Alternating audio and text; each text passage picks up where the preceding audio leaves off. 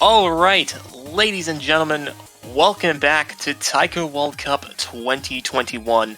I am Beat43210, and today I am joined by Teasel, and both of us are going to be covering the opening round of 16 matchup between South Korea and the Philippines. Teasel, how are you doing today?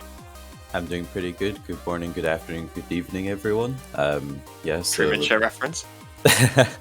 As Beach said, this is between the Philippines and South Korea. Very strong teams, both coming out of the group stage. So it'll be interesting to see how well they pair together in the round of 16 pool.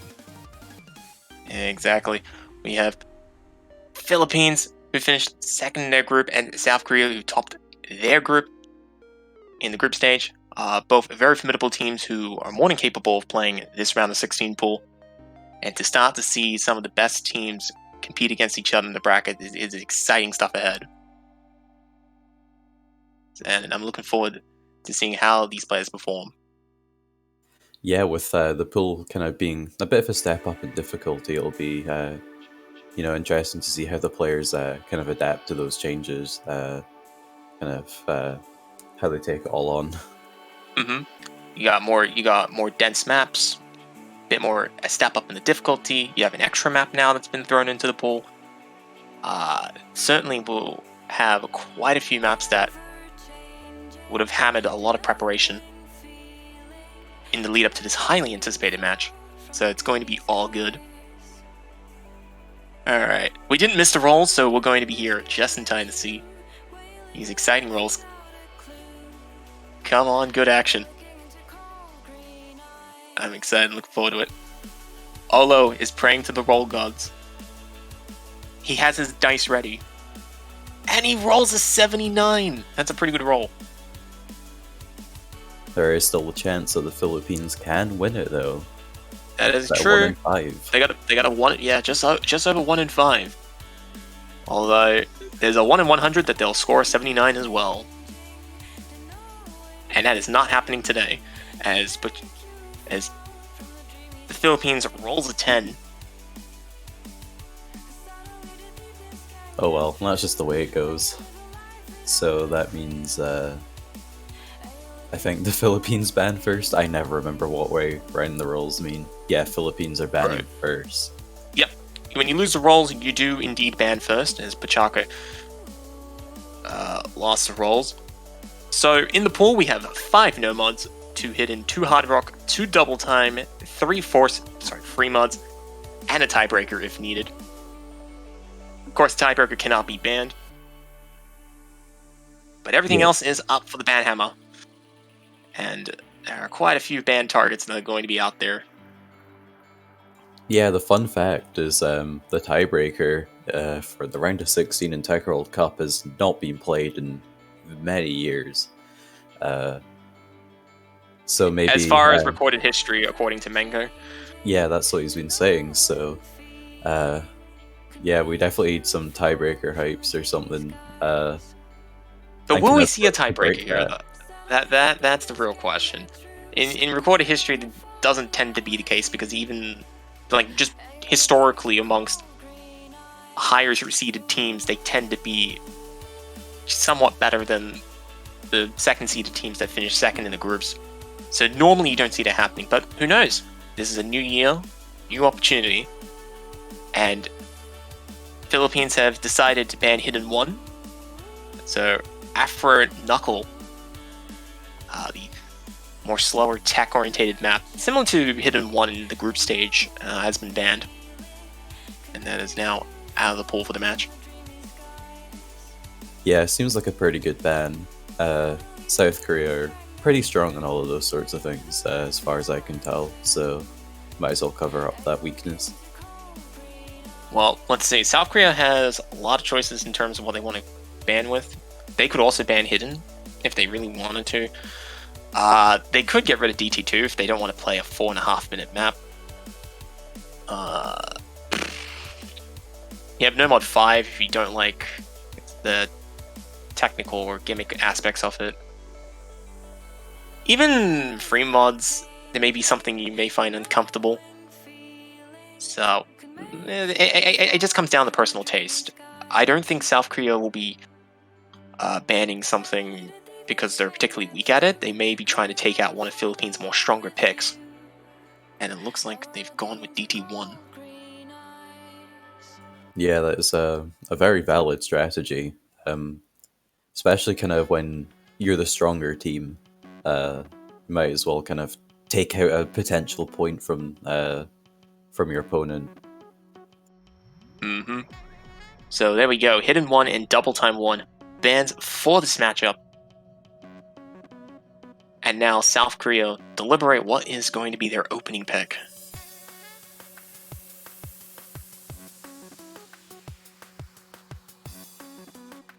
Yeah, you could argue that your first pick in the match could be one of the most important to ensure that you get the ball rolling. So, yeah, it'll be very interesting to see what they choose. And because normally the map that teams choose tend to be one of their strongest picks to sort of guarantee a point. So it'll be interesting to see what South Korea gonna go with. Sorry, I keep jumping in too quickly. The reason, I guess part of that is because when you're going first, you want to kind of set the bar. You want to go out with your strongest pick first, because the last thing you want to do is lose the first pick and then possibly start 2 points down. Not a comfortable situation to be in, and that's why you normally see teams pick something that they're really strong at. So South Korea deciding that they're going to be picking Hidden 2 to open the new weekend. Yeah, just capitalizing off of what appears to be a hidden weakness from the Philippines. But is it really a hidden weakness? I think both hiddens are vastly different from each other. It's entirely possible that that's the case, but I don't know. Yeah, absolutely, I agree with you. Yeah, so just because a team can't really do the slow hidden doesn't mean that they can't do the regular hidden just fine. Yeah, exactly. And we've seen in previous cups and previous tournaments where you'll ban a particular node, like you'll ban a particular mod and then pick it either immediately or in a later pick when they tend to convert on them sometimes. So is South Korea making the correct play? We will see. Only one way to find out. Exactly, and we are going to be here to watch it all unfold. So, the match will be starting very soon. There are no warm-ups. They've made the first pick. They're currently writing up their rosters, and it'll be all good. Yeah, I imagine the players will be feeling pretty nervous right now, especially since they're both the first teams to be kind of officially playing this pool. Mm-hmm. What were the pickings for this?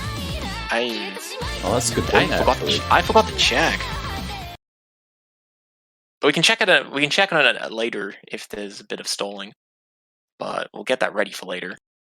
For now, we have South Korea taking on the Philippines in the opening round 16 match. Good luck to the players. And may the best team come out on top. So, we get started with Onoyo Ikinobus Note Saraba, a slightly buffed version of the map set which Rise made himself. Certainly a lot more fast orientated, but it does have its fair few calmer and more intense sections. Yeah, so far it's just looking like an accuracy battle.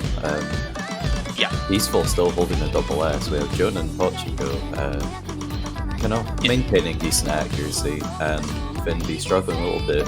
But as I say that, Jonah does drop the accuracy, and the score is now flickering between the two teams. But unfortunately for the Philippines, Jacko picking up the early miss, which is going to give South Korea a good start, giving them up 30,000 points.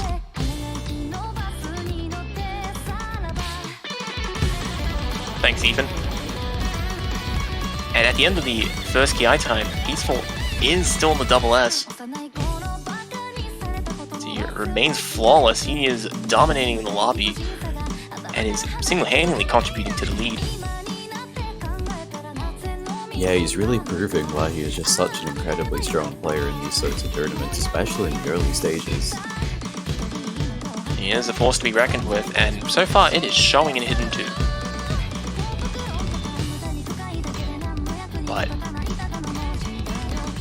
But unfortunately for Peaceful, that is short-lived. He does pick up a serious combo break that is equalized by Finby. So, unfortunately for Philippines, a missed opportunity to close the distance there, but Peaceful still holding the highest in the lobby.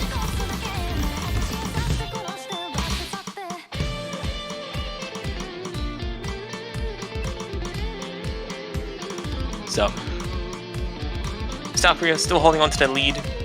Actually, I would argue they've extended it a bit. They're ahead by about 50,000 points now.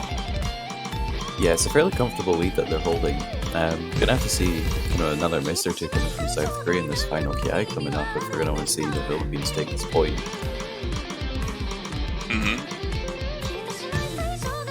I mean, the only people who are left, I think the only person left on the full combo is Jonah, who is sitting at 1163.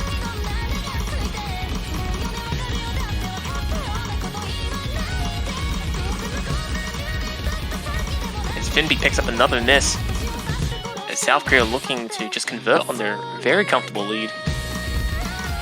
There shouldn't be too much that is left in terms of difficulty for the map, and South Korea will be taking home the first point.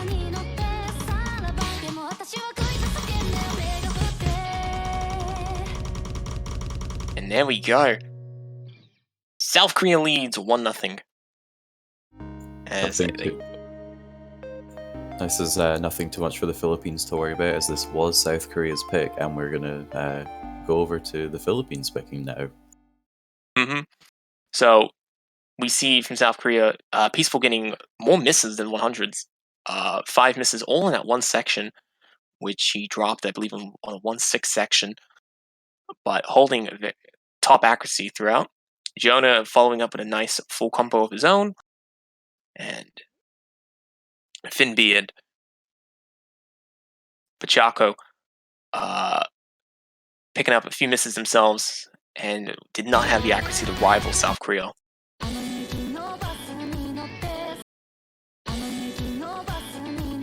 So, good start for South Korea. They decided we're going to try Hidden 2. We think that the Philippines are generally weaker in Hidden, and it seems to be that their assessment was correct. But unfortunately for South Korea, all of the hidden maps are now gone. I don't think that that's an issue. They're currently up a point. They're not up a break point just yet, but I feel like that they're comfortable to tackle the Philippines on several mods. Unless the Philippines themselves they show themselves to be a threat in other mods. South Korea doesn't have anything to worry about yet. But you know what? The Philippines have the opportunity to make them scared with this opening pick. So. Yeah, I'm definitely not too sure what they're going to go with, though. Yeah, well, they have a lot of choices in the pool. And they're going with No Mod 3, which is going to be a My Cyborg.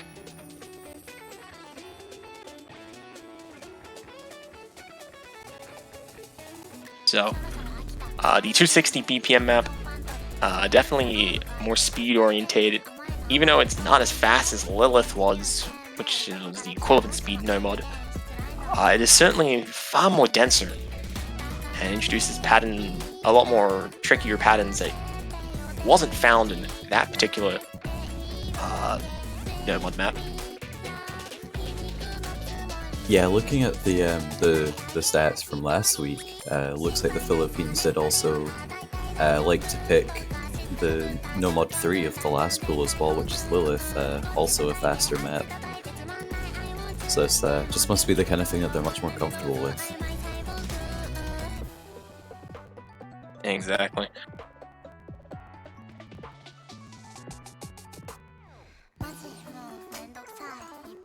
Well, Looks like Airi will be stepping in for the Philippines, and South Korea will also be replacing their second member with Henry.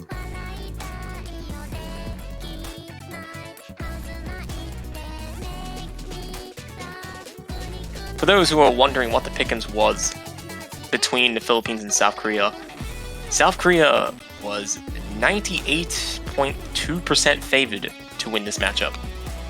So, according to the pickings audience, they were seen as extreme overdogs. Yeah, very, very little support or it's just hope for the Philippines winning this match. But you know what? They have the chance to prove them wrong. And we will see if they will do it with a good performance in No Month 3. We have seen some crazy upsets so far in this tournament, so I don't see why that can't continue. Portugal. Alright, let's go. Let's get underway.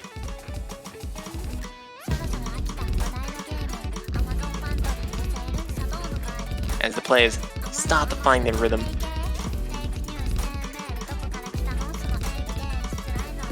South Korea does find an early lead, just based on accuracy alone. But it is still early days. This is a 2.5 minute map. And the OD is 6.5, so it is a fair game for now. Wait until about 1.5 minutes. That's where things are going to start kicking in, because there is not that many opportunities for the players to rest, and that's when the endurance is going to kick in.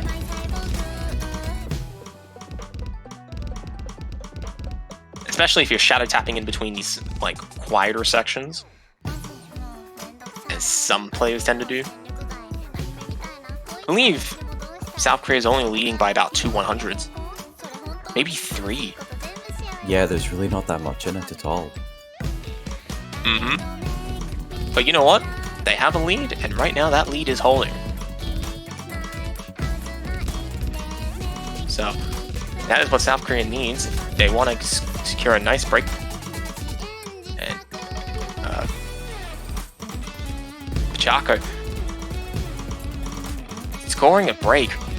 Unfortunately, picking up a miss, breaking the combo. It's starting to give some momentum to South Korea. But the accuracy was fastly recovered, so... it does actually look like that was a bancho break. Yeah, no, that looked... Oh wait, that was a bancho break.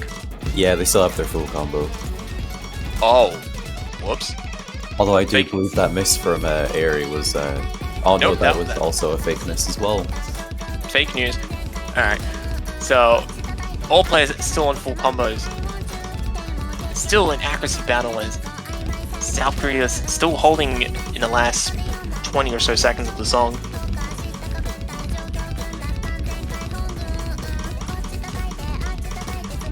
And now we're going to see, will there be an unfortunate miss in South Korea in the last seconds here? There will not be. And South Korea secures the first break point, winning by 15 100s. Yeah, just purely coming down to the accuracy alone. All the players scored very, very strong performances in that map. And all of them going full combos, so when in doubt, look at the accuracy. And South Korea coming out on top, which is what they needed. Yeah, if the client ever breaks, just blame Juan. That's the #1 rule. That is a fact. Definitely. There's no way it could be anybody else's fault. Nope, not mine. Or yours. We're safe.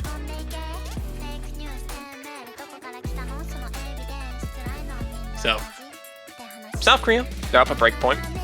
This is what they want. And they want to follow it up with a good performance on their own, just to set in that 3-0 tone.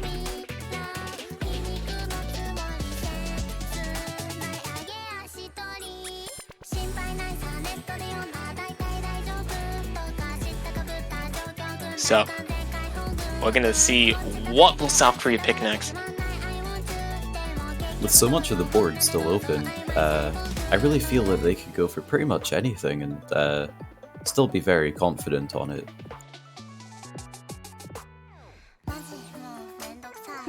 Yeah, I'd say so. They have a lot of choices. Like, if South Korea wanted to pick a similar map to No Mod 3, they could go with No Mod 4. It's the closest No Mod that is to the same degree of, I guess, elements that you want to test. You know, fairly consistent, having a lot of 1-3 to 1-4 snapping, stamina based. Instead, they decide to go for No Mod 1 though. Ooh, No Mod 1, the Electric Music Department. Because reading the full name is going to take too long. If I read the full name of the song, we might be able to listen to the entirety of DT2 in that time. It's a 7-7 bootleg. Yep. 7-7, who's known for making a lot of remixes and bootlegs and stuff.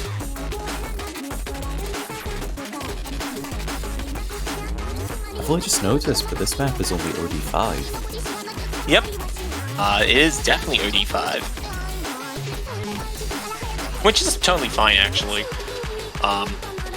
It helps for players who are a little bit less accurate. And we're not at like semifinals or above, where having an OD of 5 could be a bit disastrous in a faster pick. So no, 85 is fine.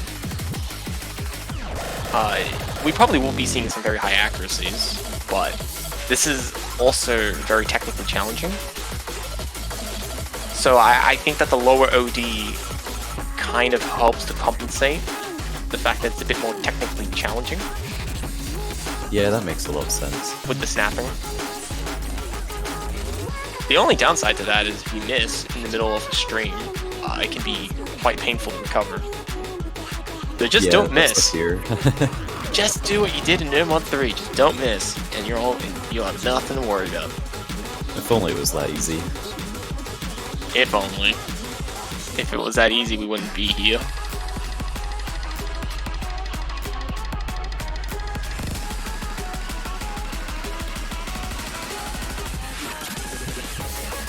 Does look like we're going to be seeing some roster changes from both sides. Although kind of taking their time to make sure that they get the right people in. Yeah, exactly. Not only just to get the right people in, but also to get, you know, mindset sorted. You know, half of the battle is the mental mindset that you have leading into the map.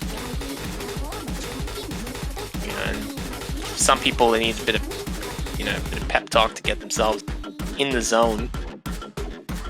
Flick that switch and just flow with the rhythm of the music. So for South Korea, it does look like we have Olo and Denan coming in for the first time. And for the Philippines, we have Finby coming back in. And Pachaco will stay on board.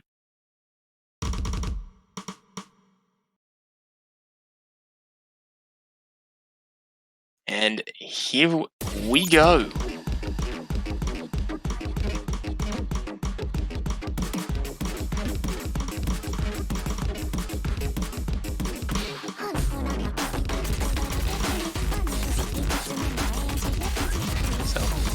Getting underway, all four players mirroring each other in performance. But when the 1-6 kick in, that's going to be painful, and Olo is the first player to suffer from it as he does pick up an accuracy drop and speed up. Caught off guard by the 1-6 that is deceptively disguised as 1-4, which is giving Philippines the first lead in the entire match. Yeah, they do seem to be struggling a little bit more with the accuracy, but the misses from Olo is really helping them secure their lead. Yep, because they're gonna be getting that combo momentum, and the accuracy difference helps. Although Denan is carrying South Korea right now, he is trying to pick Olo in his shoulders like a soldier. However, there's only so much you can do when you're sitting at nearly 100%. Finby does find the first break, but Olo does match it immediately. This is good for the Philippines. They needed a break point to break right back, and If they can hold, they're going to be in a position to do so, but they're only halfway through the map, and there's still more work to do. Finby, he does pick up several misses, but Denon trades it off. Podgko being the remaining player with a full combo.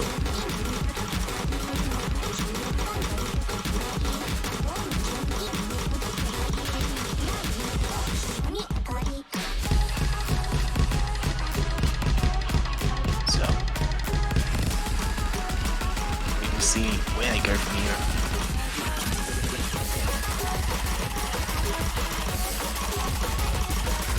Yeah, with only a quarter of the map left, this is actually really intense. With only a couple misses from the Philippines, the score could actually flip over back to South Korea, and those misses from Podgko are going to help out with that. And there's still like 30 seconds left in the map.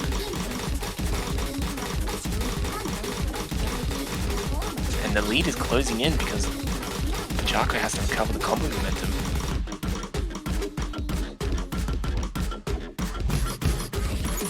And it's going to all tighten up ever so more, but it looks like Philippines will have enough to get away with it.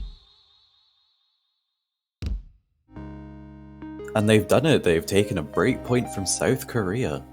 Wow. Philippines have got themselves on the board.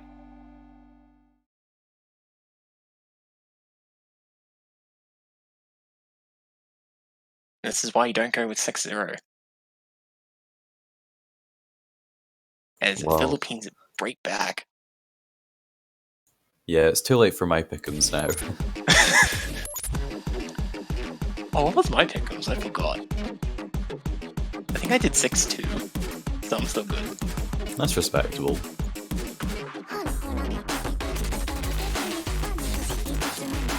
Oh, I need to double check.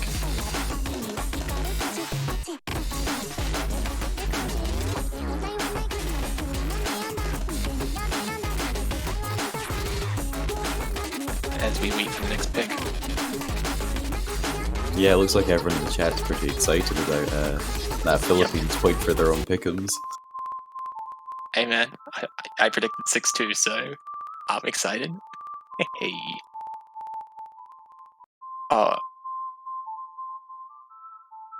Also, by the way, ladies and gentlemen, do not forget, if you do enjoy Taiko World Cup and you want to support Ocean Live and the World Cup itself as a whole, go ahead and buy those banners, because those banners are going to be absolutely beautiful.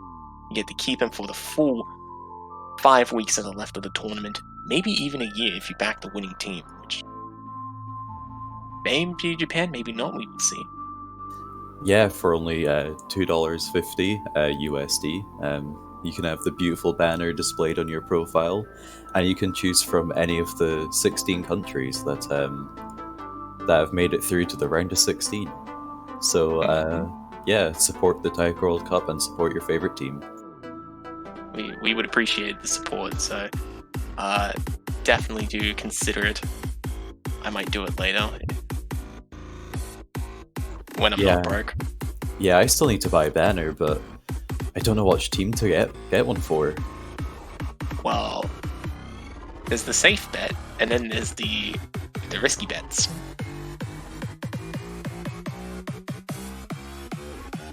So it depends what you want, really. I am a neutral person in this matter. And it looks like the next pick is going to be DT2. So sit back and get comfortable. This is going to be a very long double time pick that awaits us. Yeah, with the length being 6 minutes 49 without double time. You know what we need to do for the Taiko World Cup banners? Like when we do the plugs and stuff? We need to come up with, like, you know when you go to like a, when you hear people chanting like about chanting like particular quotes that rhyme. We need to come up with some of them for like Taiko World Cup banner. That's what we need. That's a good idea. Yeah, we have a few weeks. We can come up with some good stuff. Although right now we start double time 2. No, we get a phone call from our old friend. We meet up downtown. We catch up, talk until the sun comes down. After a few more hours on the subway, get back to my room, sit at my desk, put on my headphones, and realize that the map is still only halfway over. Well, in this case, they haven't even cleared the introduction. Really is a piece of poetry, that.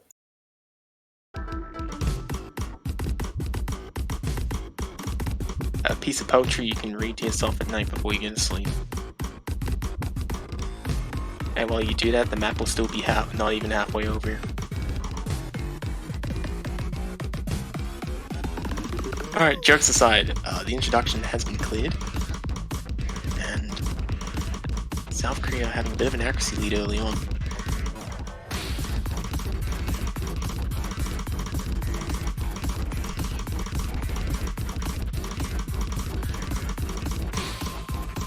Oh, but Ramazi and Olo.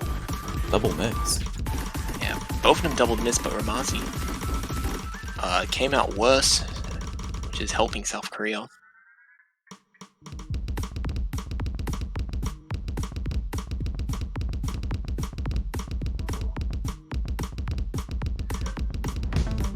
Yeah, with this being such a long map, the accuracy is going to be incredibly important to maintaining the lead. That is true, and especially on a longer map like this.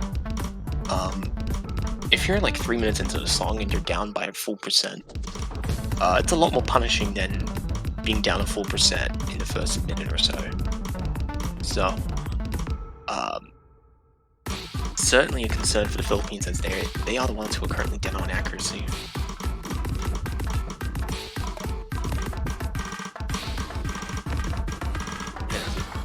Umazi has found a few misses in the first half of the song, and finding another one in the 1-6 mono, not a good fun.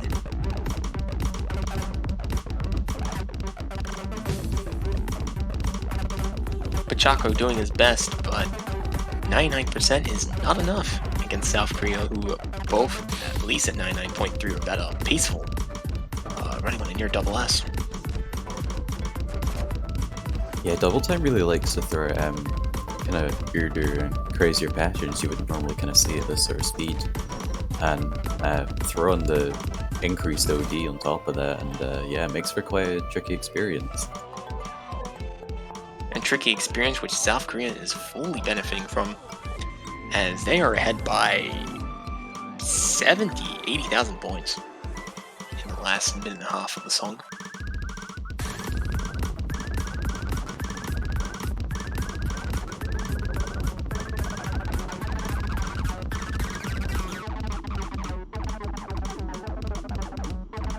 As South Korea refuses to give Philippines another opening. Oh, Rimazi, being the only player to miss, causing more pain for the Philippines team. Still holding a very decent performance of 97.5%, but South Korea is setting the bar so high that the Philippines are increasingly unlikely to come back from this. Yeah, it's looking like a very decisive point for South Korea. It certainly looks like it, especially with the hardest parts of the song over. It's going to wind down from here. Peaceful did pick up a miss towards the end there, but still holding the highest accuracy in the lobby. It's a very strong result, and a good recovery by him.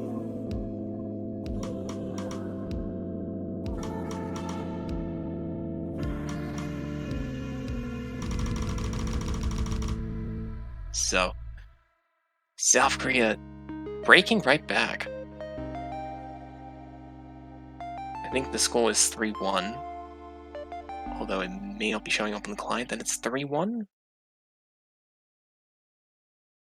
And we do actually see a full combo coming in from There we go. Pachaco with 99.06 accuracy.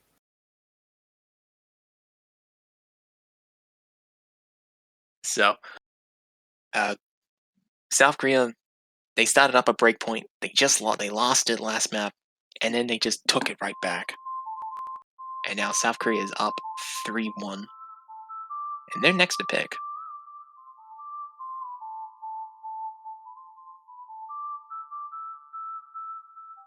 So DT gone, Hidden is now gone as well. We're gonna be seeing South Korea dip into either hard rock, free mod, or no mod.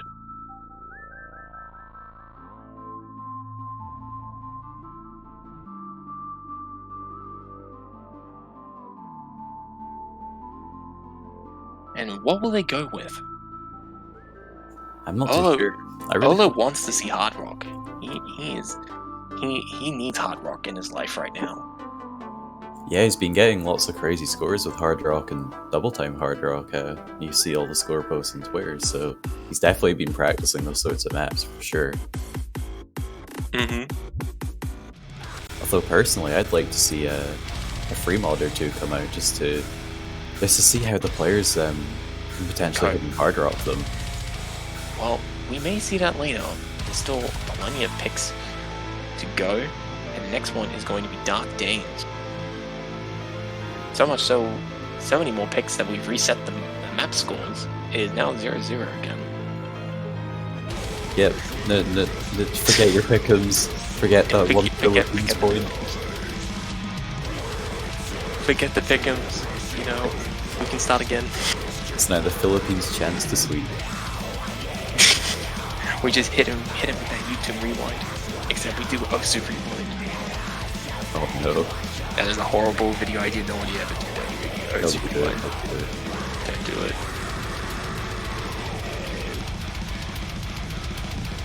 It'd be too much effort anyways.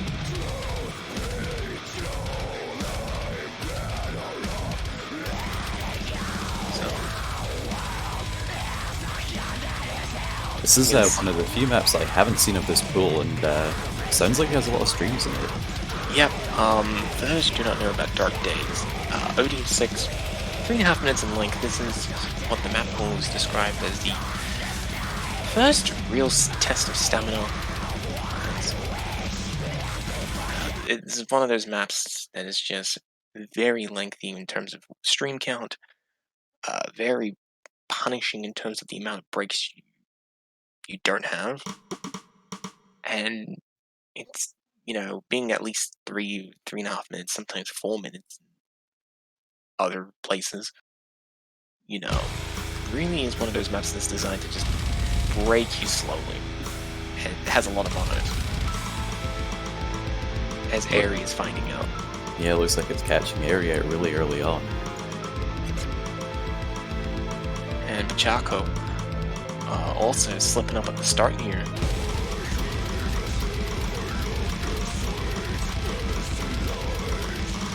But it is early days for the Philippines. Yeah, South Korea's taking a very nice early lead. Which is always what you want when you're making your own picks.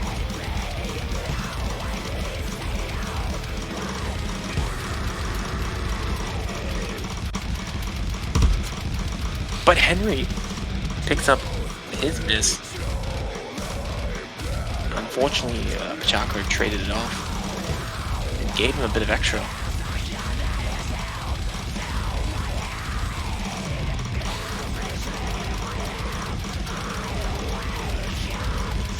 Yeah, this is looking like an absolutely brutal map to play, and we're only a third of the way through it. And it only gets more brutal from here, because it doesn't stop. Oh wait, the client, wait a minute. Henry still has his double S. The client was faking this. What? Oh wow. Man, Bancher really be tripping today, huh? Yeah, Bancher's not having a good time. Bancher's throwing for content. It's just keeping all of us on our toes. Yeah.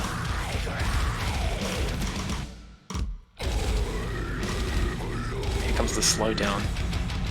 If you're looking for a break, I guess this is it, but...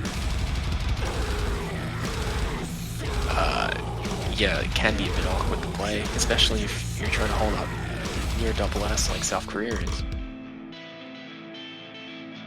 Now South Korea looking at the dominance of their situation.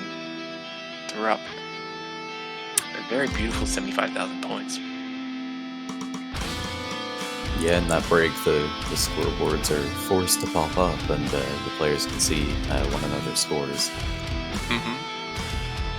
So psychologically, South Korea is feeling pretty confident. As long as it doesn't get to their heads, they will be able to take it home. Philippines is not posing that much of a threat right now.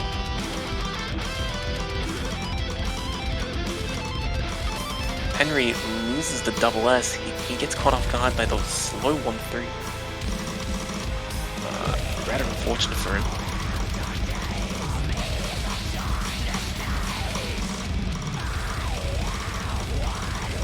But he does keep the combo alive, which is a good thing.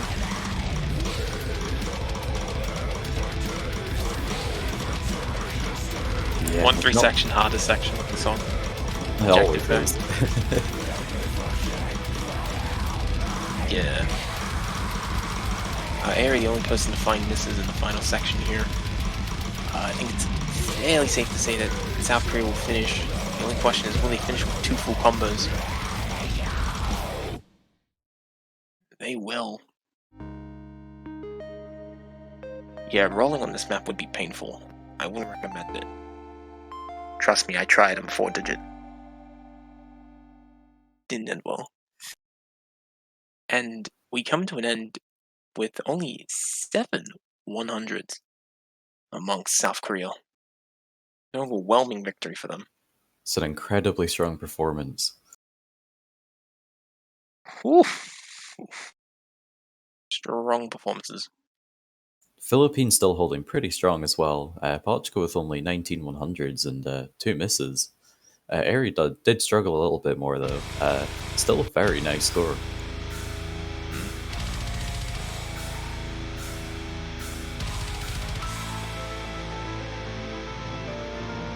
And now Philippines in a bit of a tight spot. They're down at break point. They missed their opportunity to break back. And they need to get a second point somewhere. And their choices are starting to run thin. The only 2 maps left in Nomon is the Nomon 2, which is a bit more tech focused, and Nomon 5, which is gimmick based. Yeah, I really don't see the Philippines going for free mod unless they're confident that they can get in Hard Rock and gonna have another secondary mod and get really good scores, because yeah, it'll be a very good strong point for South Korea most likely.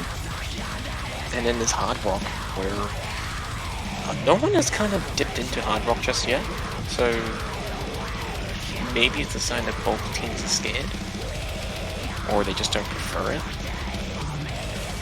at the top of their list. So I don't know. Oh, they're going with Chameleon. Nomon 2 is going to be picked.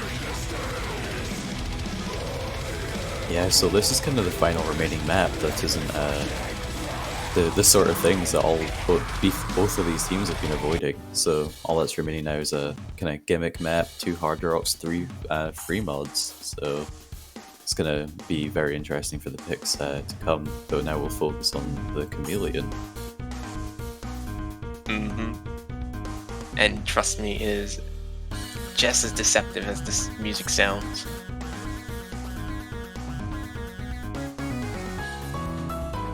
Wait, can Chameleons camouflage? I forgot. Yeah, they can. They change colors.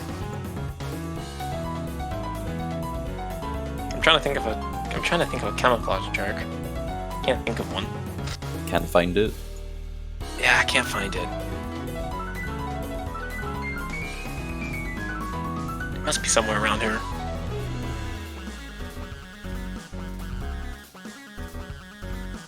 Maybe if I look hard enough, I'll find it somewhere. But in the meanwhile, I did find is the map stats. You know, we have an OD of 7, a star rating of 5.7, about 2 minutes in length, and 126 BPM. But I believe there's a bit of variable BPM in the song. believe it changes between 126 and 91. Ah, so much more on the slower side. And here we go.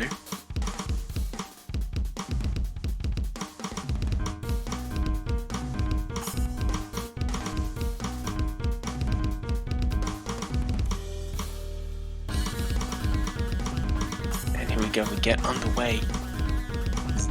Dinan and Olo steps in for South Korea. And Ramazi and Pachako stepping in for the Philippines. Ramazi will be missing early. And both the South Korea players do drop their double Fs. But they got good combos and good accuracy, which is very important. Ramazi not having fun with this map pick. Yeah, this map does look incredibly tricky. Really focusing on finger control.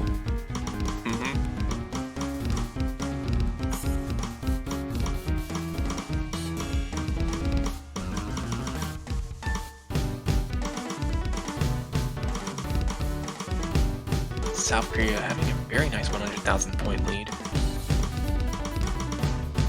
It is very dominant.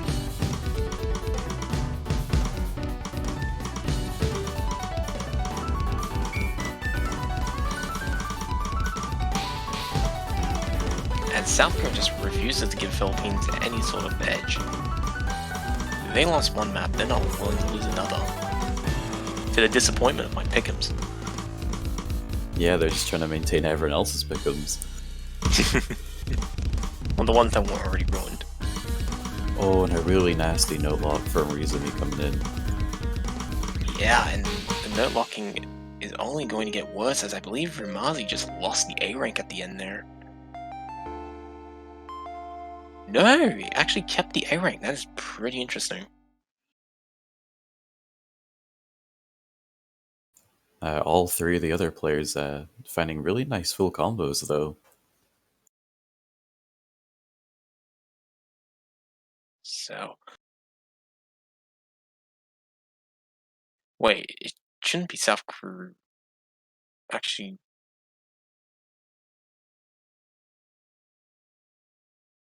no, no, this is good. No, this is fine.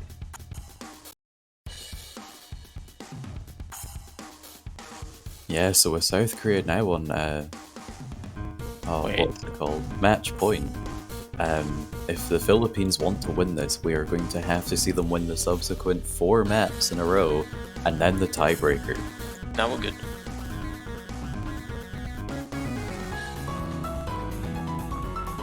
So right now we're going to need to see a lot of hype for the Philippines if we're going to want to see them take on this massive challenge. And it looks like they're going to be going with Planet.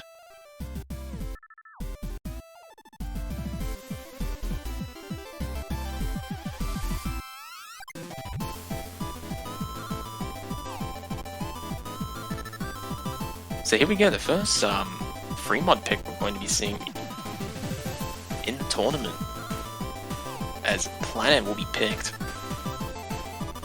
OD is 6.5, about 2 minutes in length and 200 BPM.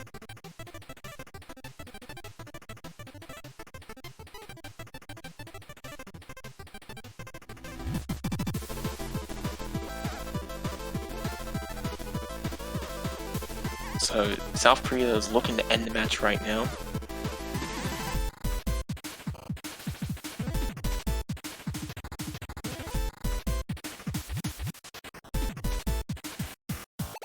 Alright, it does look like we see Jonah coming back in. I don't think they've played since the very first map. Yeah, I don't remember.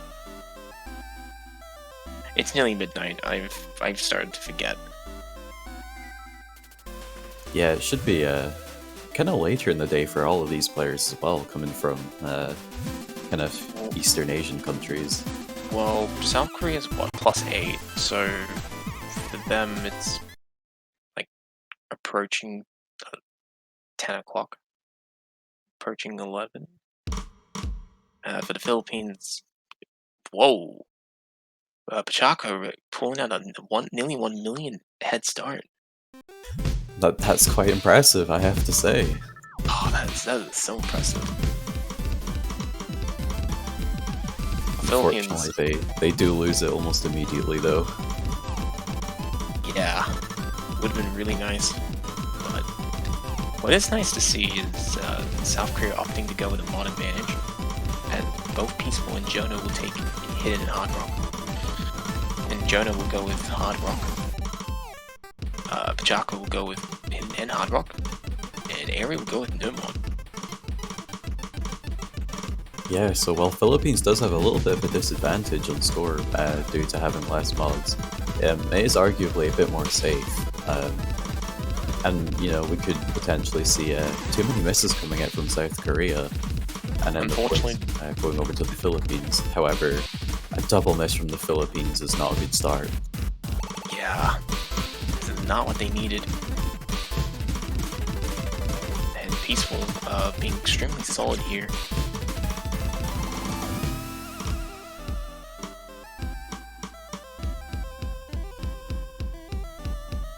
Things are not looking good for the Philippines. They are down 150,000 points in the last third.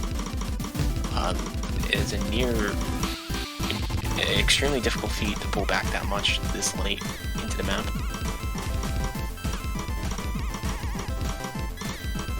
As South Korea is looking on the path to win this 6-1.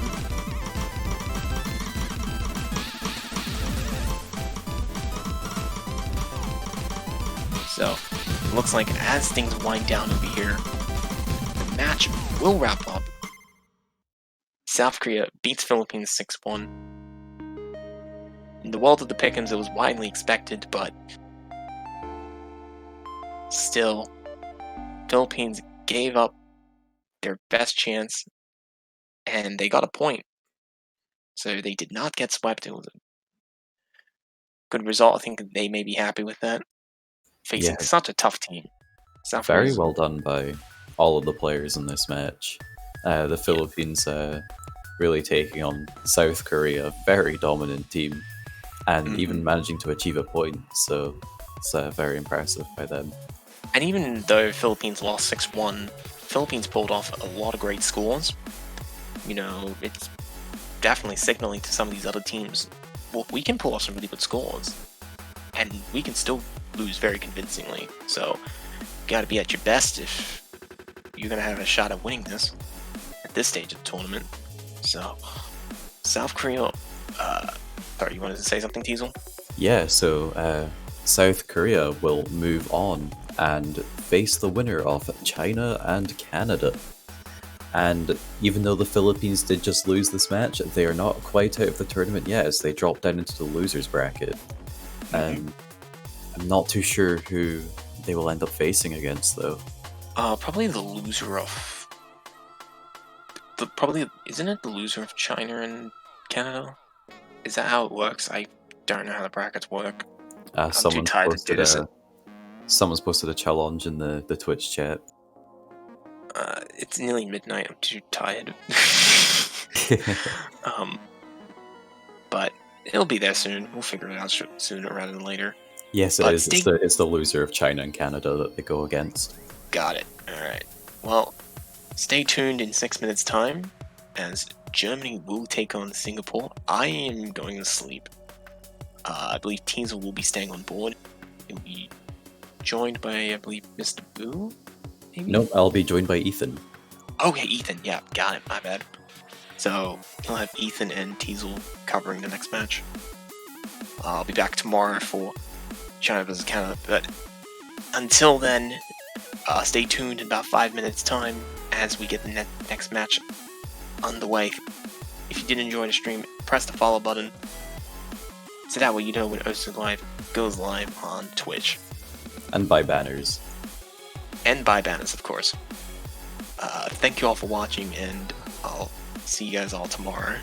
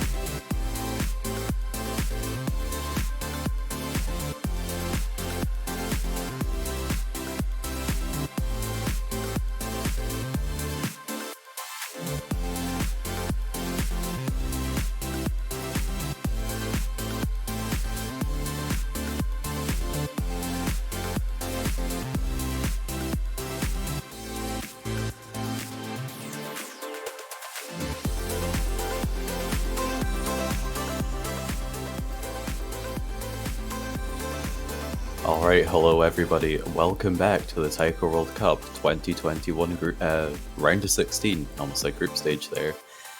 This is the match between Germany and Singapore. So I am Teasel, and today I am joined by Ethan. Yeah, hello everyone. This is going to be my first time commenting for TWC. I wasn't able to show up for group stage, so I'm here now. But yeah, pretty cool match. Singapore, really strong high seed, and Germany's also a really strong top seed, so definitely going to be a fun match to watch, I think. Yeah, absolutely. Looking at the performance from both of these teams in the group stage, but both teams are just achieving scores that other teams aren't really able to. Showing a consistent and dominant performance in their groups.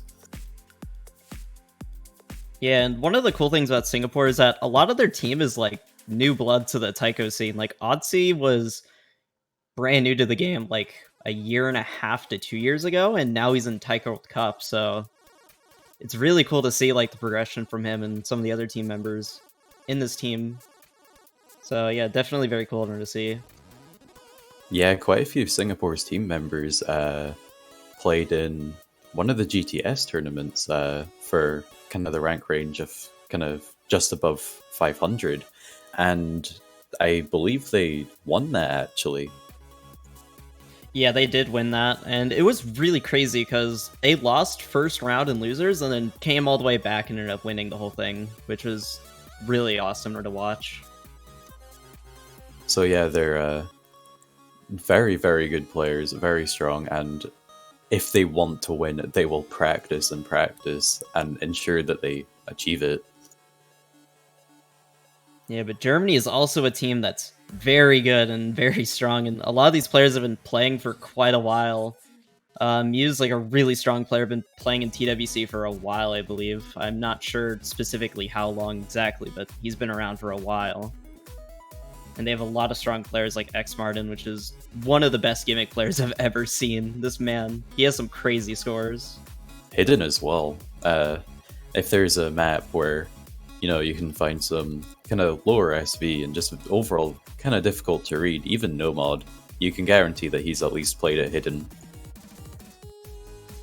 Yeah, this dude gets scores with Hidden that like people struggle to get like no mod. Like his Hidden reading is really good, and it'll be very cool to see like how strong he does on the Hidden picks this pool.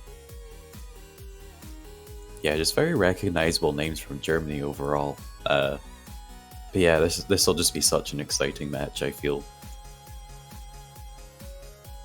Yeah, definitely can't wait for it.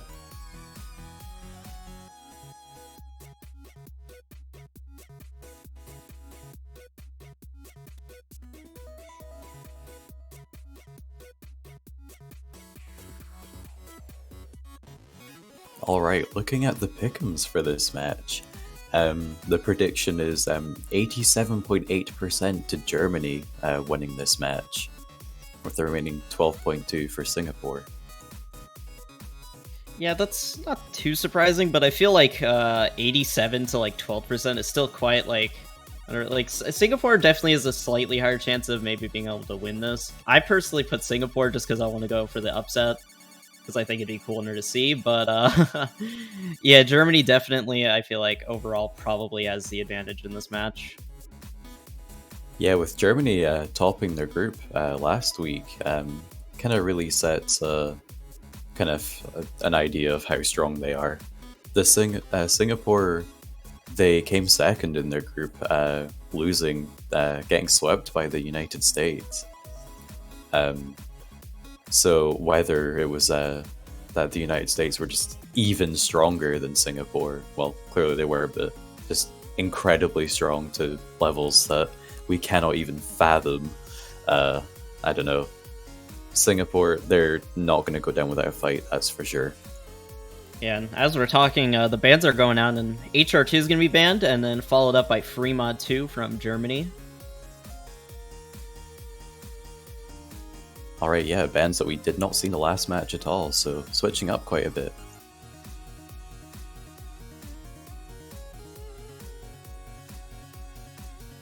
And yeah, I believe Germany won the role, so they're going to be the first to pick, and they're just thinking about their pick right now, from the looks of it.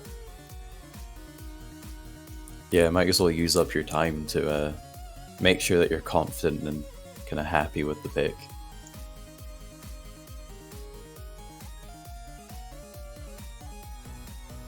Yeah, that'd be very unfortunate if your first pick ended up being a breakpoint, so gotta watch out for that. Yeah, it would be a bit of a scary wake-up call, especially if it's just the first map of the whole match.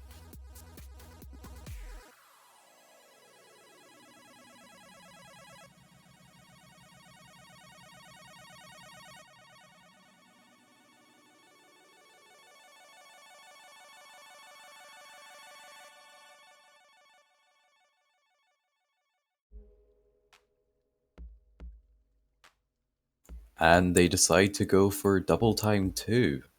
The very, very, very long double time. Yeah, this map's quite interesting. I believe it's the more techy DT, but I might be wrong on that. I believe it is. It definitely has some technical aspects to it. Yeah, it is the tech DT from the looks of it, just looking at it. Yeah, this map's quite interesting, actually. It's very long for a DT as well. It's at 6 minutes just no mod, and I believe that makes it around 4 to 3-ish minutes with DT, so very long map. Everyone get ready to go meet your friend downtown.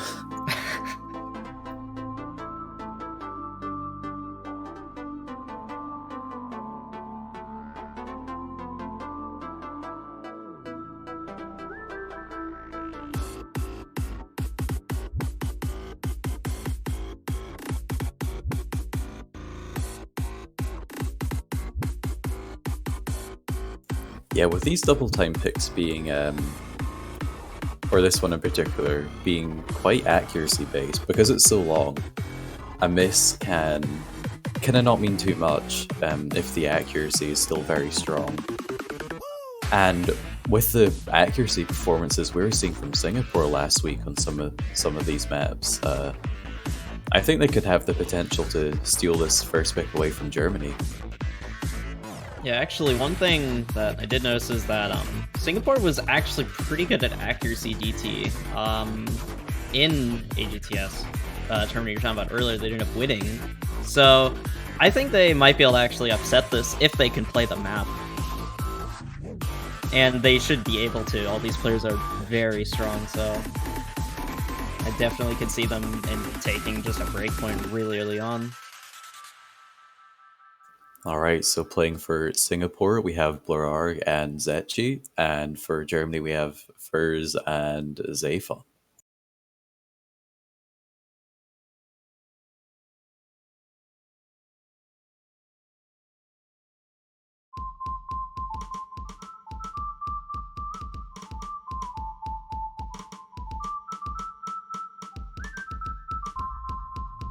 As you can see, most people are kind of struggling to get some ACK early on. Zayfan's the only one that still has an SS on the board.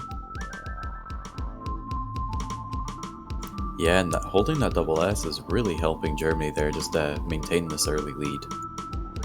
Yeah, but there's plenty of map to go, and just as they're speaking about it, he does end up dropping it, so feels bad, but still holding very strong accuracy. As you can see, FRZ and Zetchi are at 97. It really just comes down to how well he can ACK.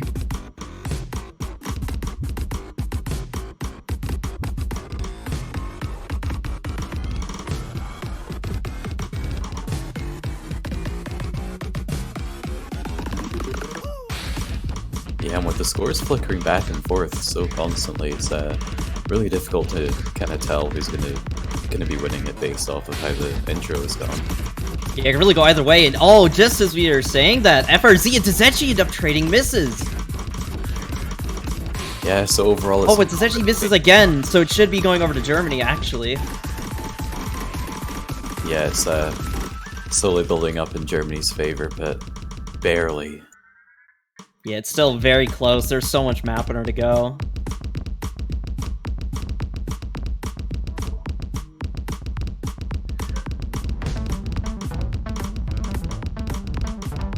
Blarg is actually catching up really quickly to Zafon's accuracy. He was having some act troubles earlier, but now he's at 99.6, just a few 100s behind Zafon, and they're pretty much tied up. It's basically the major difference right now is just FRZ and Tzechi. However, if we do see massive act drops or a miss coming from either Blarg or Zafon, it could really change the tide of the map. Oh, and some 100 drops and some 100s from Zafon, and now the lead's over in Singapore.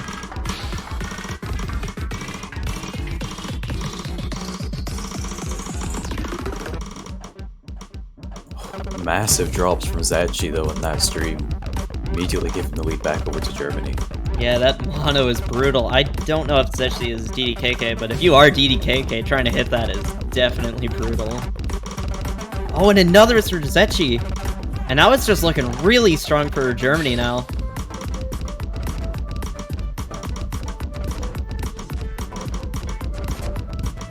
Yeah, more than halfway through the map now, and they do have a fairly comfortable lead now, so as long as they can maintain that, then point is theirs.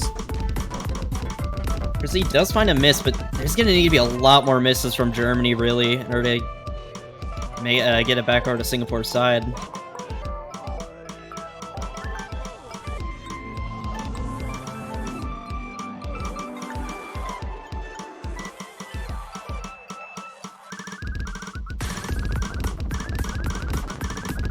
I don't know, but I think that miss right there from Tzechi might be the final nail in the coffin, potentially. Yeah, we're going to have to see some bigger drops coming from Germany, I think, if we're going to want to see Singapore take this break point.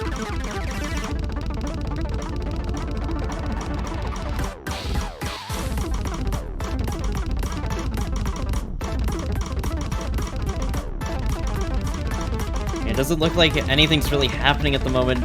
Both of Journey's players are still holding combo.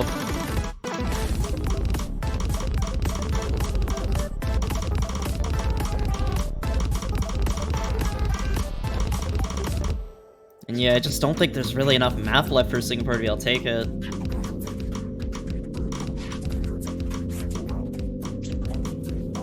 Yeah, coming into the outro section now, nothing too crazy going on that could allow for too many breaks or just overall a point to switch over.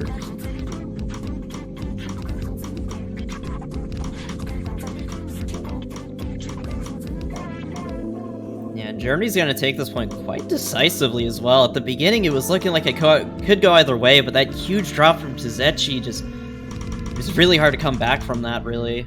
And FRZ was able to hold his combo, so ended up just going over to Germany. And that's going to be first point going over to Germany. Not a break point, so we're going to see what Singapore picks to tie it up, potentially. These two full combos coming from Blarg and Zafon, though, are absolutely incredible. Oh yeah, that accuracy is insane. I don't know what UR that is, but that's definitely some absolutely cracked out UR.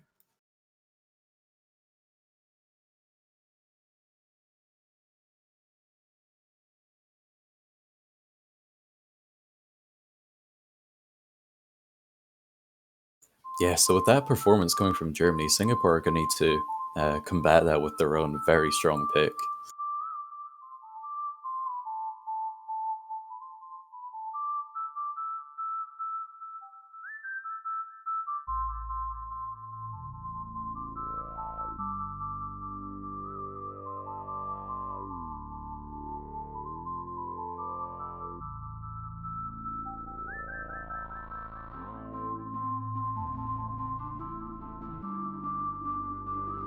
And Singapore is going to end up picking Fremont 3.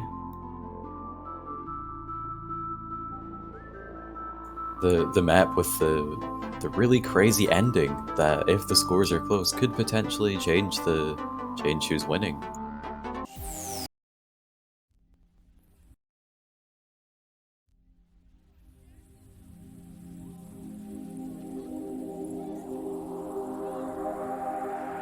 The main question in this map is what mod combinations are we going to be seeing?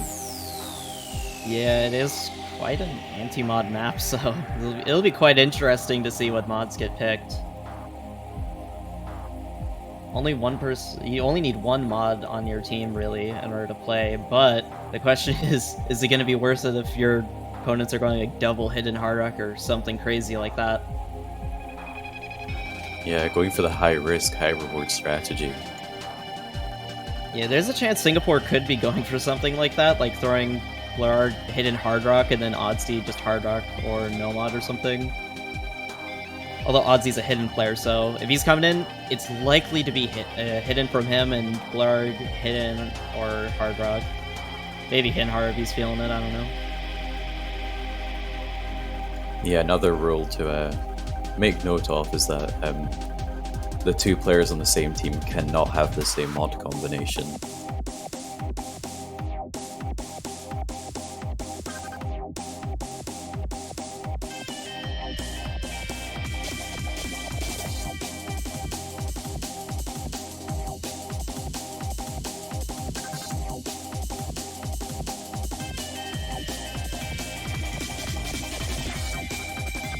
And now Germany's gonna be getting Mew into the lobby, swapping out FRZ, I believe it was.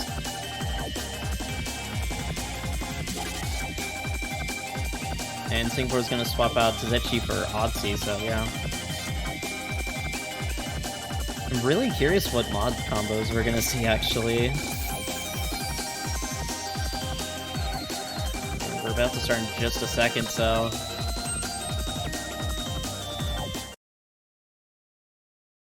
and Vlarg with hidden hard rock, and so is Mew actually, and Oddsy going hidden just like I expected, and Zafon with just hard rock. So no team has any mod advantage really, but Zafon and Oddsy are going to be battling with two different mods, so let's see how that goes. Yeah, this is a little unexpected for such an anti-mod map. Yeah, it's meant to be the anti-mod map, and we almost have like all hidden hard rock, or we have two hidden hard rocks, so yeah.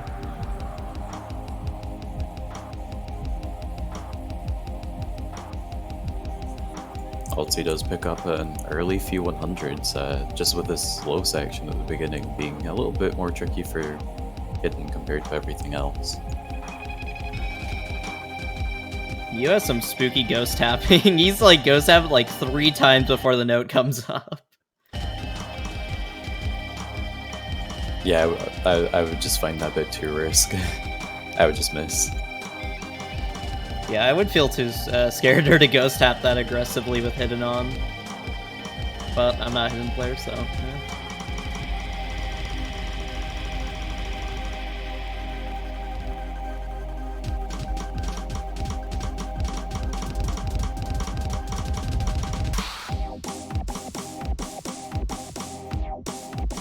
Looks like Germany's gonna take the early ACK lead, but it's not by a lot, really.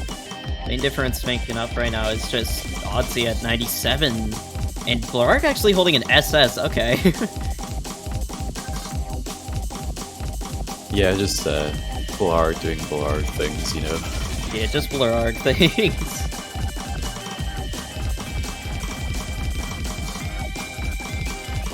And yeah, with Blarg's SS, now the score is going to start flickering just a little bit. If Oddsy can just hold up, get his accuracy up to 99, they could easily just start. Oh no, just did I say that though? Oddsy missing quite a bit. Now Germany with a pretty nice lead.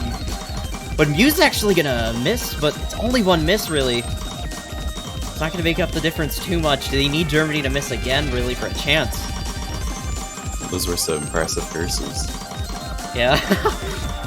I've been practicing.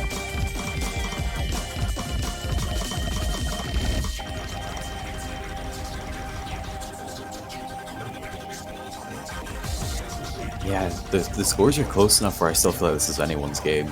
Yeah, and as you said, the ending does get pretty intense, so... Oh no, but Oddsy missing on the slow section!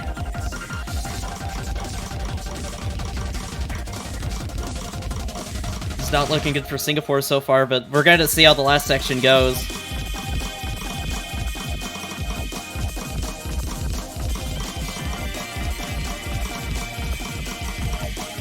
Blarg is still holding near SS accuracy. Like, he is having a near perfect play, which is just absolutely insane.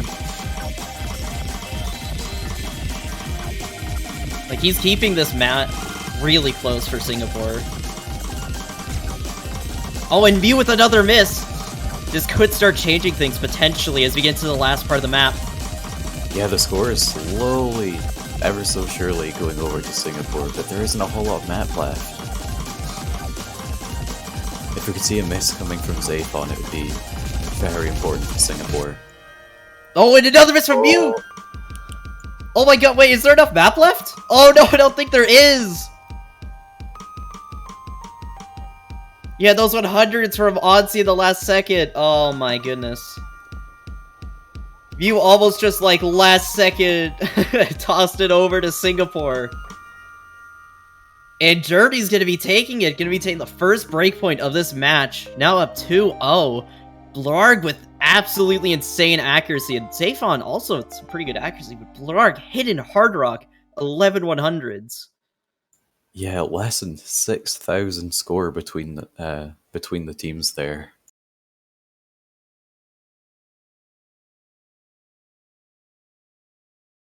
Yeah, some really unfortunate misses from Odyssey there, but those slow sections are really brutal for Hidden.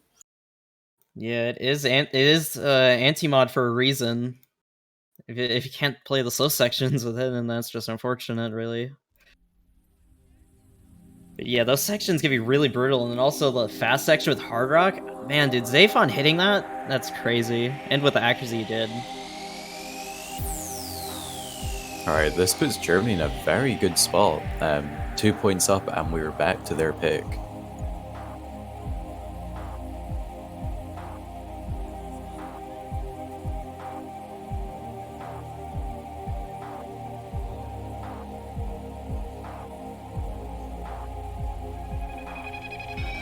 Yeah, if Germany picks the right map, they could just be up 3-0 now. So definitely a really strong start for Germany. And Singapore's gonna have to start taking some breakpoints soon.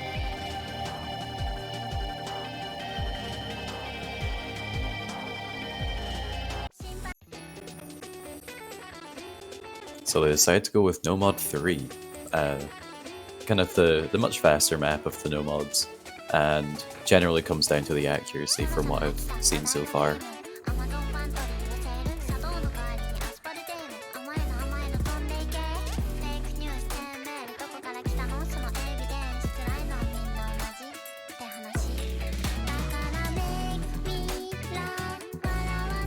And Germany's going to swap out both their players, and Mainkuchi is going to be entering the match for the first time, and FRZ is returning.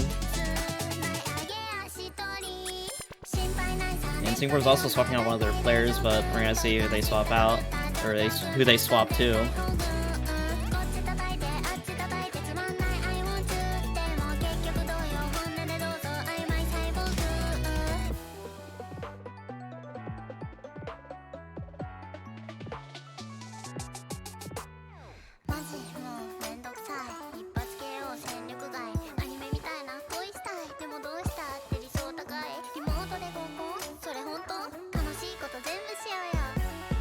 And Singapore is gonna pull out Prehistoria, which is also coming into the match for the first time. Yeah, not much of a surprise. A player very focused on speed.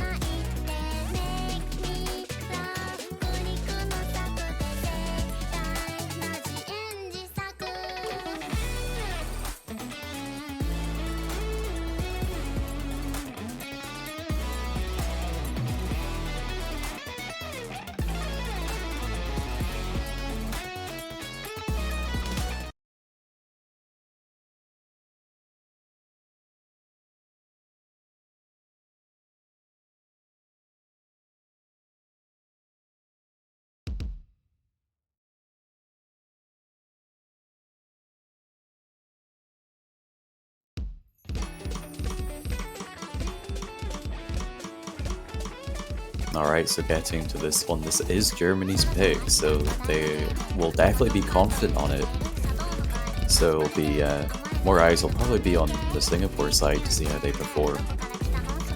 Yeah, Prehistoria going to be picking up a couple of early 100s, but not really going to affect the result too much.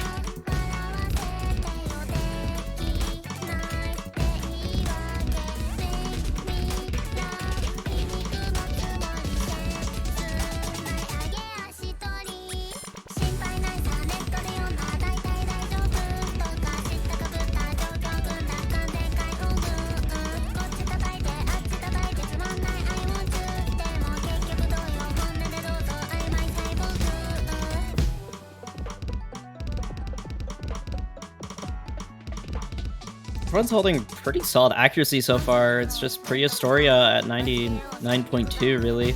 It's making up the big difference at the moment. This map's a bit shorter than the other one, so... let's see how the second half of this map ends up going. Finally a bit of a shorter map. All the other maps have been like 4 minutes. Yeah, it just means every little thing just counts so much more. Yeah, and Blarg is actually going to drop his SS, and now FRZ, the only SS on the board.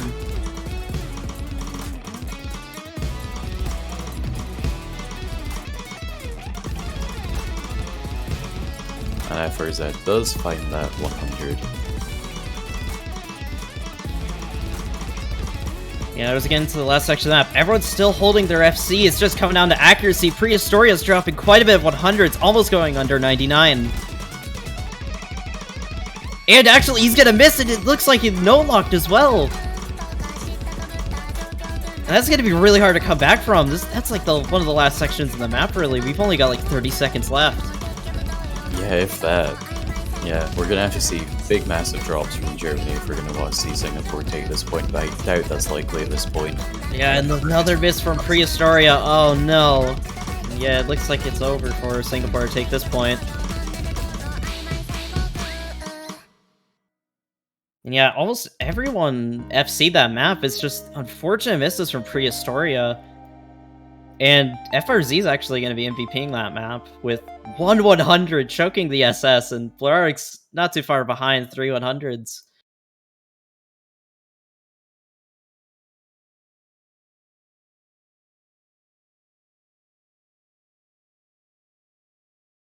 Alright, so we do go back to Singapore's pick.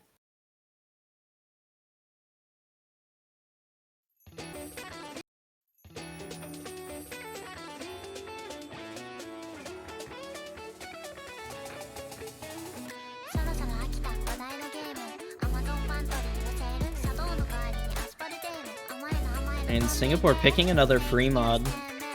And considering Blarg went Hidden Hard Rock and Near SS the anti-mod pick, he's definitely going to go Hidden Hard Rock on this. Oh, absolutely. The question is, how many other people will go Hidden Hard Rock? Germany's probably going to have one other Hidden Hard Rock, but let's see if they'll risk it and go double Hidden Hard Rock, or if both the teams will just stick with one Hidden Hard Rock.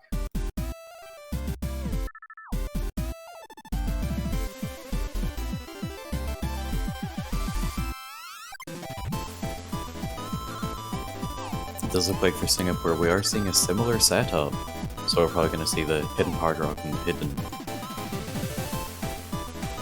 Yeah, I'm not 100% sure.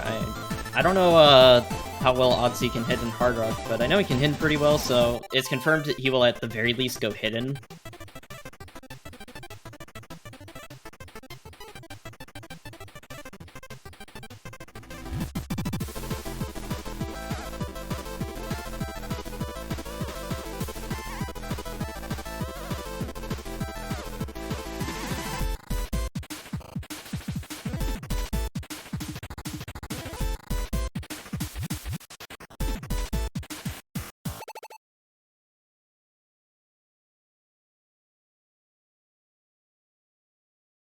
Alright, we have a Hidden Hard Rock from Blarg and Mew, and Hidden from Odsy and Mayankuchi.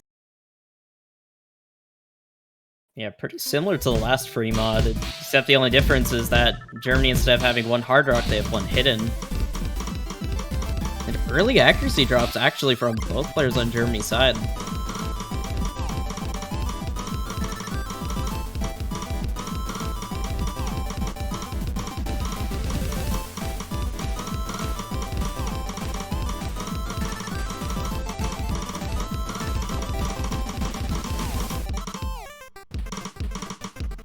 I was just about to comment on Odsy holding an SS, but unfortunately he did end up dropping it. But Singapore's still going to be in the ACK lead. Actually, maybe not. Okay, it looks like they're still going to keep their lead. Odsy was starting to drop a lot of 100s there. That was getting quite spooky. Yeah, that slow section not being very good for him there. Yeah, Odsy is really struggling on some of these slow sections, and understandably so. But it looks like Singapore is going to be able to keep up their lead. They really need this map win. Yeah, Berard's insane accuracy on hidden hard rock is really helping out. Yeah, Blarg is just doing Blarg things and really carrying Singapore.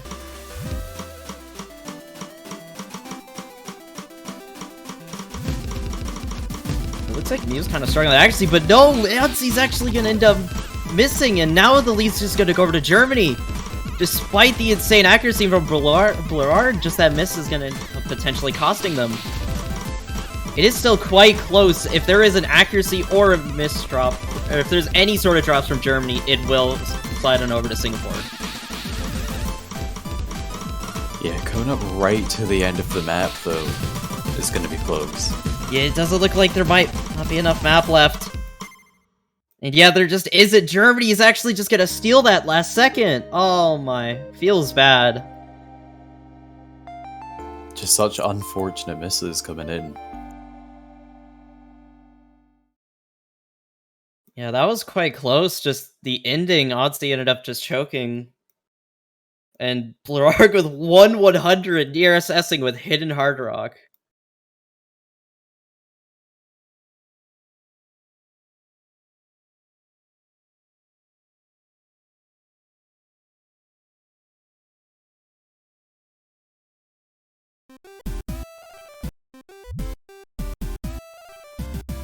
Well, now that we, while we wait for Germany's next pick, gonna take this chance to plug the banners that we have. Can you tell us a bit about them? Oh yeah, so TWC has banners, yeah. Make sure to check them out on the website.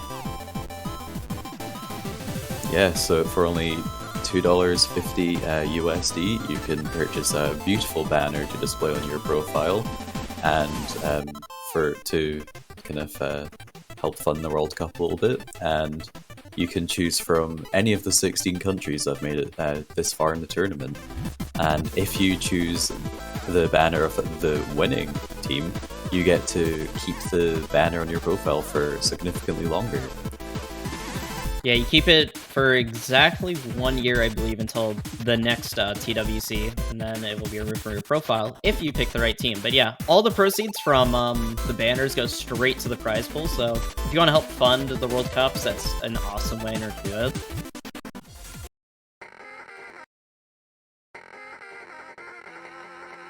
And Germany have made their pick, and they're going for Nomad 5, the more gimmicky map of this pool.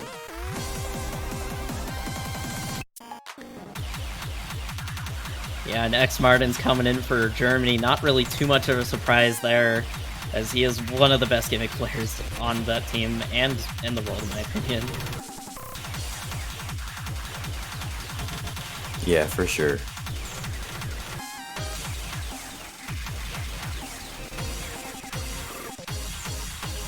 Who we're going to have coming in for Singapore is a bit of a different question. I predict it'll be Zetchi based on the incredible performance Singapore had on the gimmick map last week.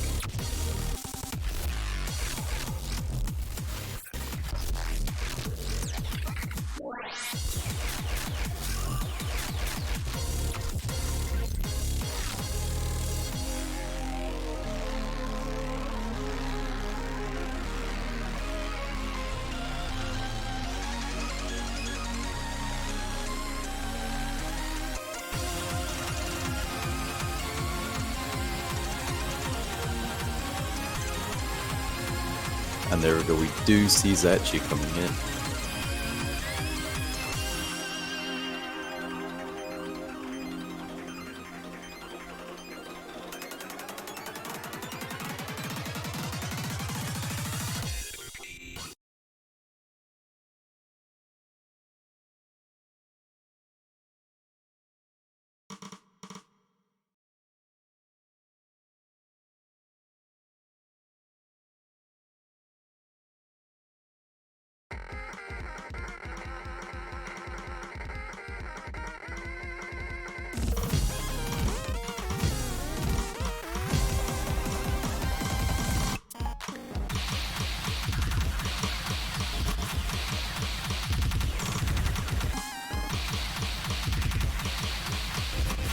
So Singapore is going to take the early lead. Still a very, very close point though, with only accuracy coming into it. Larg still holding double S though. Yeah, every single map, Lark is just pulling out crazy accuracy for Singapore.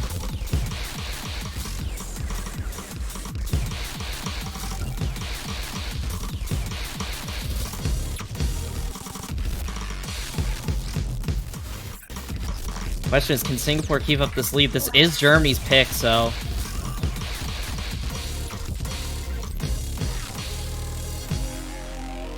Based on the fact that Singapore have clearly been practicing this, I think they've kind of been waiting for Germany to hopefully pick this map. Yeah, Blarark's actually going to lose his SS, but still really solid accuracy, and Muse not too far behind, 99.6 right now, and as I say, it does drop a little bit, but still quite solid accuracy. X-Barn's going to drop under the 99, so is Suzechi. Oh, and Mew! Oh my! I think he just missed that entire pattern right there. Yeah, that was massive drop coming from him. And that's going to propel Singapore into the lead. Yeah, now Singapore just needs to avoid like a crazy note lock and they might be able to take this.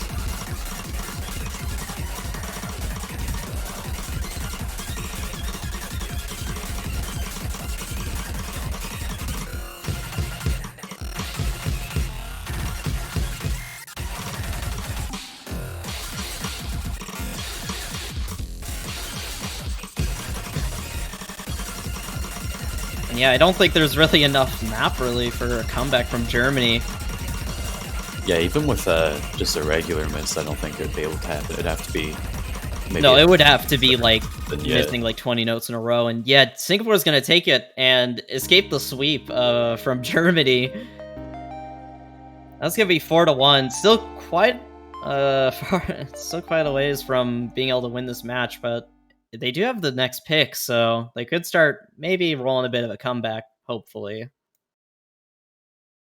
Blararg with 1-100 on a finisher. Oh, it's not a finisher? Feels bad. But yeah, he almost SS this map again. I kind of feel bad for Blararg, because he's literally gone 1-100 like 3 times. Please let this man SS. And Mew thinks that they practiced the wrong diff. Oh no, as in, they played the wrong difficulty. Oh no. There was a thing with the bar lines getting removed. And it looks like they played the one that still had them all in.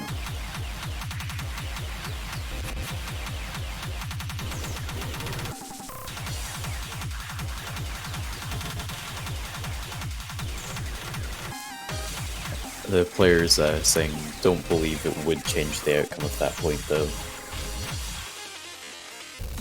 Yeah, it's really just up to the ref if they do replay that, I believe, so I guess we'll just have to see.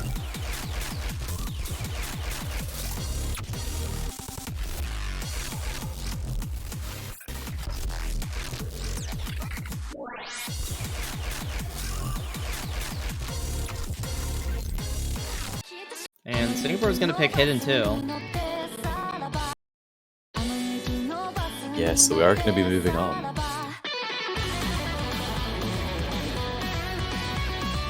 Yeah, Speedy Hidden coming up. A decently long map at 3 minutes.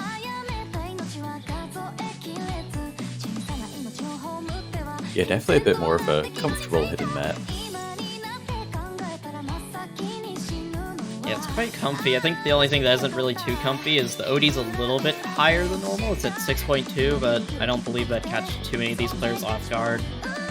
And Odyssey coming in for Singapore, not very surprising.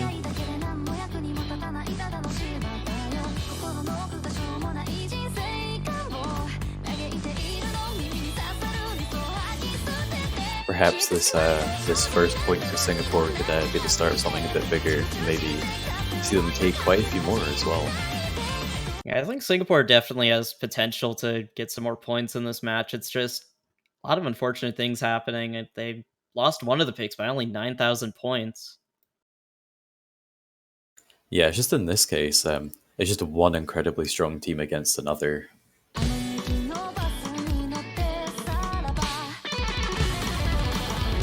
Derby's a team that'll just punish any sort of mistake you make on a map, really. They just have so many strong players on their team.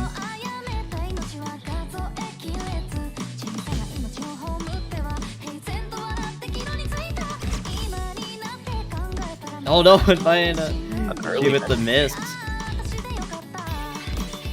That was a really early miss, dang. That shouldn't affect things too much in the long term, maybe?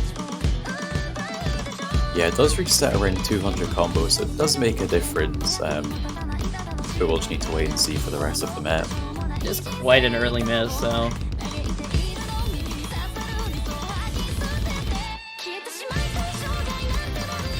Everyone else is still holding their SS though, actually.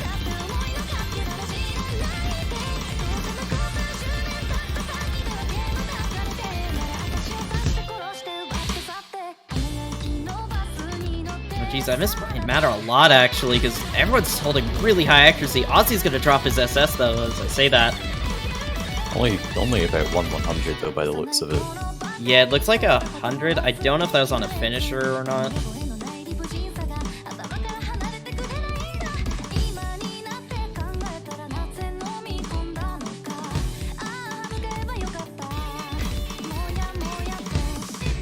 Oh, and Mew's actually gonna miss as well, and now there's no more full combos on Germany's side. This is massive for Singapore. Yeah, this is absolutely massive for Singapore, but we're just gonna see how the rest of the map goes.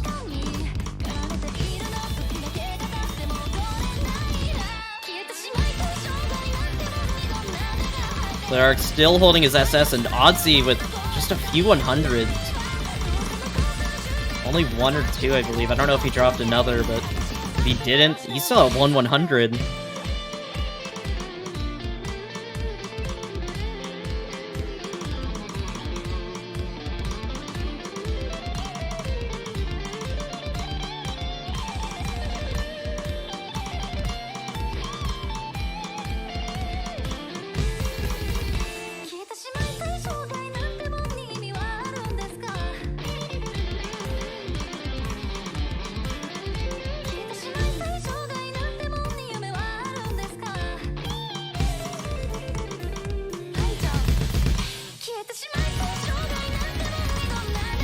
Singapore's still holding a really nice lead right now. And it's just coming down to those misses from Germany. There's not really too much map left for comeback, really. It's just... Oh wait, no, Blark dropped his SS, oh no. Sorry, if he won 100 again. Yeah, a few 100s coming in here and there, but as long as they continue to hold strong. And yet, Singapore with really strong performance, almost like a double SS. Oddsy with about 8 100s, and Blark once again 1/100ing. Just let the man SS come on.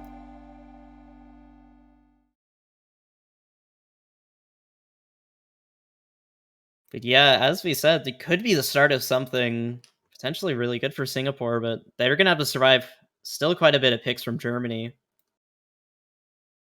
Yeah, so that was their own pick, and we are going back to Germany now.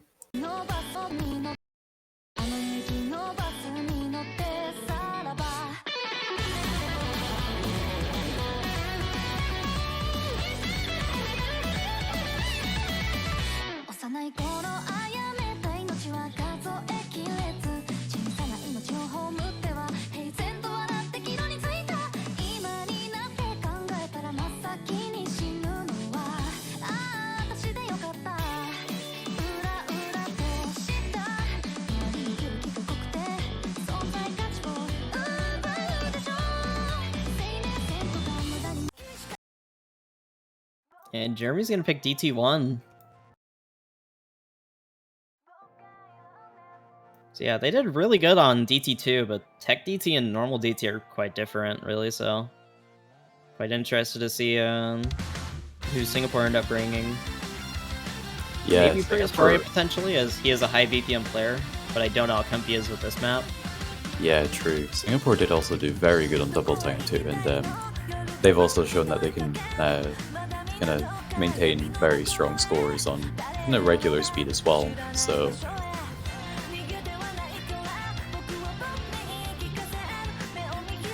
yeah, this is another one that's going to be that could just kind of go to any side.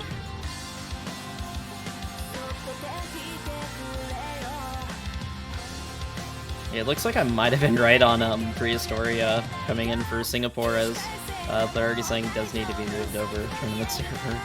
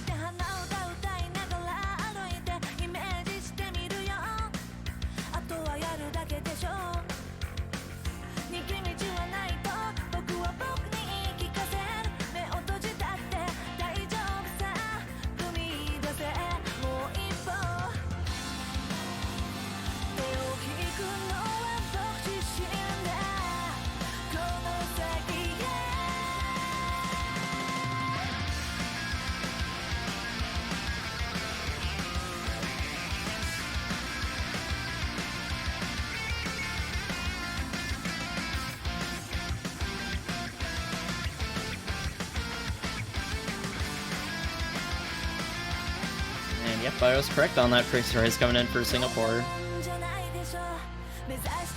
Alright, cool. Should hopefully be getting into the map fairly soon now.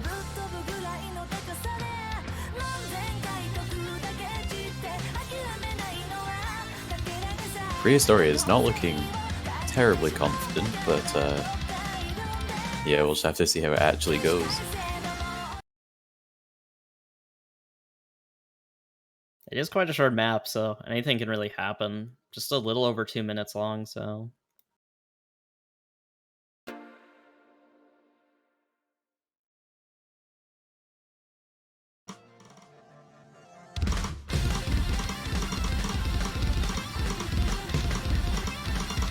Prehistoria is gonna have some really ack issues.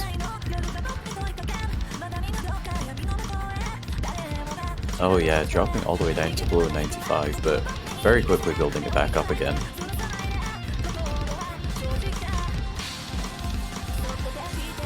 Yeah, I have a feeling this map might just come down to just who misses first, really.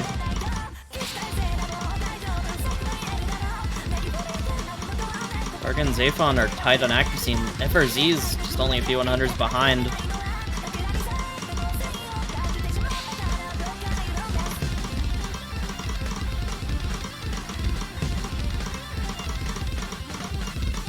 Prehistoria is still struggling on accuracy, but he is up to 98.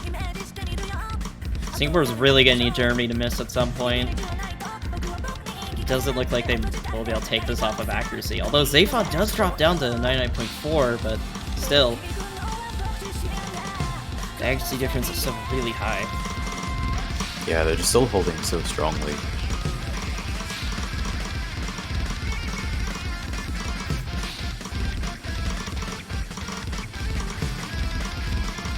Yeah, with the map going by quickly, with only a third of it left. Unless we do see some misses very soon.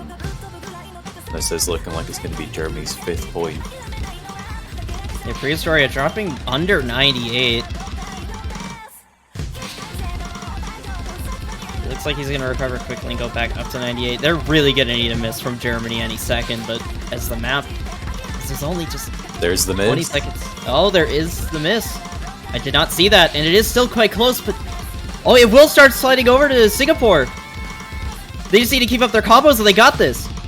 And they do it! Oh my! And a breakpoint from Singapore! This is exactly what they've been looking for. Yeah, it's just the momentum swing all the way over to Singapore. Now it's 4-3 when they were down 4-0. Prehistoria, oh my. That accuracy was very spooky, but he did a full comboing, thankfully. Yeah, very, very well played by him. This is really unfortunate for Germany, where those 2 misses coming from Zayfon really close to the end. Yeah, and as I said, it just came down to who missed first, really. And now Singapore with the pick. They could get this to be 4-4. Don't count Singapore out of this match just yet.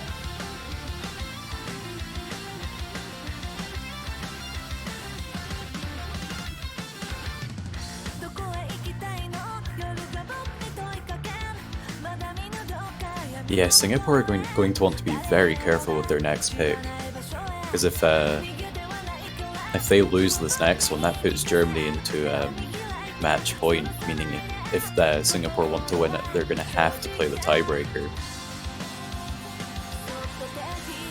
A round of 16 tiebreaker would be quite spicy. I would like to see that.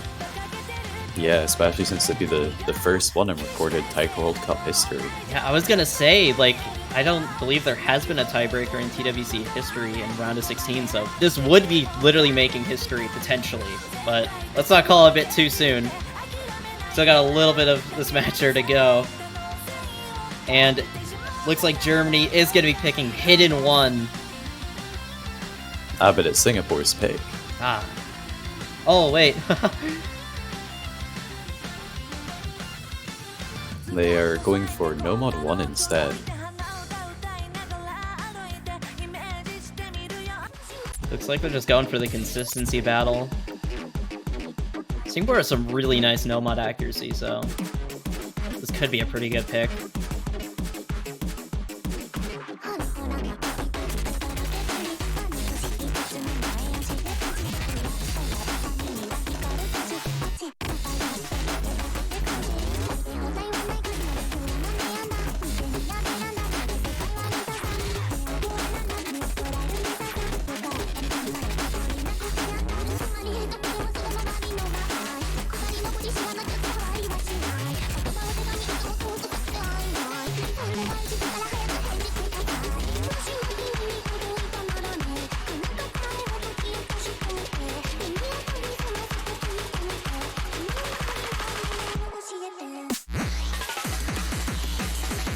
So we are seeing Zetchi coming in for the accuracy consistency.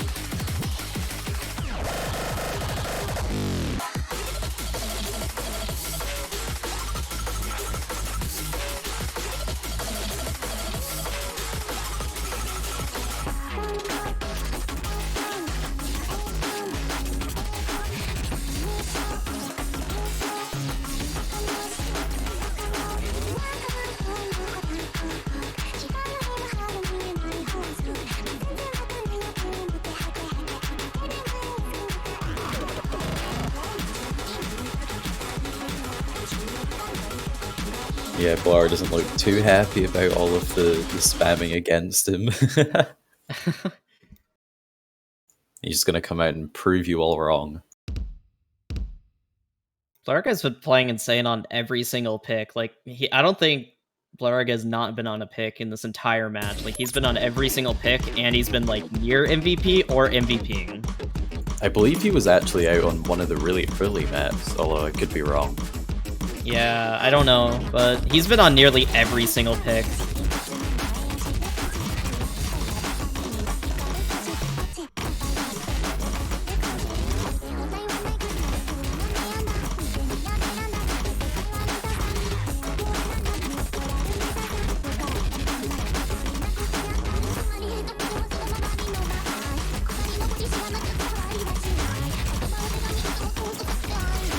Jeremy's gonna drop the first 100 and the first miss from Mew. I was too afraid to say anything, but wow. Yeah, it's like any second someone could just randomly miss and you just curse them completely. And Zetchi's gonna drop 100 as well, but both the Singapore's players are still holding that full combo. The only assist left is just Blarg. And he does drop that as they say that, unfortunately. Yeah, some brutal 1-6 coming in.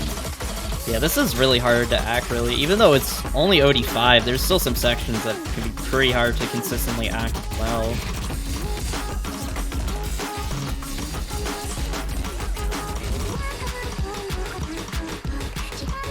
He's dropping his act quite a bit, but still holding the full combo, so Singapore is going to keep that lead for now.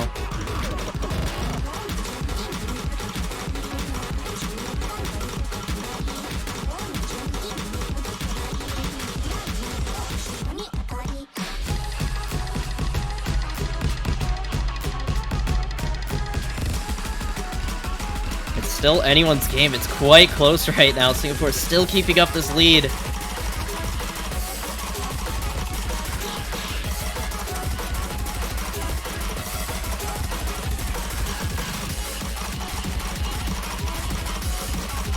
Not too much is really happening. The lead is just staying on Singapore's side, but it's not by too much.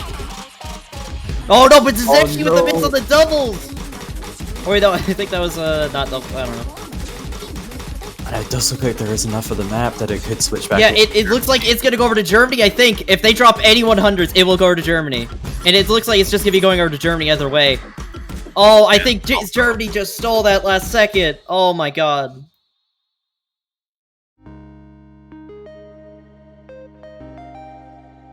A 1,000 point difference.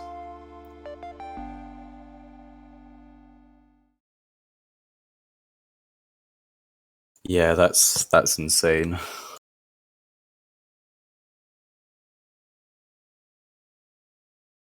It's not often you see points that close.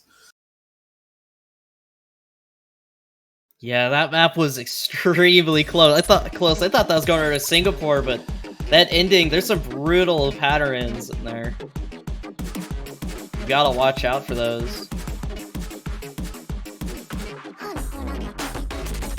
So that point puts Germany back to, well, not back to, but it just puts them onto match point.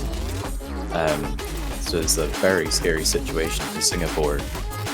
And we are also back to Germany's pick. So Singapore, if they want a chance of winning this, they're going to have to take a break point for Germany here and then win their own pick after that. Yeah, and on top of that, they have to win the tiebreaker as well. So, quite a steep hill in order to climb, but I mean, there's always a chance it can happen.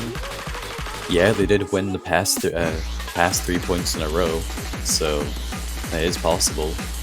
Yeah, this one was really close, so Singapore's not out of it just yet, but definitely looking like it's in favor of Germany.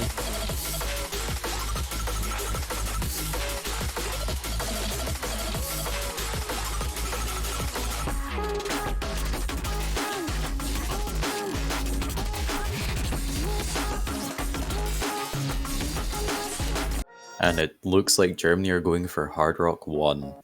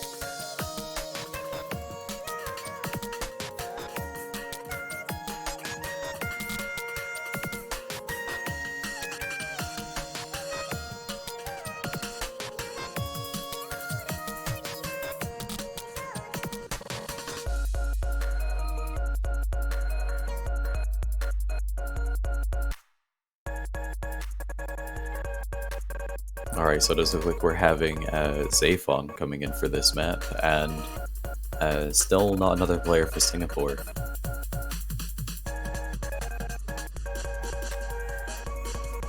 Yeah, Singapore might struggle at Hard Rock, I don't know. I believe they banned it, so...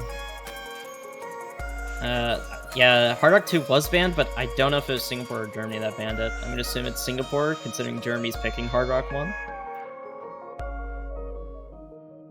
So Singapore might struggle at Hard Rock, but we'll have to see. It is quite a short map as well. It's under 2 minutes. Yeah, they have proven that they are very strong at accuracy, so it could actually end up being okay. Yeah, if they can play this, then definitely. And also blurring accuracy is a thing, so...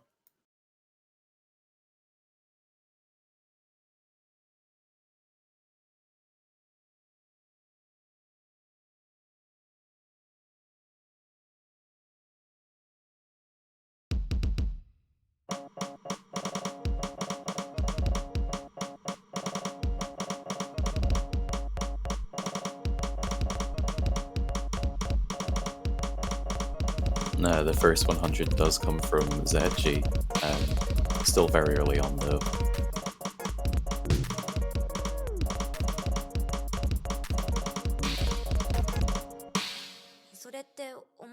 Yeah, Sechi seems to be struggling a little bit on some of these patterns.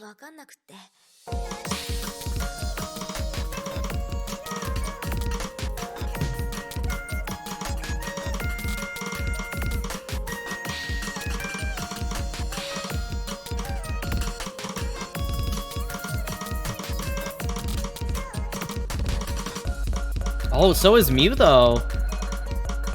Yeah, now Mew is actually going to drop down to almost under 99, but he's going to keep it.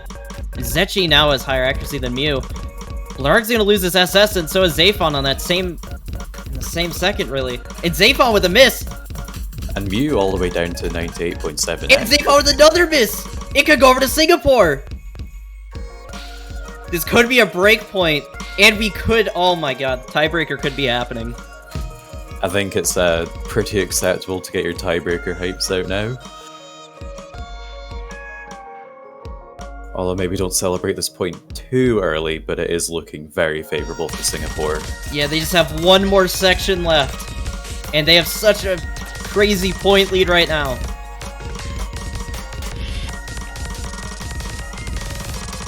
Zaphon with another miss, and it looks like that pretty much confirms it. Singapore is gonna take it. It's gonna take this map and a breakpoint. Get your tiebreaker hype ready, boys. Oh my god.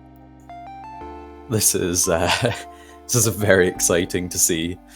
We could be seeing a round of 16 tiebreaker for the first time in Taiko World Cup history.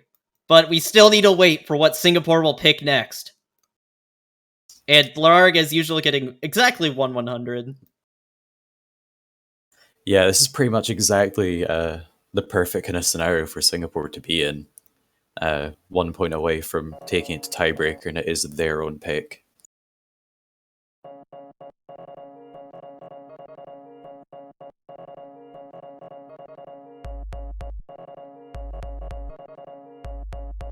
We do still have Mango and Jay just not believing in the round of 16 tiebreaker, saying it's impossible, but we'll see. Dude, I fully believe in Singapore right now. I did low-key vote for them upsetting Germany in tiebreaker on my pick'em, so I might low-key get my pick'ems exactly right. I have mine set for Germany winning 6-4, so I'm also in a very good position here. Oh, yeah? But yeah, Germany could just take this right here, right now, and just deny the tiebreaker. Just really depends on what Singapore picks now.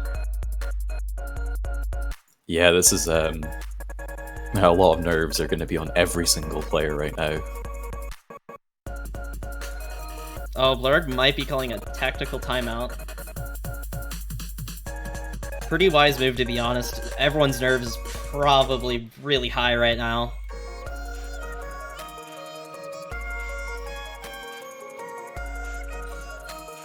And yeah, it looks like we are going to be taking a bit of a tactical timeout for just 2 minutes. So Singapore can decide their final pick.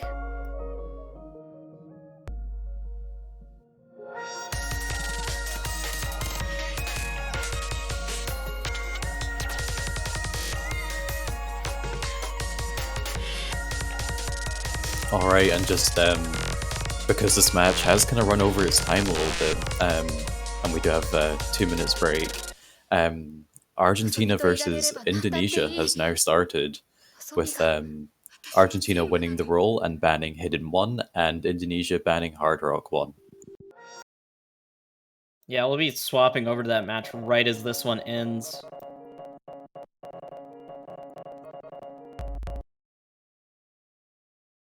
And also, we'll be having Mr. Boo come in for commentating, and it'll be me and him. Yep, I will be leaving, sadly. Feels bad.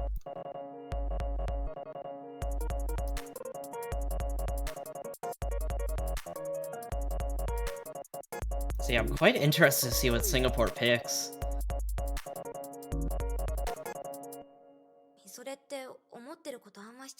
They could go with another free mod potentially, although I believe one of the free mods were banned, maybe? Yeah, I think so. There's just not that many maps left to pick from. Yeah, there just really isn't. Whenever you go to near tiebreaker, it's not really a lot of options you have. Both these teams are definitely not picking their most comfortable maps. And if they are, then like, I guess they just really held their pocket pick for a while. And they decide to go for no mod too. Another no mod, and it's gonna be the tech no mod. Like that, and a short map as well. Yeah, requiring a lot of finger control and accuracy. Yeah, it's an OD7, which is quite high for a no mod, especially at 5.7 star rating. This map is quite technical, so gonna be very surprised if we see a lot of high accuracies in this lobby on this map.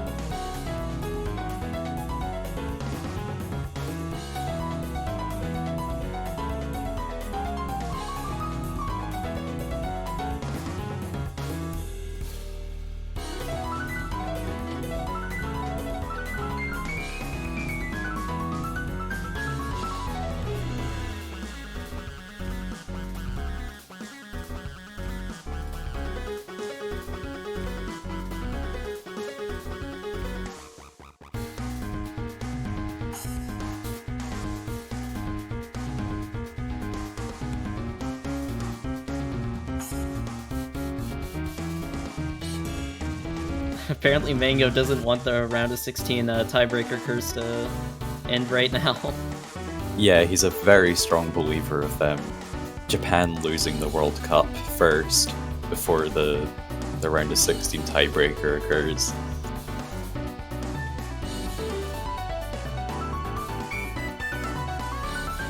And we are currently in pretty much the best position you could ever be in for it to happen. Yeah, and Xmar is going to be coming in for Germany, one of their better tech players, and Kazetchi and Blarg are going to be coming in. And yeah, Blarg's pretty much confirmed to be on every single pick, I believe. I might have to look into the MP link to see if like earlier he wasn't in.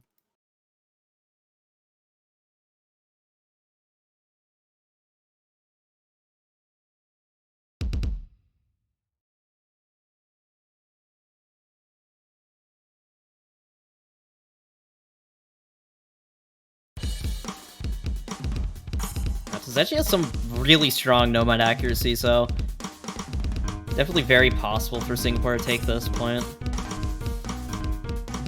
Yeah, we do have nerves coming in though into play. Yeah, X Martin and Mew dropping some early 100s, but not really too surprising as the map's OD7.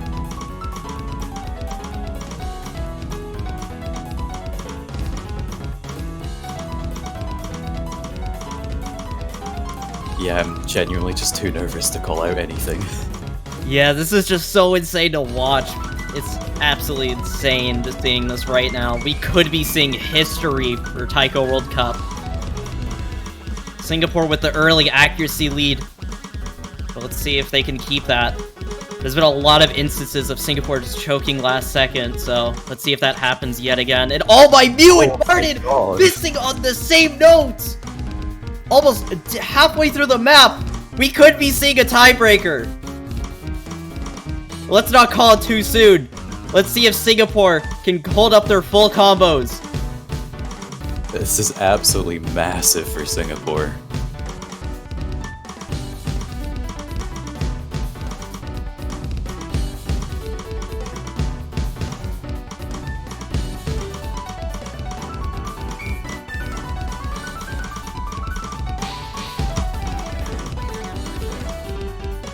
Yes, Singapore's keeping up their lead. It looks like we're going to tiebreaker. The round of 16 curse might have just been defeated. I can't believe it. And yeah, there's not really too much map left. It's happening, boys. Tiebreaker. Yeah, even if we see misses now, not much is going to change. It's happening. Oh my god. Singapore is going to be going to tiebreaker against Germany. Blarg with only 3 100s and Tzechi with 99 AK and a full combo.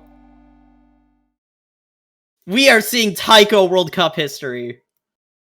The first ever round of 16 tiebreaker in recorded history.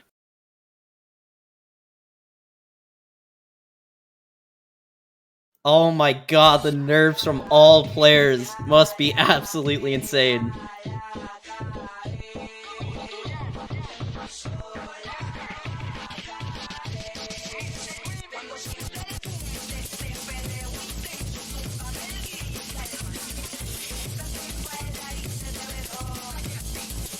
So yeah, everyone get your hype, spam in the chat, do whatever you need to do. Because we're in the tiebreaker for Germany versus Singapore. This is so crazy, and yeah, this is gonna be quite a crazy map. If you guys don't know, Tiebreaker is free mod, so you are able to pick mods, but you know, Tiebreaker is quite hard to play the mods usually, so... With this, if any mods come out, dude. They might be too nervous to pick any mods, to be honest. Yeah, with this one though, I would argue that this map is surprisingly moddable for a tiebreaker. Oh, really? All right, we might be seeing like a hidden battle or something. Blarg is a player that's very capable of modding, like very anti-mod stuff. So even if this was anti-mod, we could be seeing like Blarg go like hidden or hard rock. And Oddsy's coming in, so we could be seeing hidden from him. Potentially, yeah. The rule of like a double of the same mod from the same team, that gets lifted. So we could potentially see double hidden coming from Singapore, or Blarg could maybe be brave and go for the hidden rock. Blarg might be sight reading this. Oh, he is apparently sight reading this. Oh my god, we're seeing a sight read as well. Honestly, to be fair, I mean, this has never happened in TWC history around a 16 TV, so to be fair, he probably was not expecting this. Yeah, that's one thing that, yeah, I guess many of the players wouldn't think about is, you know, practicing this specific round's tiebreaker, just because it never happens. See, though, X Martins looks to be coming in for Germany, potentially. Oh, and actually, Germany is going to be calling in a timeout, I think?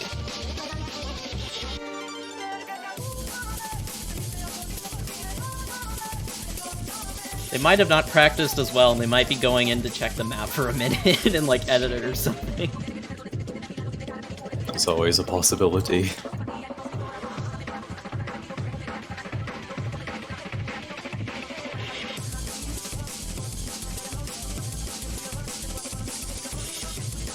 This is insane as well, because Singapore was down 4-0 to Germany. Like, this is looking like a potential sweep, and now we're in tiebreaker.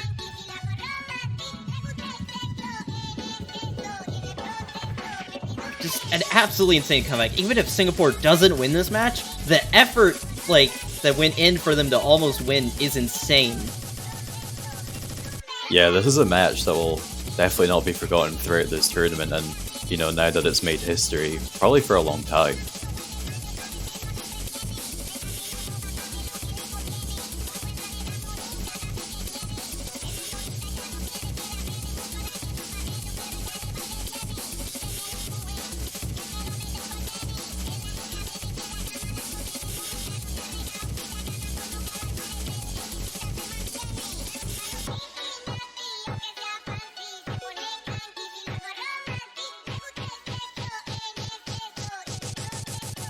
Yeah, it does seem like all the players are quickly checking at the map in the editor,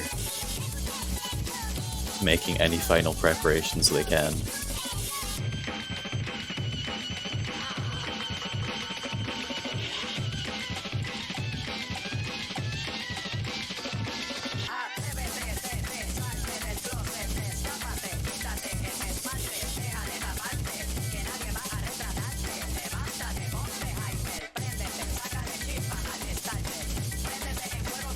A little quick update on the Argentina versus Indonesia match.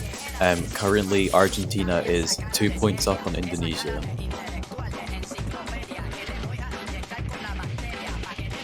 Yeah, they, 3-0, that is. And oh my god, we're seeing 4 hiddens! Alright, so this is the bootleg hidden pick. That's also 6 minutes and 6 minutes long, so... Yeah. Yeah, here we are. Clark gonna be sight reading with hidden, though. He's gonna really be testing his consistency.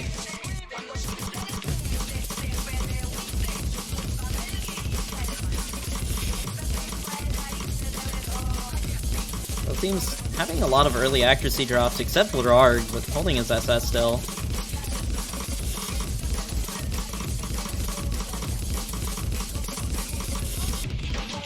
Oh, and X-Martin with an early miss! That's going to give Singapore a little bit of comfort room there with an early lead. Yeah, but still, this map is 6 minutes long. There is so much time for Germany to just have any sort of comeback into this.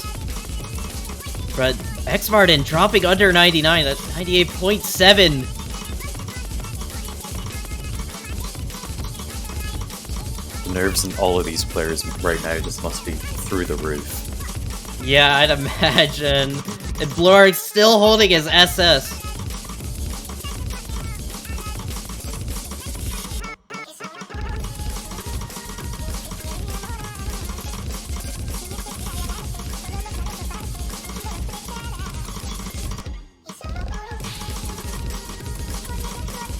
X-Martin climbing back up to over 99, but still, Germany's gonna have to wait for a miss from Singapore. And we do see Blurard dropping the double S as well. Yeah, but they still have quite a comfy lead. Actually, Oddsy's accuracy is climbing really high as well at 99.7. Yeah, nobody finding a drop on that mono at all. It just looks like a lot of early drops now. Everyone's holding up pretty nicely.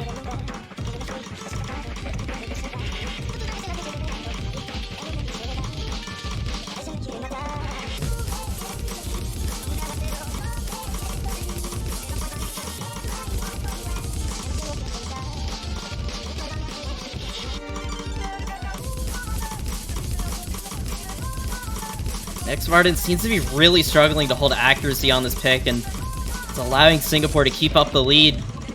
Oh no, but Odsy with the miss! He almost note-locked there, but he prevented the note-lock at the very least. And it looks like they might still be able to keep this lead, actually. Yeah, it does look like it. That could have been significantly worse if he wasn't able to save that. Yeah, he barely saved that note-lock. Oh my god. I think that high OG really helped that out. And Mike... Oh my god, and a miss from Mike. Yeah, just... Now the only full combo is just Blurard. All eyes are on him now.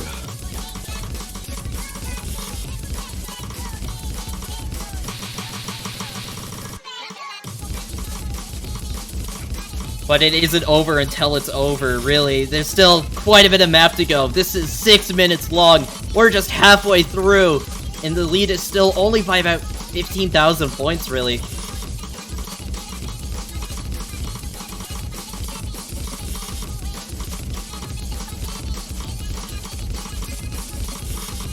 X-Martin really still struggling to hold accuracy, still under 99. Still a very impressive play overall, but yeah, everyone's playing really great, because I don't imagine a lot of these players have really practiced this map, so this is just coming down to like how good their taiko fundamentals are, really. If anything, that kind of seems a bit like a test in itself. Yeah, in its own way. Blurard holding near SS accuracy still, and the only full combo to add along onto that.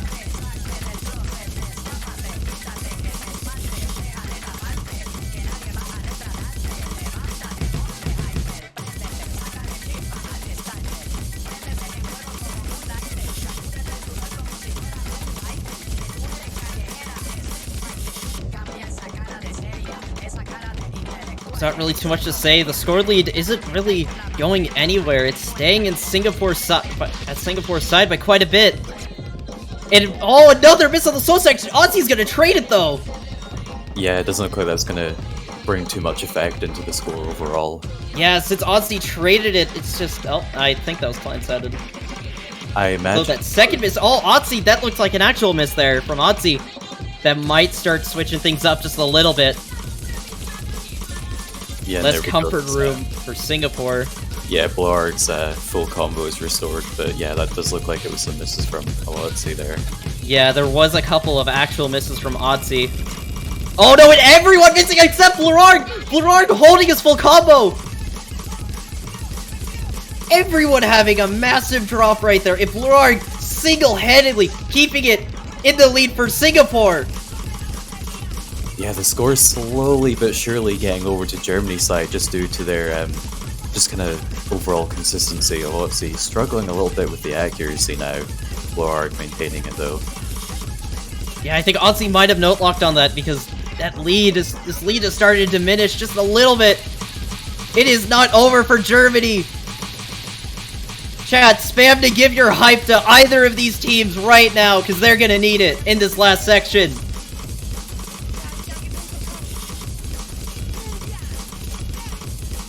Oh my god, I think Blarg is actually gonna full combo this map.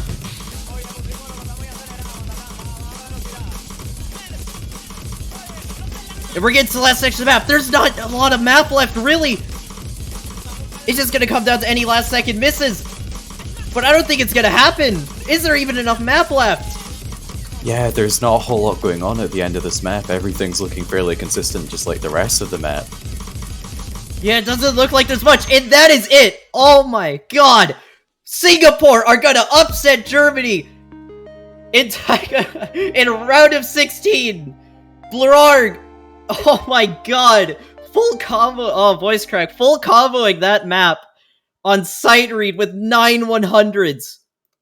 This match truly is something to behold. Singapore down 4-0 and coming back in tiebreaker. That is it. Oh my god, that match is just absolutely insane. GG, well played to all these players. Everyone played phenomenally, to be honest. For sight read, like, everyone played so well. And just throughout this whole match, is like, just in total, just every single player just taking on every single map to its absolute fullest.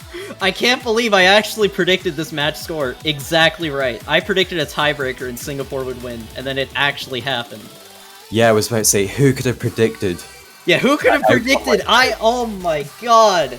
Not a lot of people were predicting that for sure. I would not be surprised if you were the only one.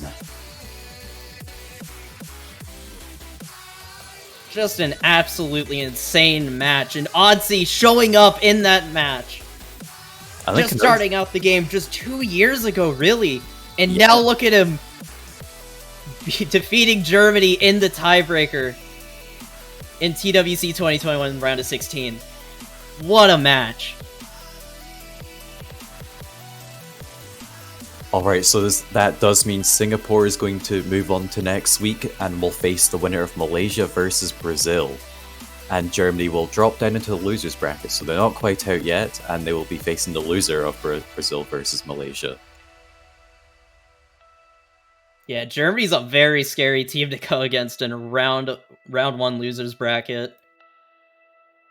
And yeah, as that match finishes, we're going to be hopping straight over to Indonesia versus Argentina, I believe. Yes, no, not Malaysia, I think it's, is it? No. It's Indonesia versus Argentina, so Indonesia, yeah. I don't know, I must have heard it wrong. Alright. So yeah, Teasel's going to be dropping out. I don't know if you have anything you want to end off that match with. Oh, I think it speaks for itself, honestly. It does, yeah. What a match, really.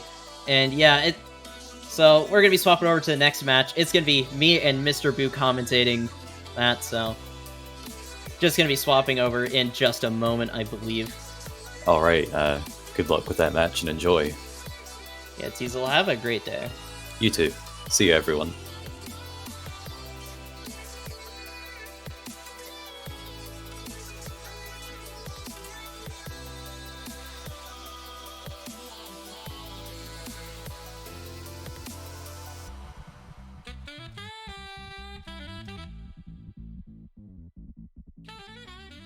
And yeah, we're just hopping straight in. Hello, Moo. Yeah, hello. I was wondering if I was gonna get a little intro or anything, but it looks like we're just gonna jump straight into it. Yeah, it looks like we're just hopping straight into it, and yeah, Indonesia with a pretty nice lead so far. Argentina is up 3-0 though. Right.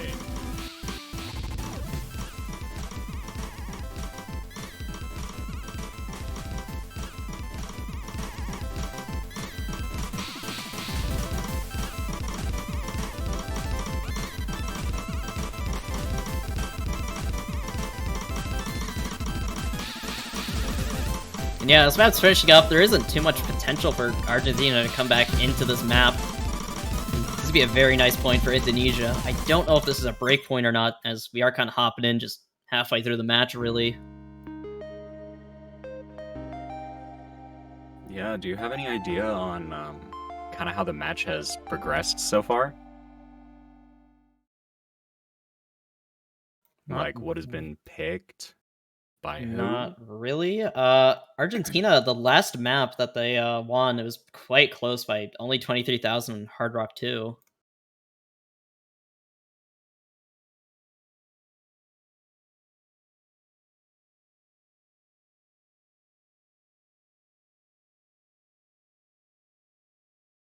And it looks like it was Indonesia's pick, so Argentina will be picking the next map.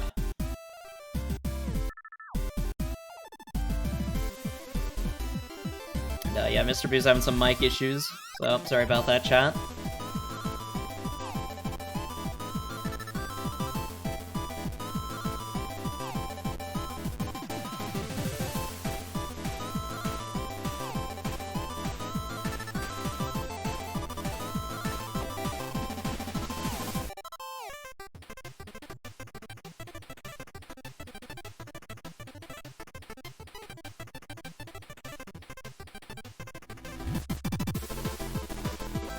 And looks like it's gonna be DT1 from Argentina.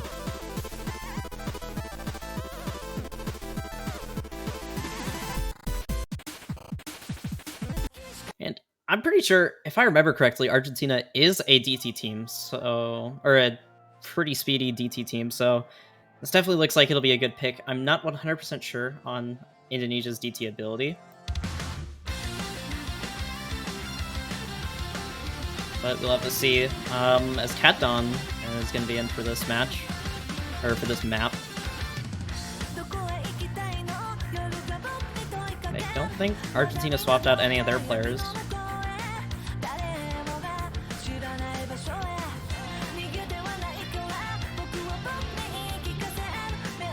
Alright, am I still a robot? A little. My life. Alright, well, Mr. Boo is still having audio issues. We're just going to be starting into this next match, or next map. Oh my god, I cannot speak after that last match that we just had with Germany versus Singapore.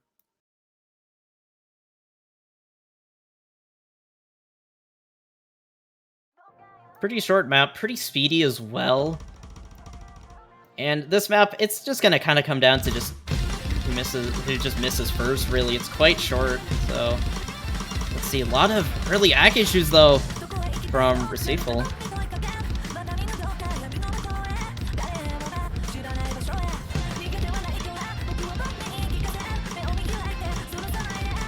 Indonesia taking the early accuracy lead. It's not by much, it's only by about 1/100.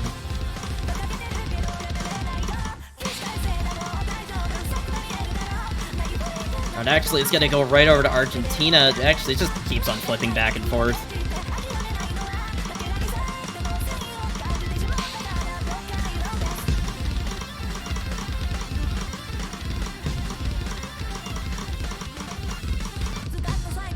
Now Indonesia sort of has a bit of a lead going, but still, it's just coming down to a couple and hundreds.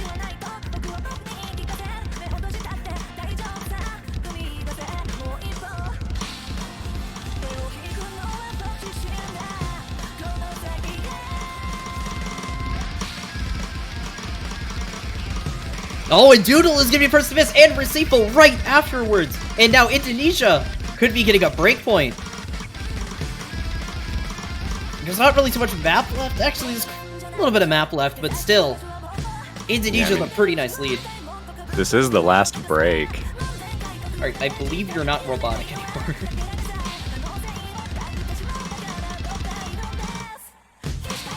Oh my, but there is a miss from White Snow Angel, but it gets traded by Receival, and Canton's actually gonna miss. Everyone's just missing right here.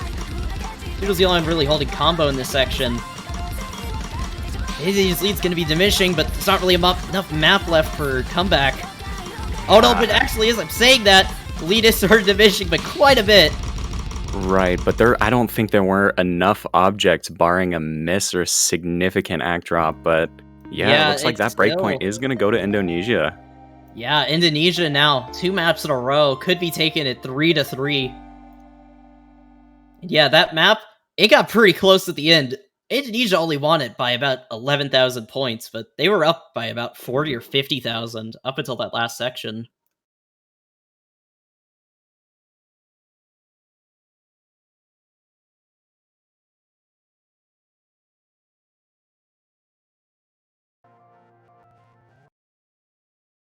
And yeah, that's going to be a breakpoint as well, so Indonesia with the pick. If they just pick right, could go 3-3. Right, and I mean, they do have a little bit of that momentum winning, I believe that was 2 points in a row now. Yeah, Argentina had their early game momentum, but Indonesia's coming back into this match.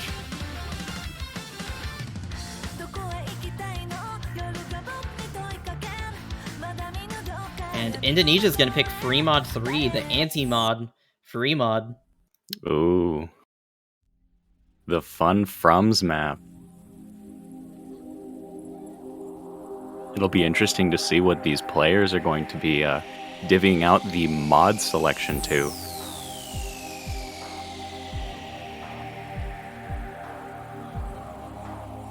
Yeah, I'm really interested to see what mods they're going to be going with. It is Indonesia's pick, so we could be seeing some more crazy mods coming in. Yeah, I was just about to say, actually, Indonesia, I feel like that's the team that's going to pull out something as insane as an HDHR player on a map like this. But yeah, at the same time, I know Argentina has some strong mod players, so I guess we'll just have to see. There is merit in playing it safe, so even if we see something like a mod advantage, it honestly isn't going to decide the match then and there as well.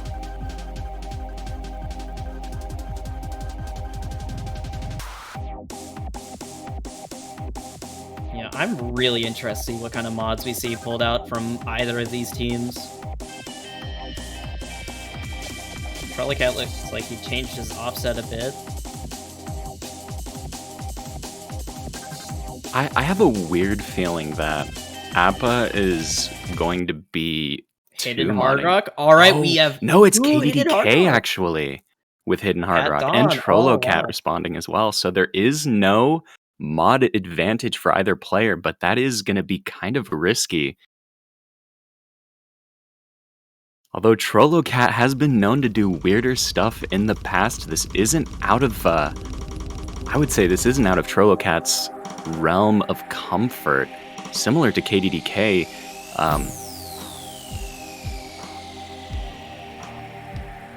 it's definitely going to be interesting, as well as Appa and Recifal having 2 separate mods. It's going to be a little bit harder, in my opinion, to act on this particular pick with HR as the song does go on, but Appa having those early act problems, similar to the HDHR players on both teams. Yeah, it looks like Appa's just having some early act issues. Slow section with Hidden. Kind of expected. But it looks like both the Hidden Hard Rock players are also kind of struggling on this, so...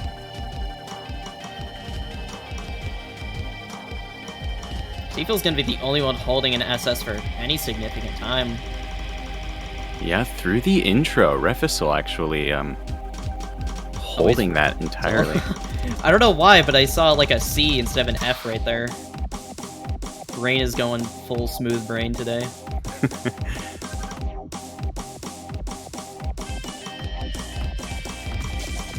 Alright, the map is going to be picking up here.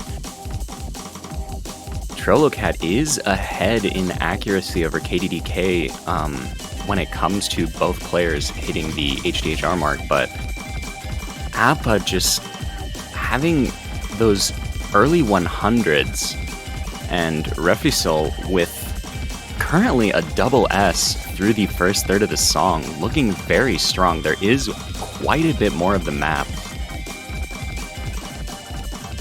Yeah, it's just coming down to accuracy, and Receival, that accuracy is just insane. But it's still quite a close map, and we're still just on the first half, now going into the second half.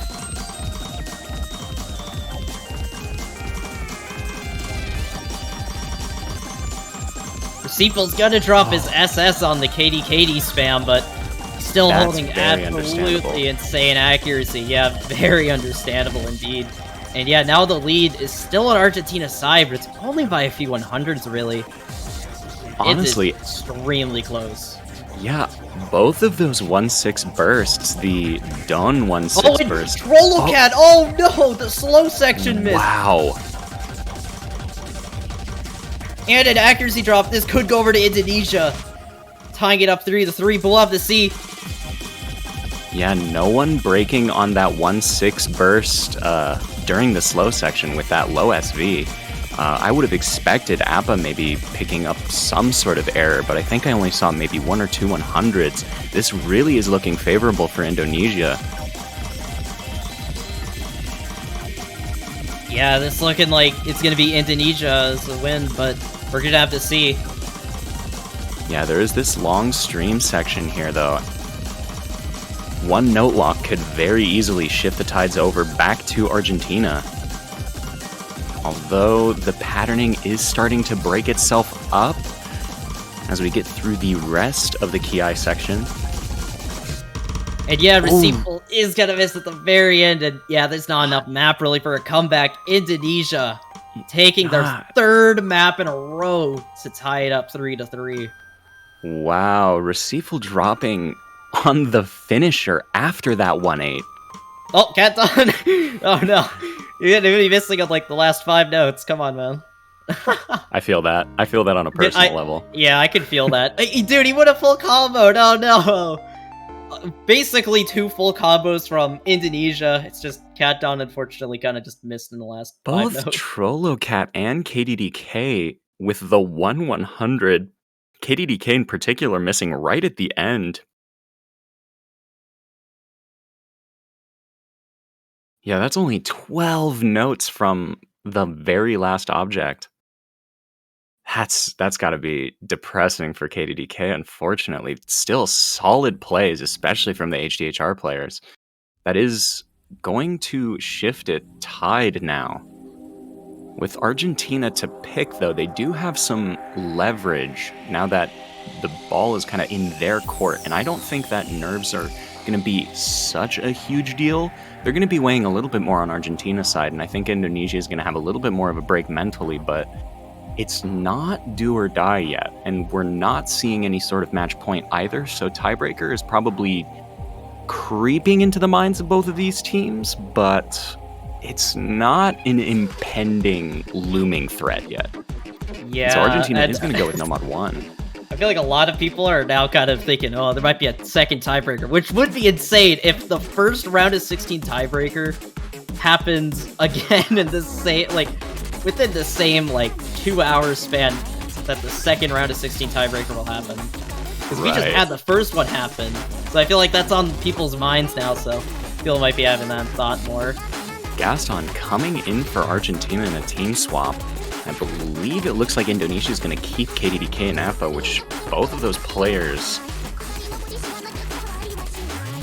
seem strong enough to play on no mod 1. I think their accuracies are good. Although Appa is going to get swapped out for Volta, I do think that it's a more conscientious sort of decision from Team Indonesia there. I think both of the players that they do decide to pick are going to be more consistent on this type of map. Now, it looks like Argentina is inviting Axter to swap out with Trollocat.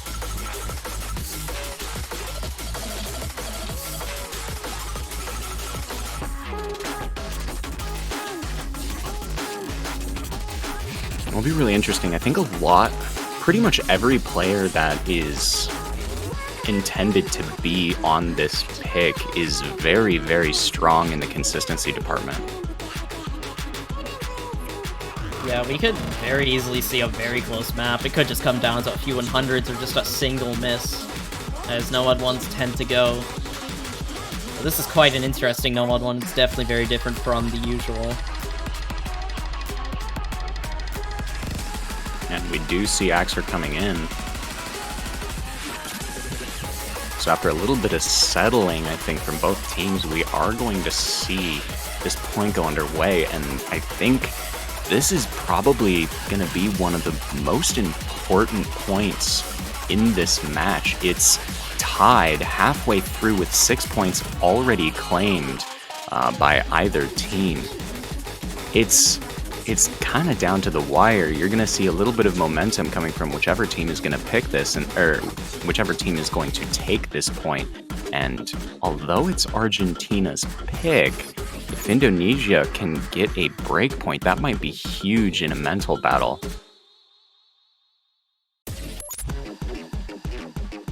Yeah, let's see if Argentina can just swap over the momentum over to their side once again. With a banger map like this, though. Oh yeah, we got some bangers in the pool. 3-on-3 is also a banger from song. Oh yeah, absolutely. And then this as well, like just banger after banger. All right, we just pick off of song quality now. If this is the new trend, I'm all for it. Yeah, I'm definitely all for that. All right, so clients are being synced, and we're about to start things off.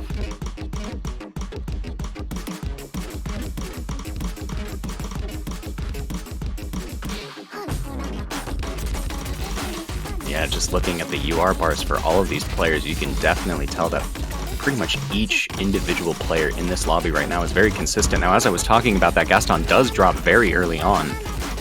Damn, why you gotta curse Gaston like that? Kind of uncharacteristic, all things considered. Oh, the cat dot is well missing! And that's a little bit later into the song. Axel, though. Oh, it just misses from everyone except Volta. Volta's pretty much just single-handedly just keeping Indonesia with a really nice lead.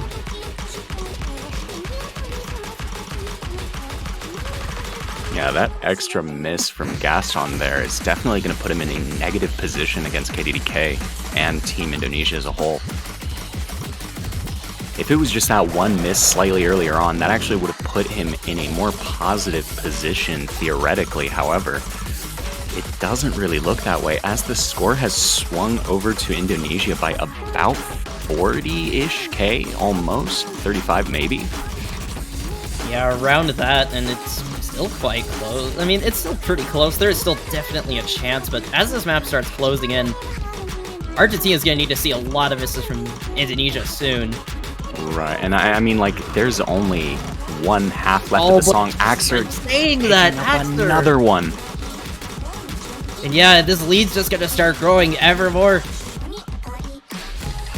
This ending section here does have a lot of potential for act drop. I wouldn't necessarily say misses, but I feel like misses is what Team Argentina is gonna need.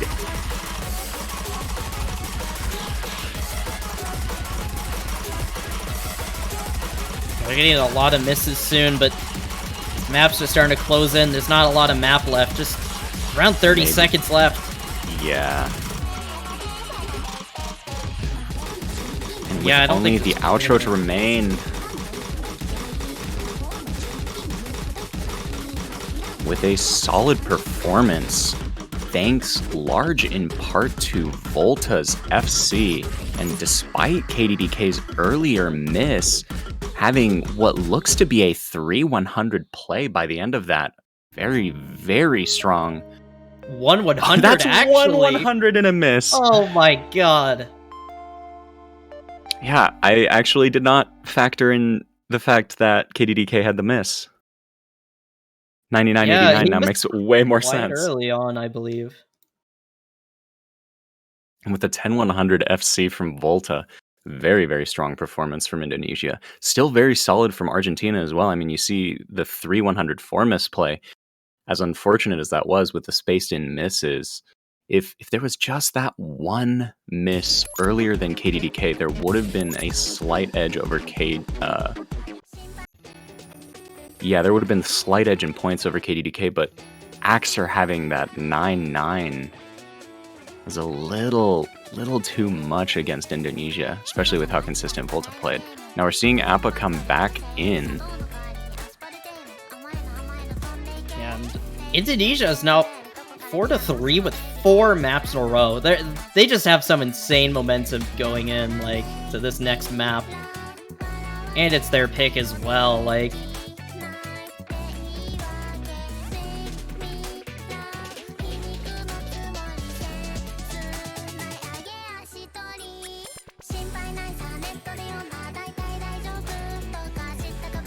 This is looking very good for Indonesia so far, but let's see if Argentina can come back into this and just grab some momentum, because Indonesia is just rolling with it.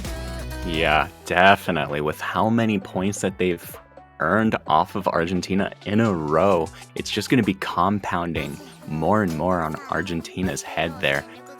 There is very much potential to break that streak and start getting their own sort of momentum, especially with a pick like this.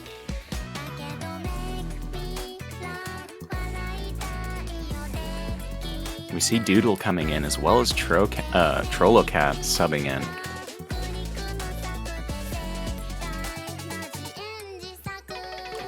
KDDK seemingly a mainstay on Team Indonesia for this match.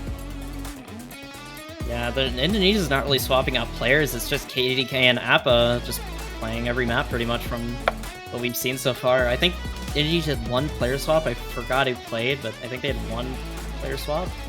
Yeah, it was Volta who played. Oh, earlier. I mean, yeah, because Volta just played the last map.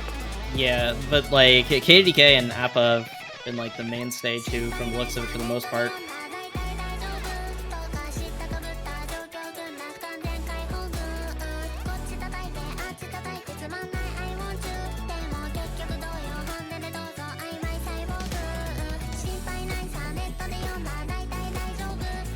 Yeah, 2 minutes 30 seconds, 260 BPM, OD 6.5. There is gonna be a lot of potential swaying of the score.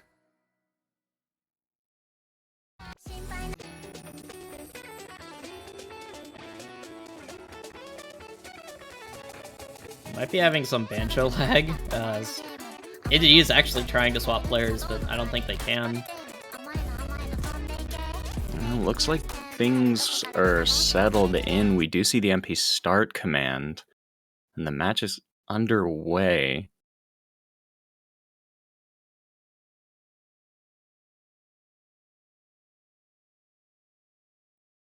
With a little bit of client sync, we should be starting off this pick.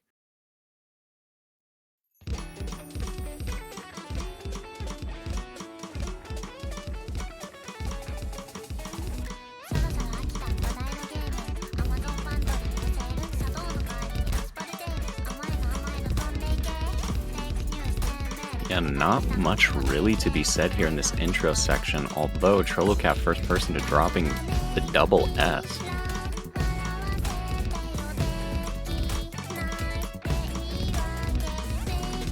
Yeah, this looks like a map that a lot of players can act this pretty well, but it just comes down to 1 or 2 misses, really. Yeah, a lot of it's going to be stamina and consistency, honestly. Because patterns are relatively comfy, given the BPM that it's at.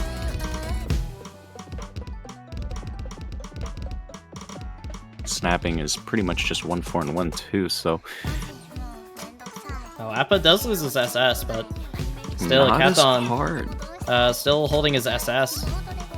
Oh yeah, and Doodle dropping 1-100 as well, so currently with KDDK holding that double S, and Appa not having nearly as much of an act deficit as Trollocat, although it does look like it's 2 100s, it isn't much. Yeah, Trollocat's the main difference with the scores. Oh my, but just as I say that, Kathon's gonna miss. Oh, the 1-3 is gonna catch him off guard. Now Argentina with the lead could be getting a break point. Let's see though. They're gonna have to keep up their full combos.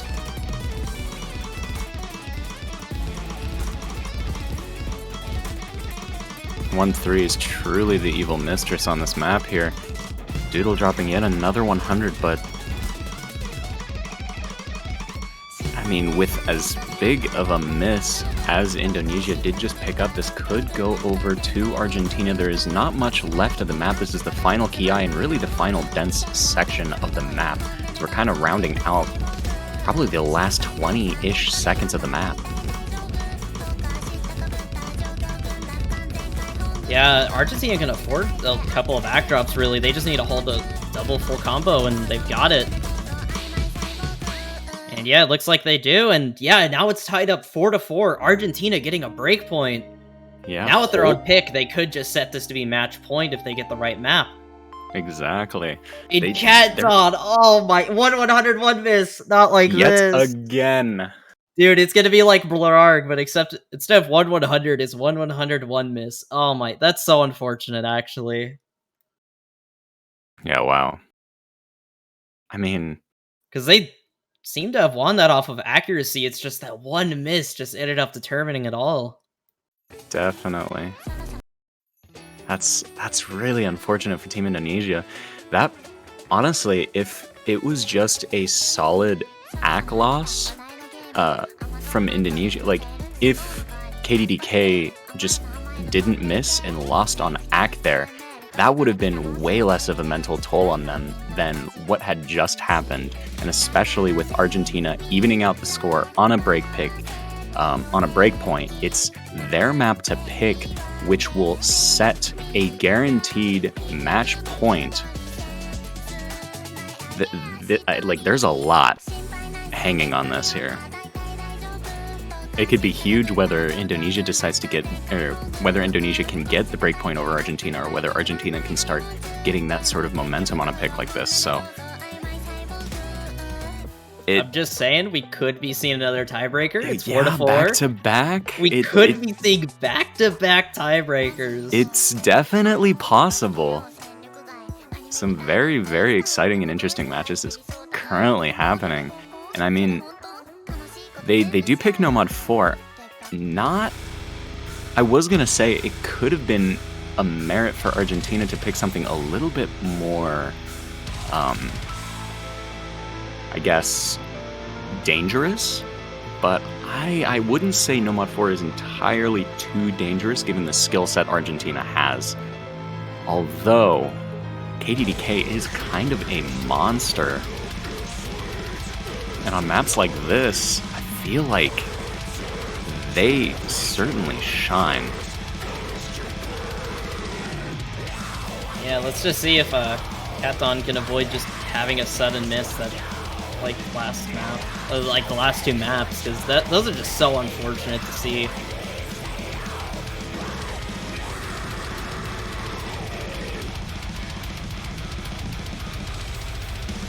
Trollocat setting offset. Been doing that every map.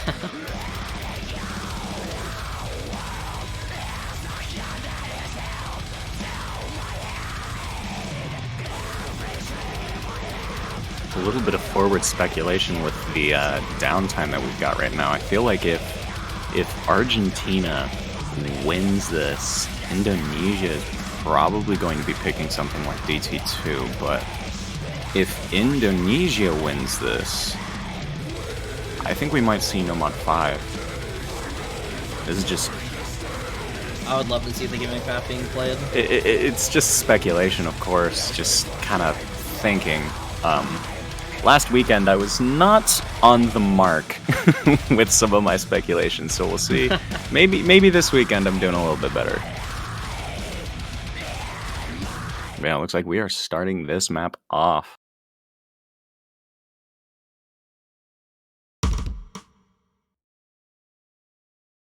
With Refisal, Trollocat, and no subbing from Team Indonesia. Looks like you're also just just kind of mixing up where the F and C is in his name. Of course. You wouldn't be a caster if you weren't just randomly messing up people's names.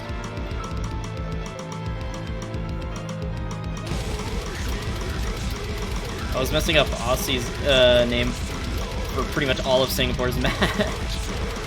Oh no.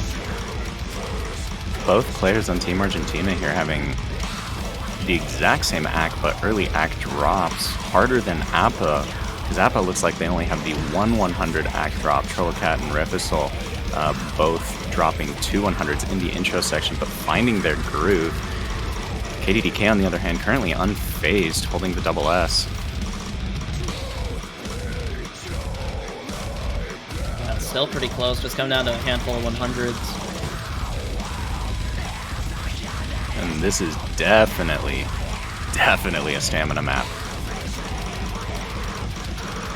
So we might start to see a lot more mistakes happening towards the end of this map, although as we're saying that, Appa with quite a bit of misses. Note locks are very, very possible and huge on a map like this with how long patterns are. Yeah, let's see if Argentina can hold up their double full combo. Countdown is still holding his SS though, so still some hope for Indonesia. There could still be a lot of act drops. It's very easy to fall short, whether you're early or late on the middle of the beat on these long streams, just from lack of stamina, just getting tired, especially towards the end. So there could be a lot of potential for act drops here from both Trollocat and Refisol. KDDK halfway through the song, still holding double S. Don't really want to jinx it. I don't want to jinx it either, but this is looking pretty nice from Cat Dawn. And I mean, Appa's, despite the note lock, that is very impressive act. Yeah, it seems like he didn't really act drop. He just had like 5 misses in a row. Right.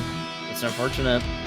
Still pretty close. Just gonna have to see if there's any potential for Indonesia to come back into this. It's gonna come down to Argentina can hold up those full combos, as I said earlier. Oh, Katon's gonna lose his SS, but still, it's just gonna come down to just... Oh, no, but Appa dropping act pretty heavily on that 1/3. The nature of 1-3, especially when you're so used to playing in 1-4 pretty much the entirety of the song. Unrelenting as well. Let's see, though, this death stream, will it catch anyone off guard? It looks like everyone's holding on pretty nicely through the death stream. Not too much map really for a comeback from Indonesia. It's just going to come down to if anyone note locks last second. Yeah, if I remember this map correctly, there's not much else in terms of evil patterning. Doesn't look like there's too much room for comeback into this map.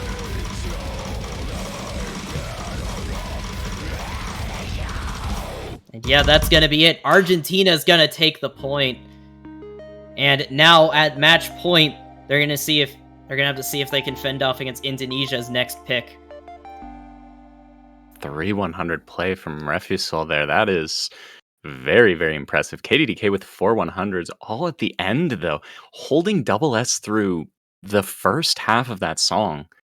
Very, very impressive.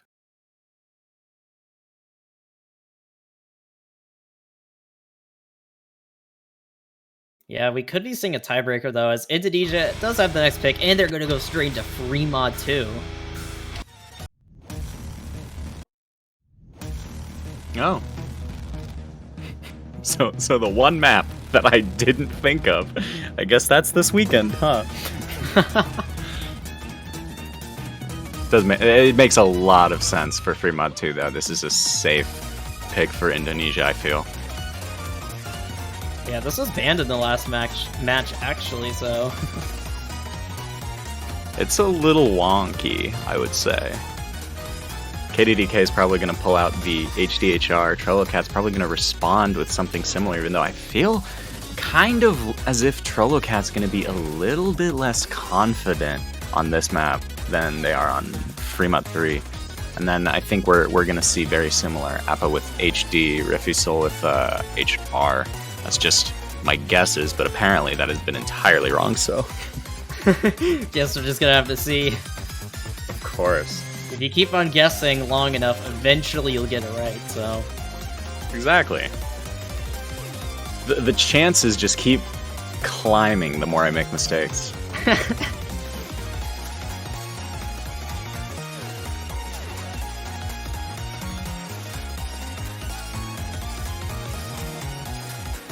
Hey, we're in the 14th of March UTC time now.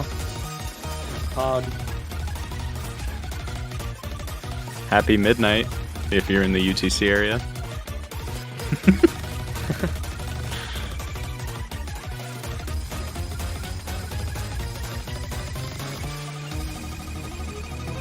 Oh man, the match is so long, it's spanned over 2 whole days. Technically not at all.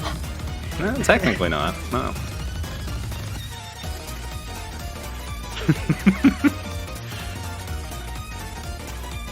Oh wait, this is. Oh. Oops. we're gonna ignore I ever said that, and as we head into the map.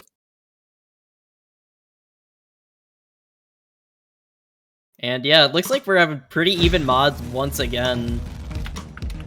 I believe last free mod had pretty even mods.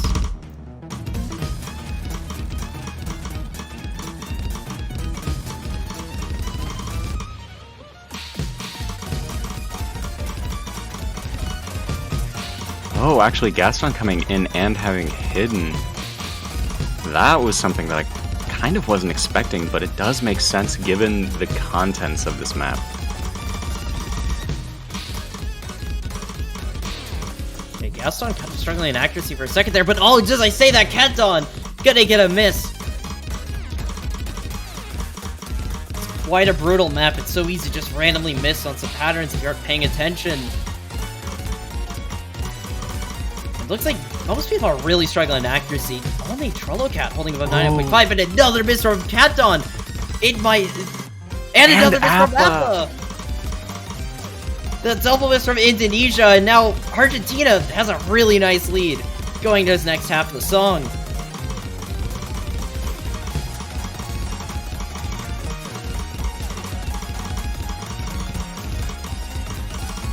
I mean, there's still an entire half of the map left for Team Argentina to make any sort of mistakes here, but definitely the momentum and nerves. The nerves are building on Indonesia's side, and the momentum is starting to really build up for Argentina. And all just more misses coming in from Katon, and I think that might have been the final nail in the coffin, potentially, but Gaston is going to trade one of those misses from Appa.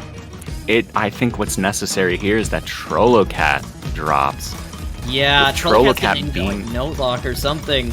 Right, because Trollocat being the FC on Team Argentina with HDHR, KDDK just continuously missing throughout the map, not being able to hold combo and have that sort of combo momentum. It's just going to continue to pile onto Argentina's side.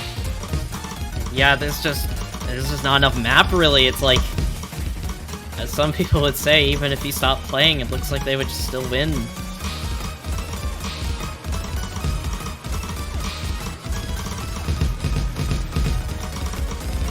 Yeah, that ending section there. Yeah, that ending section. Gaston's gonna end up missing on it, but too little too late, and Argentina is gonna take the match. Denying tiebreaker from Indonesia, denying the second tiebreaker in a row on What stream. a score from Trollocat, holding above a 99% accuracy with HDHR and having the silver S. What a phenomenal play from Trollocat.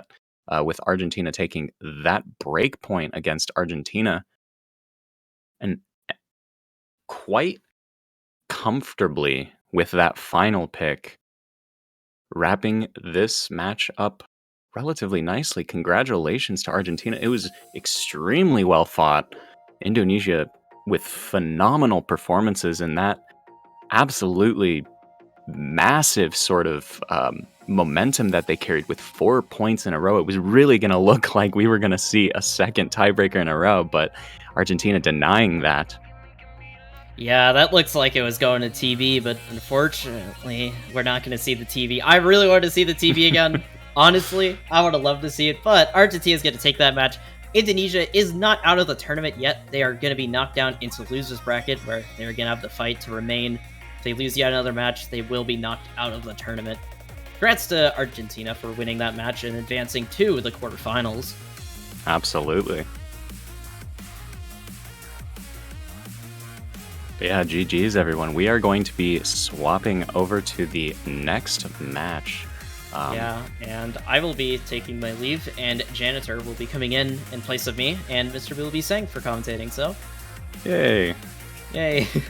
But, yeah, thank you so much for casting with me, Ethan, and thank you everyone for watching. Hopefully you can stay tuned. The next match that is coming up is going to be Brazil versus Malaysia.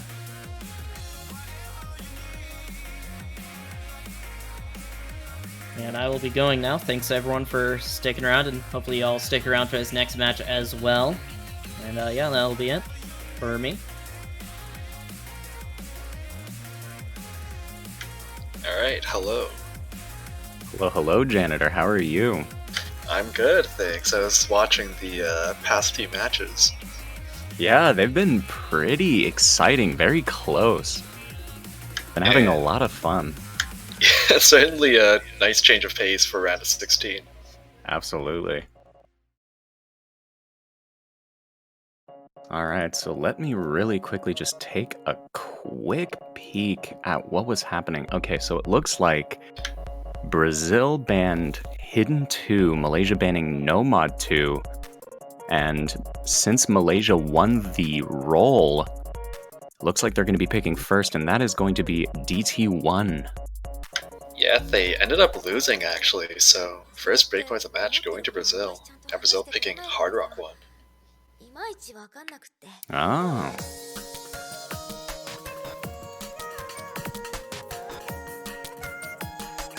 Wow, a first point breakpoint.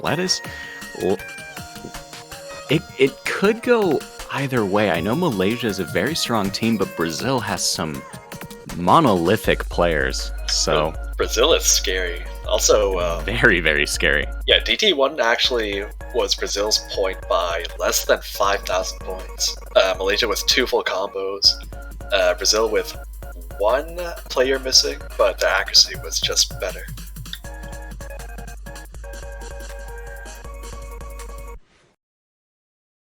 Oh, looks like we are off.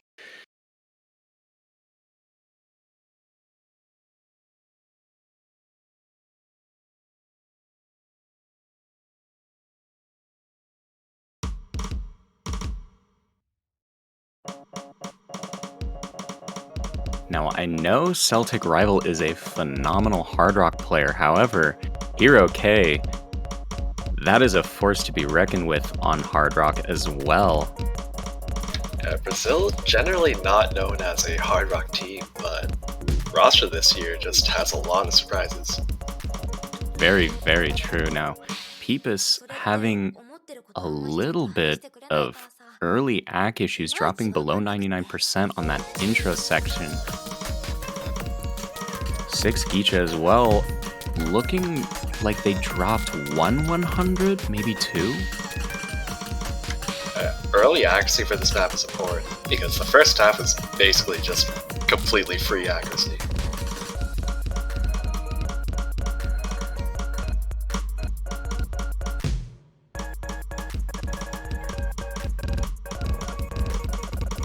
Oh.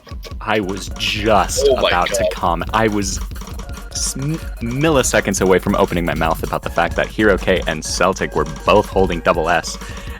And yeah, this is the hard part. This is the hard part. Definitely with all that 1-8. Oh my god, what is that score difference? Oh, basically flickering. I don't think they're tied. They're ahead by like less than 100 points maybe. It's hard to tell. There's this dense section left of the map. Anything can definitely happen, as I did see it looked like one. Oh my god. Oh, Oh my god, it's tied. oh. Okay, never mind, it's not tied. Wow. That was really close. Brazil taking it That was- right at the end. Yeah, wait, that was like maybe Two 4 or 100 Oh. difference. 20 versus 2200s right at the end. Oh my god.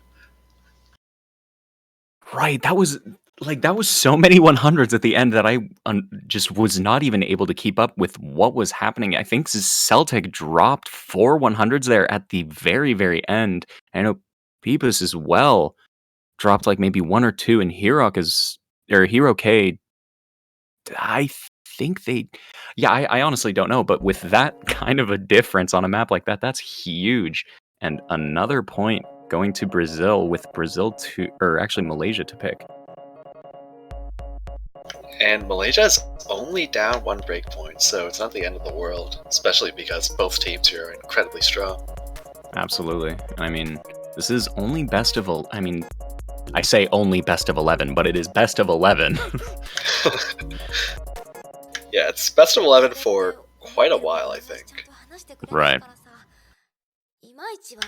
Yeah, Malaysia, they did just lose on DT1. So maybe they're planning on DT2 originally, but I think they're going to change plans, maybe. I could see a shift for Malaysia going for something like. I mean. Well, DT2. Sticking with their guns. Probably not a bad idea.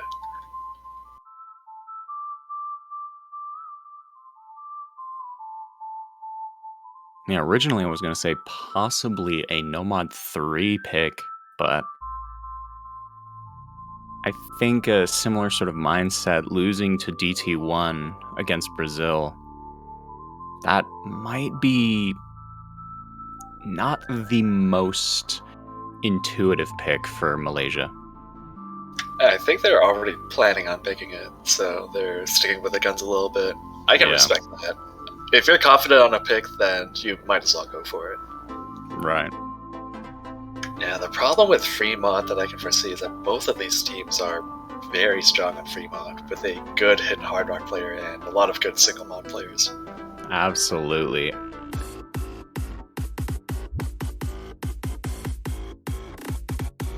Yeah, Fremont could definitely be any team's point.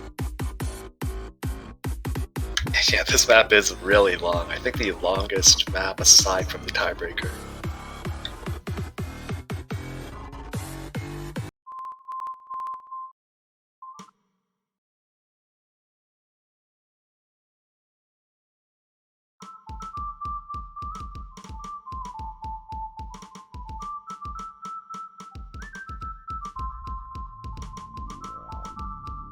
Yeah, wow. 4 minutes and 32 seconds. It's a lot. It's really a lot. Very, very long for a DT. I can see why it was kind of being avoided by some of the previous players. Yeah, that's why it's kind of gained the nickname of Tiebreaker 2. And Fair that's enough. Foxroo and 6Gitcha having some issues with these early doublets. Jerry getting a 100 on the finisher, though. And Yeah, a afterward, few picking up some more.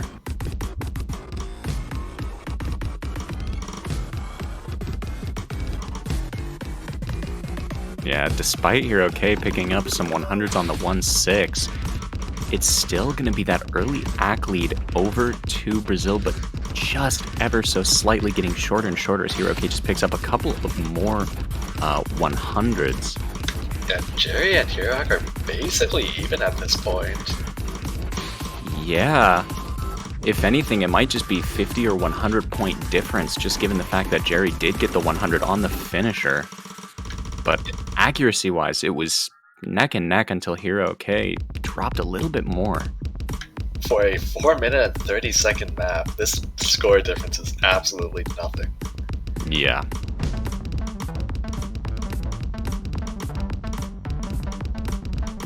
A little bit more even number patterning. Some stuff that can definitely trip some people off who aren't necessarily prepared, but not really phasing any of these players. To them, they're probably treating this more as a break.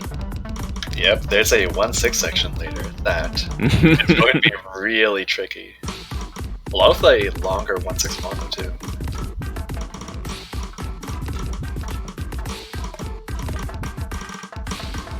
Just a couple of sprinkled 100s from Foxaroo.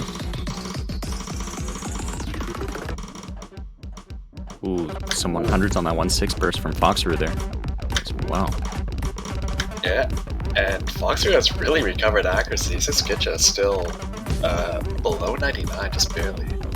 Yeah, just barely.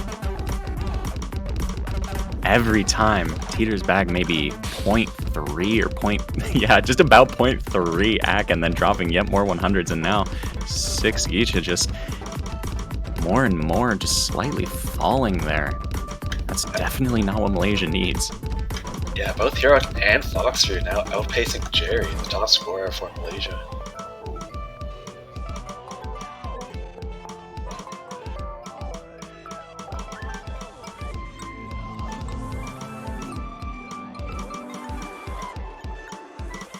If I remember correctly on this map, this is pretty much the final break section before some more dense stuff like longer patterning.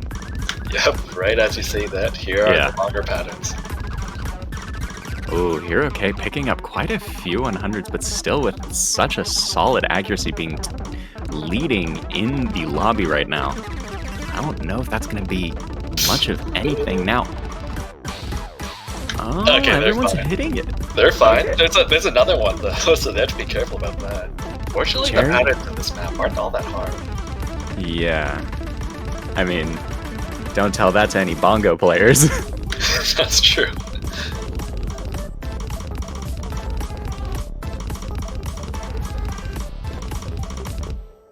And still a 4-way full combo, everyone with above 99.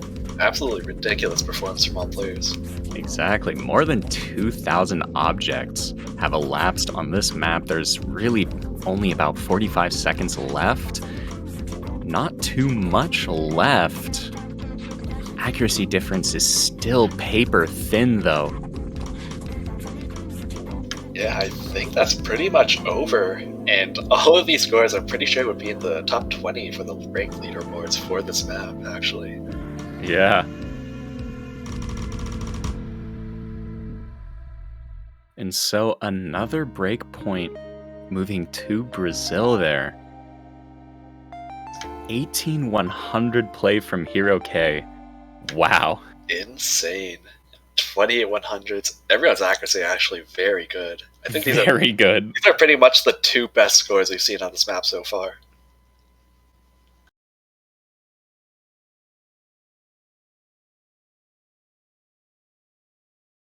Yeah, it's honestly rare to see act like that on a map like that, especially in match on a tournament like TWC. That is extremely impressive, and well done to all 4 players who just played. But that accuracy from Foxer and Hero K, that is nutty.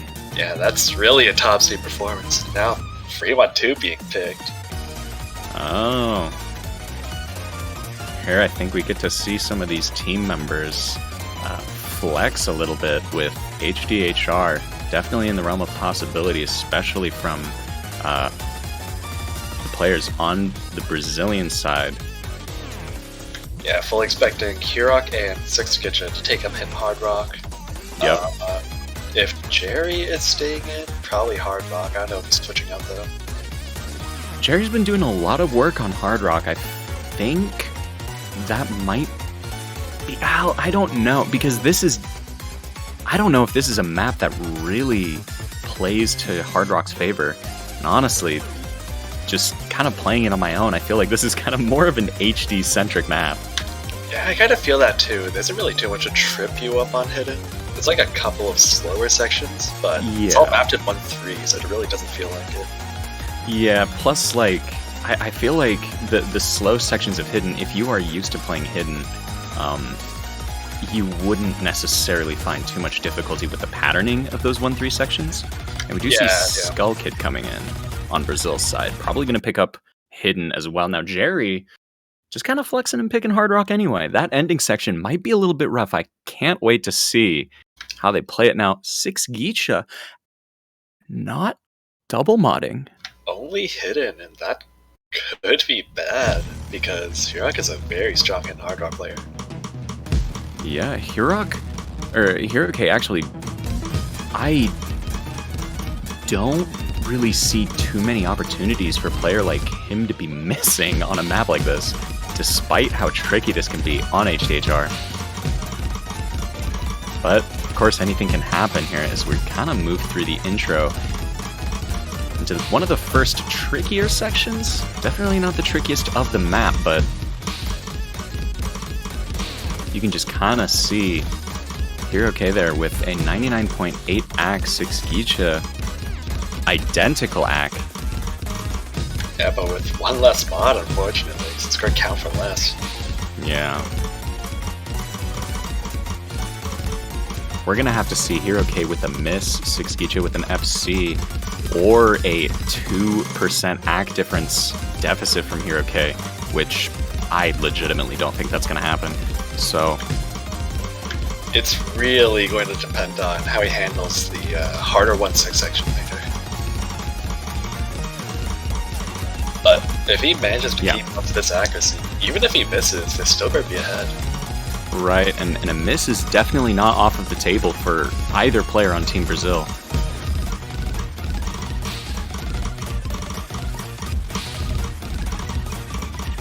Another 100 on the finisher from Jerry there. Yeah, and dropping below 99% AC, it is just on the edge of bleak for Malaysia, still with the final section of the map, which, in my opinion, proves a lot more difficult on Hard Rock than Hidden, and we see Jerry missing. And Hirok still sorry, he's not actually the highest accuracy in the group anymore, but especially not after that. Yeah, I mean, those were misses on the exact same object from both Hiroke and Jerry, although with how late it is in the map, that really isn't going to be much of anything, as unfortunate as to say that, but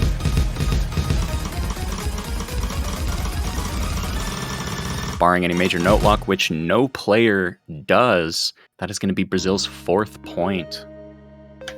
Look at that. 99% for Hirok on Hidden Hard Rock. Wow. Skull Kid with only 6 100s full combo with Hidden. 6 Geisha also doing incredibly well.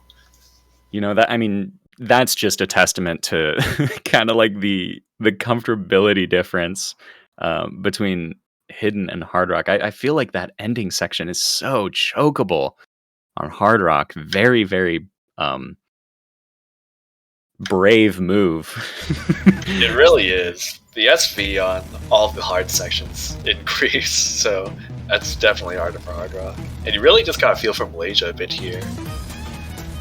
Just barely missing out on top seed status, facing Japan in groups, and now facing Brazil in round 16.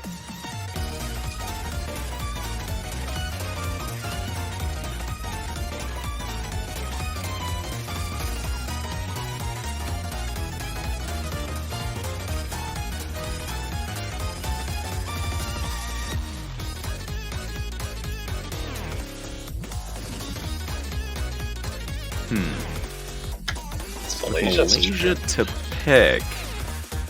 I don't know. Again, I've been wrong every single time, so I'm just going to go ahead and say it. I feel like they're going to pick Nomad 5. Maybe. I don't know, actually. At this point, I think they might just go for a Nomad 3 and keep with the high BPM kind of idea. Yeah, and that does seem kind of like intuitive. But I also feel like Jerry... I know Jerry is pretty solid on gimmicky style maps, and while Hiroke is equally solid on that kind of map style, there's definitely a lot of potential for some unfortunate mishaps on a map like Nomad 5, and I feel like Malaysia, with not too many options left, being kind of backed into a corner here with that 4-point deficit and no point, although they do go for the intuitive pick with Nomad 3. Yeah, this is a bit of a scary map to pick against Brazil for sure. Definitely. A bit on the easier side, and the 1/3 are very easy to choke on. Also, that's continuing my streak of being wrong with every prediction. Nice. It's kind of hard sometimes because teams Oh. will go for sometimes really weird things, and sometimes they won't go for weird things at all. Yeah, absolutely. And there's a lot of strategy and different sort of factors that go into picking maps in TWC specifically. That can be very, I would say, anti-intuitive. Maybe not like the first thing you'd think that they'd be picking. Yeah, there's a very rich kind of psychological aspect to it sometimes. Absolutely. And I don't think anyone can really say they have a firm grasp on that kind of thing.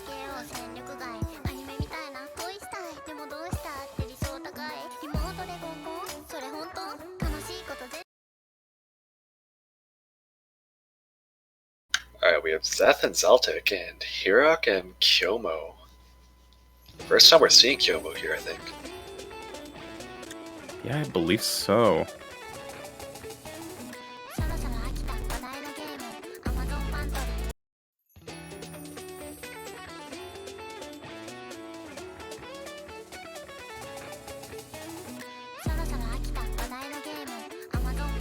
Oh, alright, Zeth jumping ahead.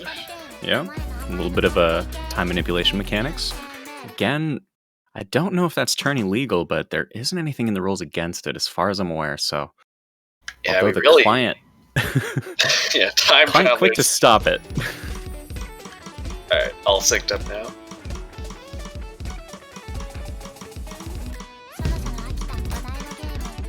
Ooh, is that an early miss from Zeltic there? Wait, Thanks. Is that real? I think so. I mean, give it maybe 10 more seconds before I call it, but if so, that's fairly unfortunate. But I mean, as you said last week, if you want to miss anywhere, the very beginning is pretty much the best place. Yeah, that's what I call a tactical miss. You miss Yeah. there, you have no more nerves for the rest of the map. Absolutely.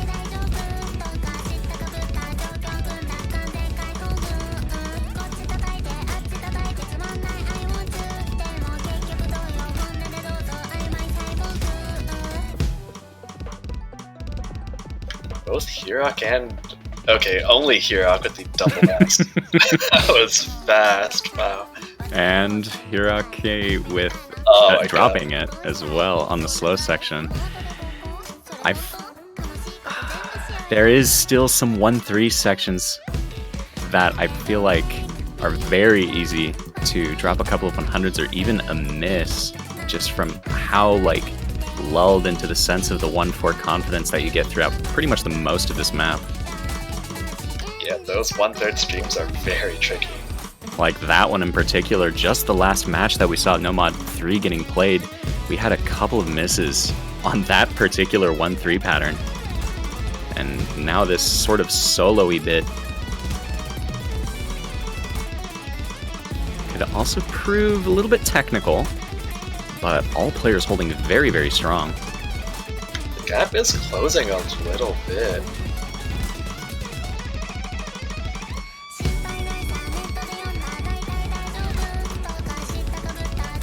And pretty much with that like slight tech bit out of the way, it's gonna be smooth sailing for the most part for most of these players, barring anything major happening. It's gonna just be chipping away at Ak. Hero K, top of the lobby right now with a 1-100 play, but Zeth not too far behind with a 2-100 play.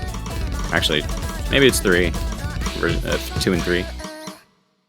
Yeah, it got a little bit scary at the end with a few A act little drops. bit, yeah. Just a little bit. Oh, and that's really unfortunate. I think, yeah, Malaysia would have won if Zeltic didn't get those early misses. Tactical miss ended up not working out in the situation. Yeah, I mean, when you've got Hero K and Kyomu being as solid as they were on Nomad 3, yeah, unfortunately a tactical miss. Yeah, you can't miss against Brazil or get hundreds. Just try to SS everything, and you'll probably have a chance. Yeah, 200 play, very impressive and solid, especially like through the tech bit. I don't even think that Hero K got 100s through that tech section. I think both the 100s I saw from Hero K were all kind of in the beginning. Yeah, and now we have Hidden 1, potentially the last pick of the match, but we'll have to see. This is interesting. Now, Brazil did ban Hidden 2, and they're kind of turning around and banning Hidden, or going for Hidden 1. I feel like if Malaysia has as strongest of a chance on these kinds of picks, like all things considered, I definitely feel like this is going to be it right here. Despite the fact that this is Brazil's pick, it's match point, Malaysia does have that looming fear of a potential sweep. Hidden 1. Brazil about to swipe left on Malaysia here, potentially. Malaysia does have a really strong hidden roster, I will say, but I don't think they have anyone quite as scary as Hero. Yeah. Zeth could definitely rise to the challenge, though. I know they can be nutty when it comes down to it, and Six Geisha as well, I believe, is a strong hidden player, just not quite on a similar level to Hero K, but definitely toe-to-toe with Skull Kid. This is very, very close, just in theoretical matchups, so... Yeah, again, Malaysia has been playing very well throughout the match. It's just Brazil really on another level. Yeah, very... extremely close, and with what this map is like, there's so much that can happen, so... Man, I don't know, there's just so much. Oh, like that. What? Like whatever that was. I have no words. Yeah, you just... I don't know, am I thinking no-blocked or started on the wrong hand? Maybe... this is something that I tend to do on slower hiddens, where I just kind of forget one of the notes and play the pattern entirely off sync by a note. I can definitely see that happening on Hero K! Too. What? And again! That is interesting. I'm not really sure what's going on. This is supposed to be a really strong pick for them, but now Malaysia actually way ahead. This is starting to make a lot more sense why Brazil decided to ban Hidden 2, but why they wouldn't close out the match with something that isn't Hidden 1 is kind of beyond me. Maybe, like, I thought that they might have been practicing this one a lot more and felt stronger, but, I mean, Hero K, just, those were very unfortunate misses, and Skull Kid may have been nerve-related. Zeth, on the other hand, extremely powerful right now. Top of the lobby in terms of score, AC, and the fact that they still are holding the full combo alongside Six Geisha here is looking very solid for Malaysia as we get into the last quarter of the song. Yeah, I mean, I know that Brazil can definitely do better than this. And it was just, I guess it just came down to a few unfortunate misreads.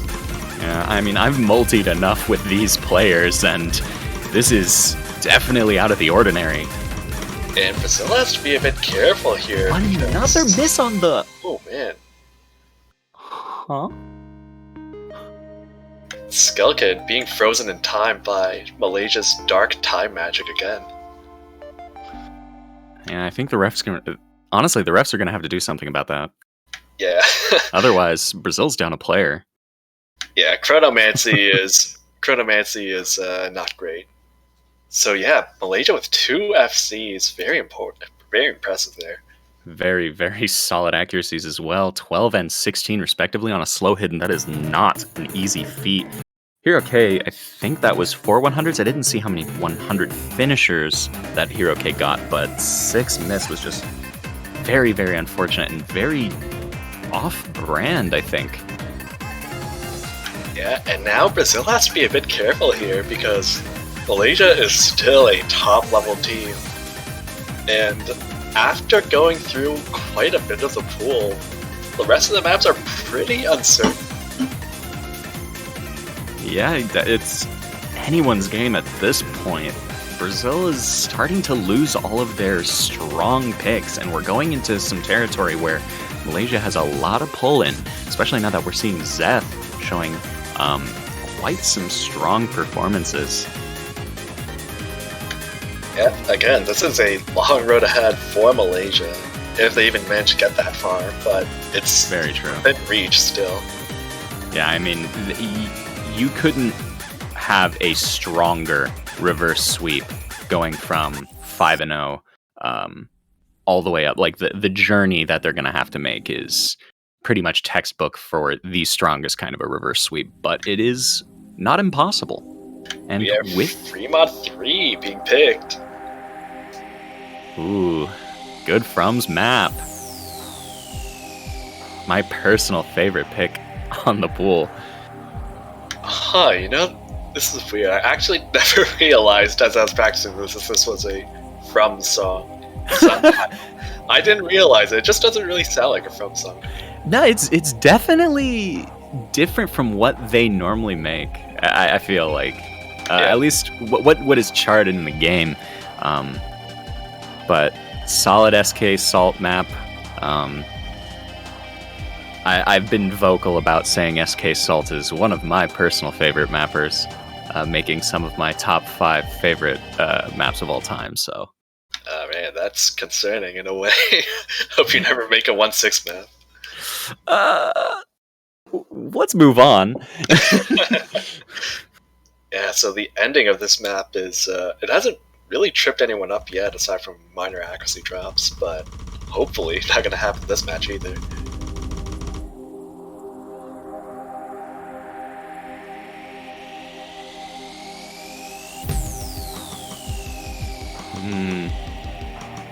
Six Geisha. We'll see. A lot of ghost tapping from Hirok. And 6 Geisha.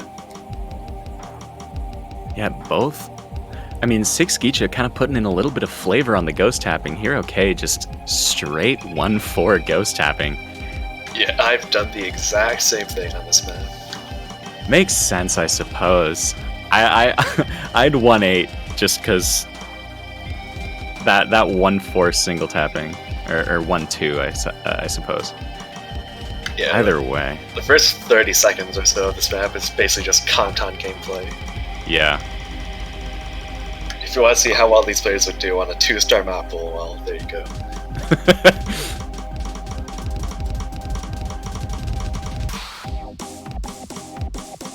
Unfortunately, Taiko does not have the feature for ad-lib notes, so nothing gained.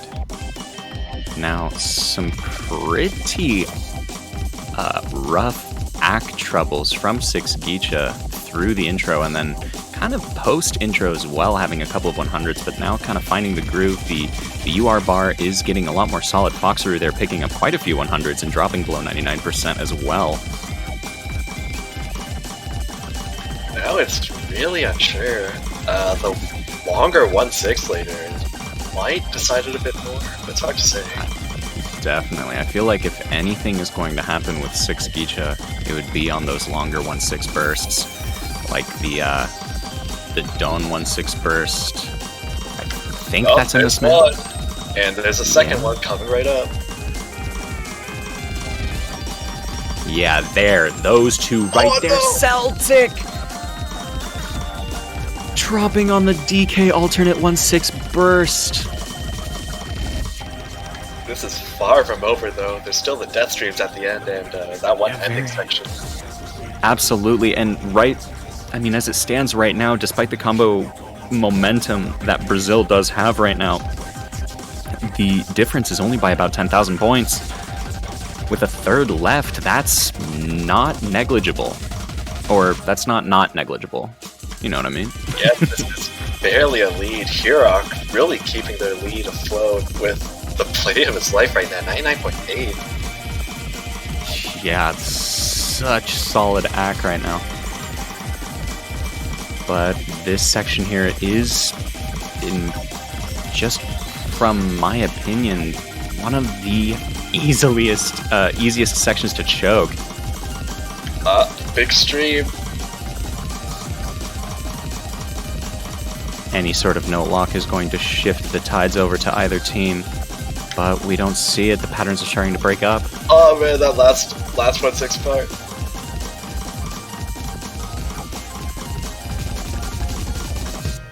The 1-8. Oh man, No. they're fine. Brazil. No player. Brazil's gonna take this in a clean 6-1, unless disaster strikes at the very end.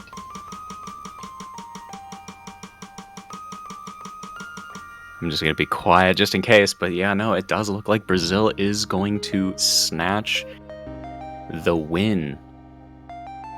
Look at that 10-100 hidden hard rock from Hirok. That's nutty. That is unbelievable. What a phenomenal play from Hirok there. Celtic, though, 24 100s on hidden alone. Very, very impressive play as well. And 26 100s from 6 Geisha, though. That's only 16 100s more than Hirok, and still above the 99% mark. Very, very impressive. And a fantastic game. Like, every point seemed really close on this match. It's like many people say, you know, like, the top of the screen does not tell the story of what just happened. And it was still a close match for both of these teams. But congratulations to Brazil. You will be moving on to quarterfinals, and we'll be seeing you next weekend. As well as, I mean, we will be seeing Malaysia next weekend as well through losers bracket. So they do still have another chance. But Yeah. Oh, sorry. I was gonna say, Malaysia has not made it out of groups in the past 2 years. And so they still have the chance of making it the farthest that they've ever made it. very true. We will be having a bit of a break, though. In 11 hours, we'll have China versus Canada. Hey, good luck. Yeah, one of the 2 low seeds that actually made it out of groups. And congratulations. And good luck as well. That should be very, very fun. I will be commentating that alongside Beat, watching you play, so don't disappoint me. That's a lot of pressure, isn't it? A little bit, but yeah, no, thank you so much for tuning in. I hope you all have a wonderful day, and hopefully, well, I mean, it would be kind of weird if you stuck around for 11 whole hours, but if you came back in 11 hours, appreciate it. Yeah, I mean, we won't judge if you're here for 11 hours. I mean, yeah, I guess. All right, well, I'm Mr. Boo, joined alongside Janitor, and you are watching TWC World Cup 2021. We'll see you later.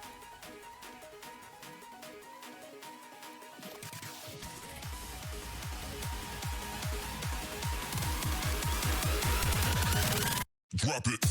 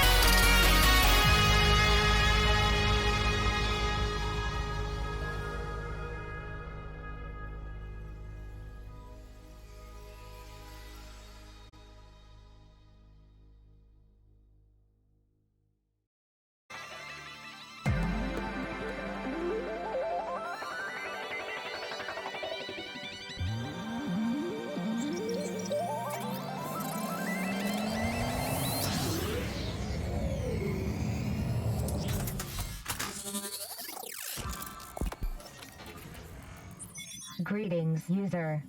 Neural link established. Ready for takeoff.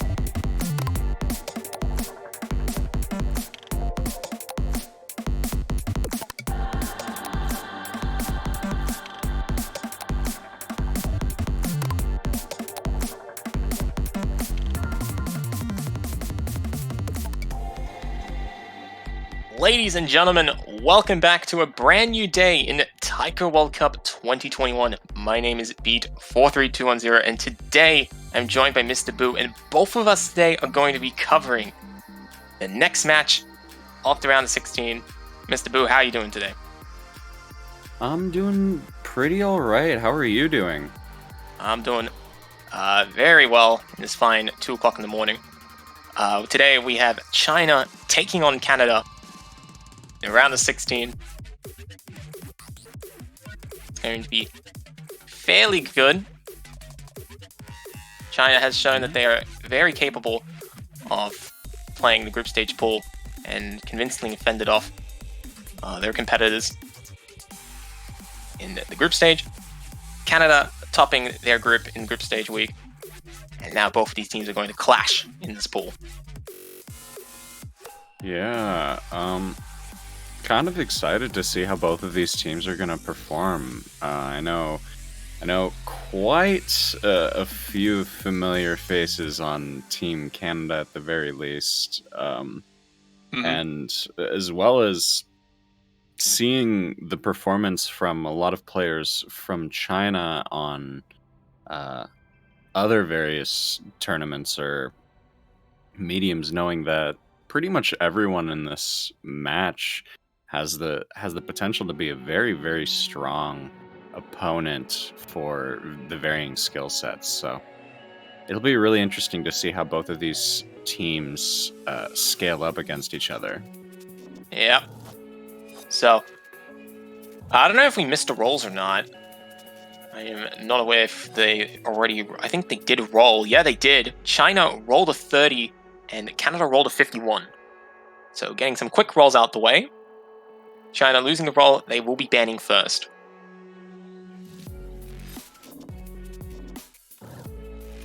So, in this pool, for those who are tuning in for the very first time, there are 5 no mods in the pool. You just play it how it is.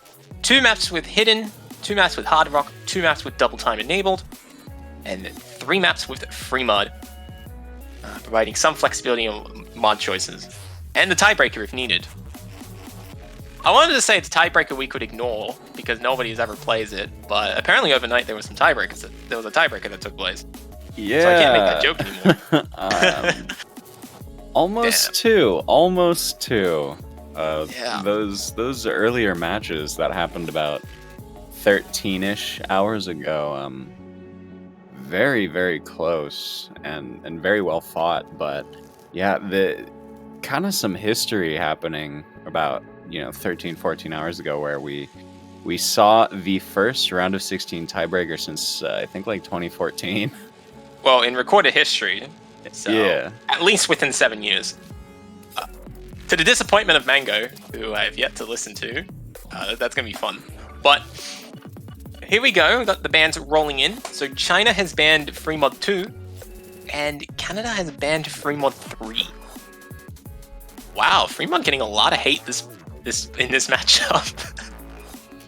Free mod is definitely a interesting wild card of a variable, and I think both of these teams have respective ups and downs where I feel like they have a lot of confidence in certain aspects of free mod, but they also feel like their opponent has a very similar level of confidence to play this kind of like different mod spreads, and honestly, like both free mod 3 and free mod 2 in particular are very tricky, so it does make a little bit of sense. Yeah, removing those factors in play. So, looks like the first pick by Canada will be double time 1. Oh. Just going straight for double time 1. Mapped by Volta. It's about 3 minutes in length. Actually, no, sorry. That's 3 minutes before double time is enabled. So about 2 minutes something. I think it's 2 minutes 20, 2 minutes 15.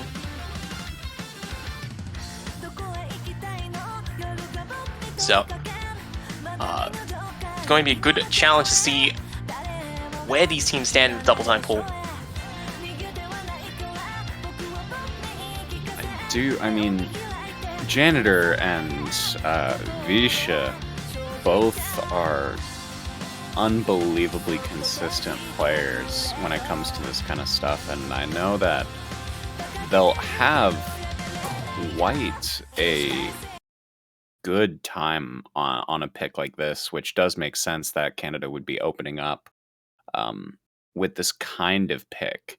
But it'll be interesting to see what these two players from China are going to be bringing in terms of their consistency. I do know that they have pretty tight URs, so Here we on go. DT that's pretty huge. As China takes on Canada, round of 16 matchup. Good luck. As LG? Can't pronounce his username properly. Pueji? Yeah, Pueji, I guess. Picks up a huge drop at the start. Just followed up by a break by Michael on his teammate. Janitor had a break himself in the introduction, but it was followed up with very strong accuracy, which is helping Canada get a very good lead. They're actually over 100,000 points this early in the song. It's a good start for Canada. Both players are above 99% accuracy. And Visha, running at 99.8%, holding a full combo. A very dominant play in the lobby right now. And halfway through, China's almost down 200,000 points. It's a bit of a brutal start for them.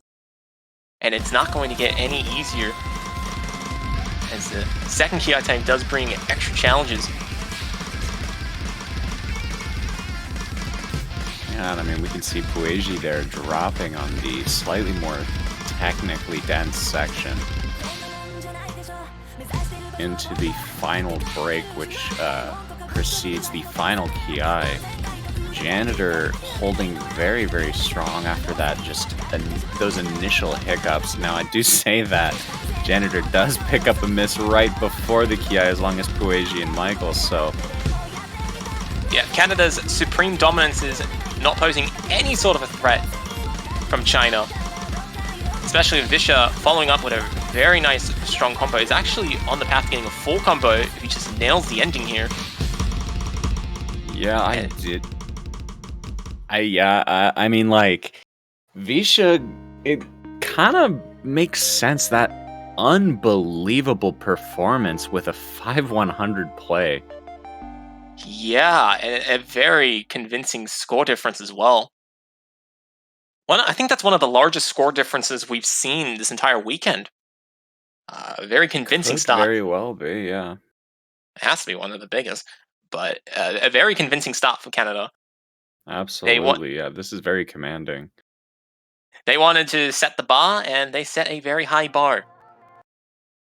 And But now the China... ball is now in China's court with their pick. We could definitely see a completely different shift in terms of pick priority here.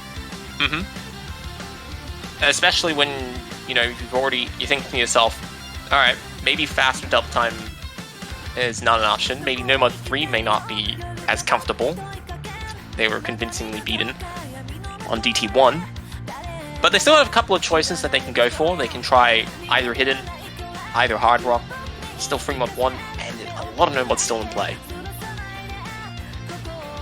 So, I mean, it'll be interesting to see if either team decides to spring for Free Mod 1 this quickly. Just given the fact that both teams banned a free mod, albeit they did ban a more technically challenging free mod, and I mean, free mod 1 is not a walk in the park by any stretch of the mean, but it was better than the alternate free mod picks. I mean, that's why I didn't get banned. Right.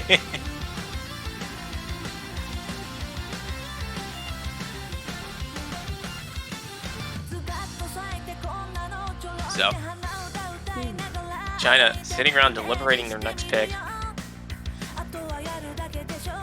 mean, there's a lot of angles of attack for this. They do decide to go with Nomad 1. And especially when you're picking especially when in earlier picks of the match, you have more choices to choose from. You don't have as much information to play with, and you gotta weigh your prospects without fully understanding your strengths and weaknesses and your opponent's strengths and weaknesses, and comparing them and whatnot. So it is understandable earlier on that it tends to be a bit longer decisions for that very reason. Yeah, looks for like sure. China is opted for Nomad 1.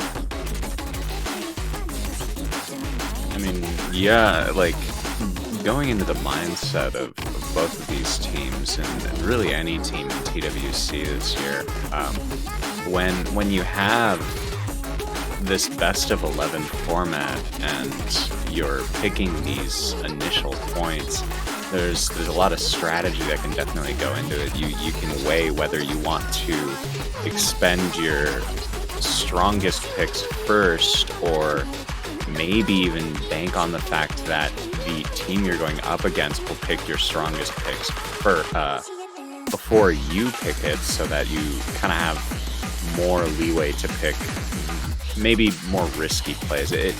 There's a lot of different potentials that either of these teams can be picking up during these earlier stages. So Exactly. But with this Nomad 1 pick, it is kind of a technically challenging map. A little bit strong in the tech department. So we'll see if this relatively risky pick will be picked, or will go for China. I mean, both Janitor and Vishad are very, very strong on this style of map.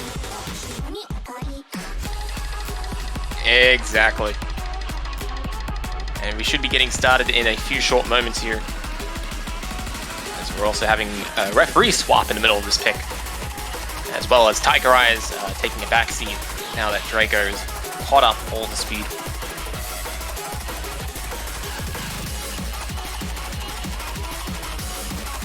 So everybody is getting ready here. And here Looks we like go. got the MP Star Command, yeah. With a little bit of client sync, we should be underway on this Nomad 1 pick from China. Their first pick in the match, but could also be the first break point of the match if China is not careful enough. Well, we will see. Does Canada have room to compete? We will see. Players have to be a little bit careful because there are some patterns here that will look like 1-4s, but you're actually 1-6. And that can affect players' accuracies and combos. Like Koeiji's combo as he picks up the first miss of the map. And again, on another 1-6 pattern. Yeah, it's quite difficult. Ooh, Michael. Michael on. Just before the first PI. So this is a good start for Canada. Canada have two players. Janitor sitting on the double S, full combo, and Vicia on a full combo himself. Nearly at a double S. And it is very quickly contributing to a nice 50,000 lead, 60,000 lead. That's going to be extending just a little bit more because both Chinese players are not at 400 combo. Yeah, that combo momentum is going to be pretty significant for Canada, and especially given the fact that the map is 2 minutes and 32 seconds long, there is not too much map, and to be fair, we do only have about a third left. Janitor's still kind of slaying it there with the double S. Really solid performance. And Vicia following up with a very convincing performance of his own. So Canada, absolutely nothing to fear right now, as they are up on the accuracy and they're up on the combo. And if you're up on both of those factors, you are winning. Yeah, and here's the final PI of the map. And this, I mean, this is kind of Janitor's ball court. This is exactly the kind of stuff that he's known for excelling in. Bisha getting a drop as well as Pueji with those varying SVs there. Yeah, but Visha will make a fast recovery, still holding 99.8% accuracy. Very good result. And Janitor himself making it to the end of the song, and he's still holding the double S. Cannot go wrong from here. No, he will hold it. See? Told you, he holds it. Now, about 13, well, actually, no, I think at this point it's 11 or 12 hours ago. I did do some commentary with him on TWC, and I did say live to him that I will be watching him and that he better not disappoint. And this is very much not a disappointment. That double S is phenomenal on a map like this.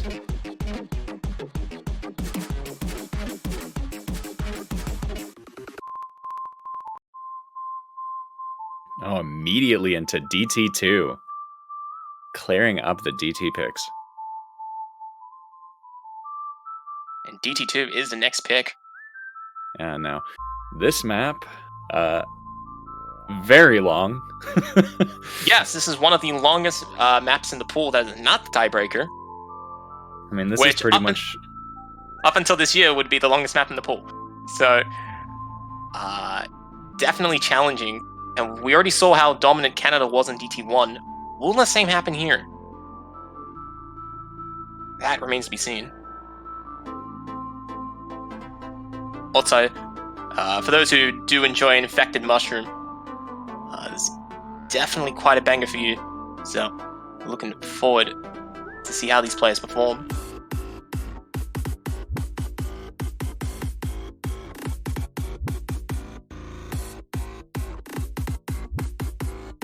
It's actually, I'm a little bit surprised that Canada went with this pick, all things considered.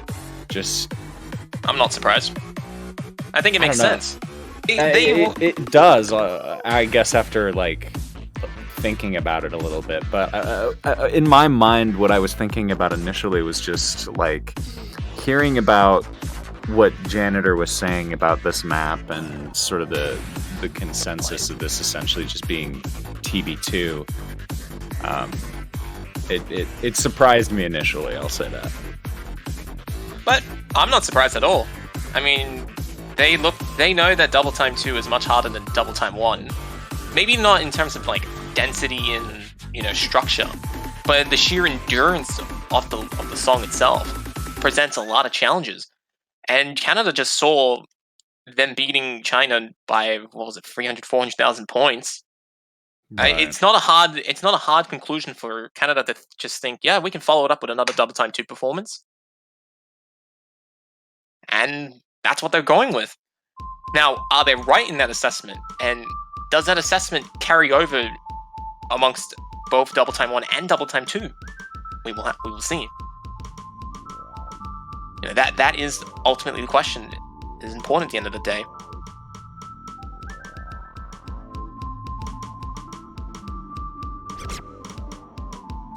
Oh, Pueji there with a very, very early miss.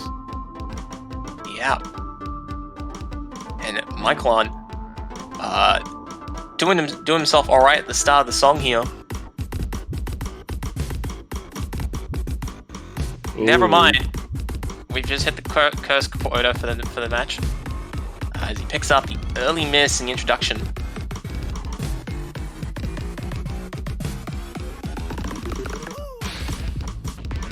And here we go, the introduction out the way.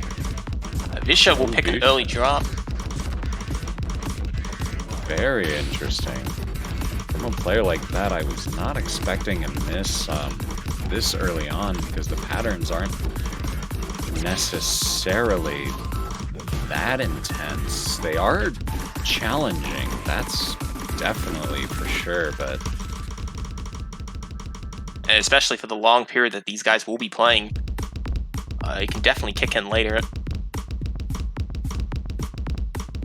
And right now, Canada repeating their success in Double Time 1 with a very good 70,000 lead early on.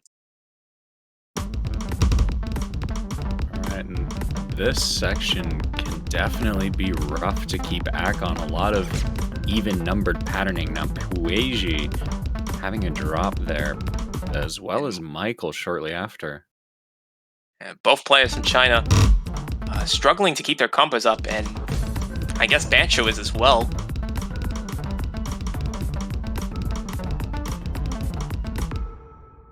As Bancho is struggling to contain the excitement of this round of 16 matchup. Yeah, Client having a little bit of fatigue.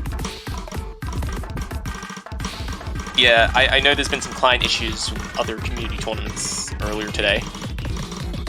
So let's hope that client bugs don't plague us here. Okay.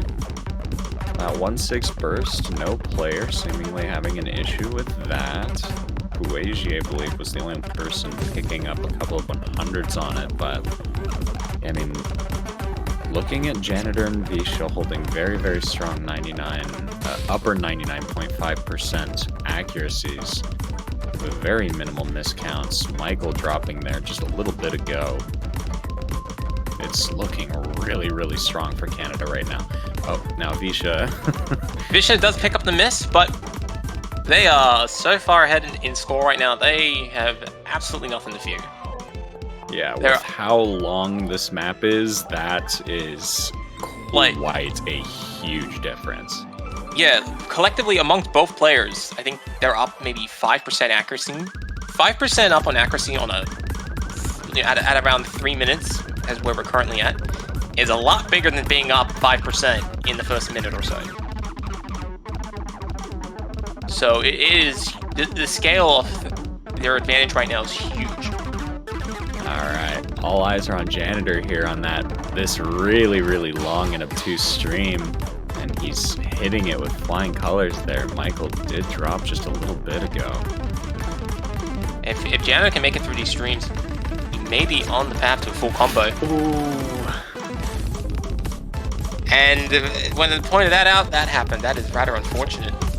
It's a very tough stream, so it's not that surprising, but at the same time, unfortunate for Janitor. He does pick up a combo drop, and his accuracy actually suffered considerably with it.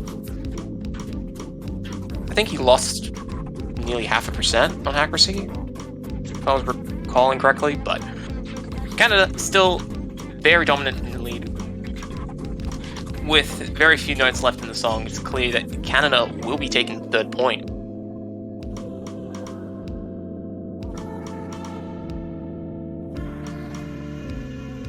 So they're now up 3-0. They're 3 songs away from victory.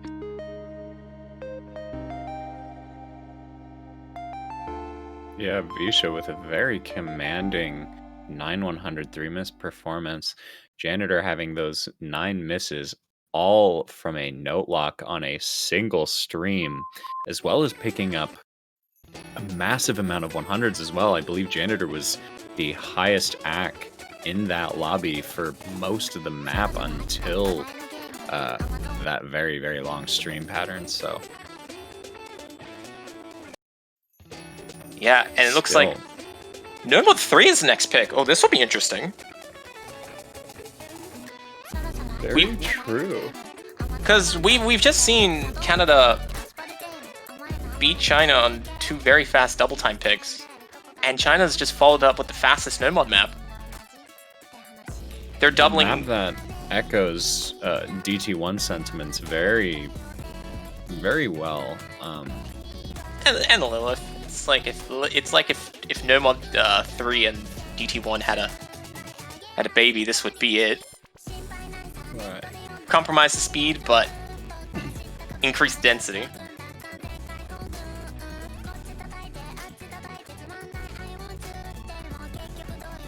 I mean, it is OD 6.5, so easier to act than any of the DT picks that they've played so far. Plus, the fact that it isn't DT and it's just good old Nomad, you don't have that weird sort of offset. Accuracy requirement. Yeah. 100%. So it could be a very different story on this. We'll just have to see. Canada is currently up 3 points with quite a bit of momentum right now. And if they win this, they will be up 2 breakpoints, which would be very damaging for China's chances.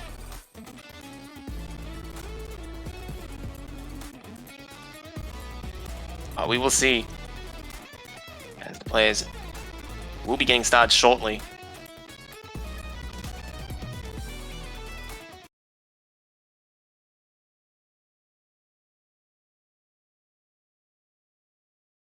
All right. So it looks with like a little bit of client sync, we should be underway. it looks like There's a Otakus sub. Rin will be stepping in for China, first time playing in the match. I believe this is the first sub that we've seen in the match so far.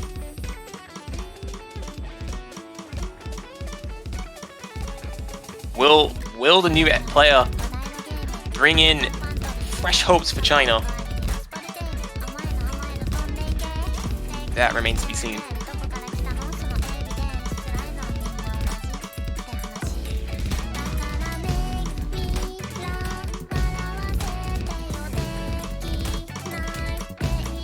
Players can switch in whenever.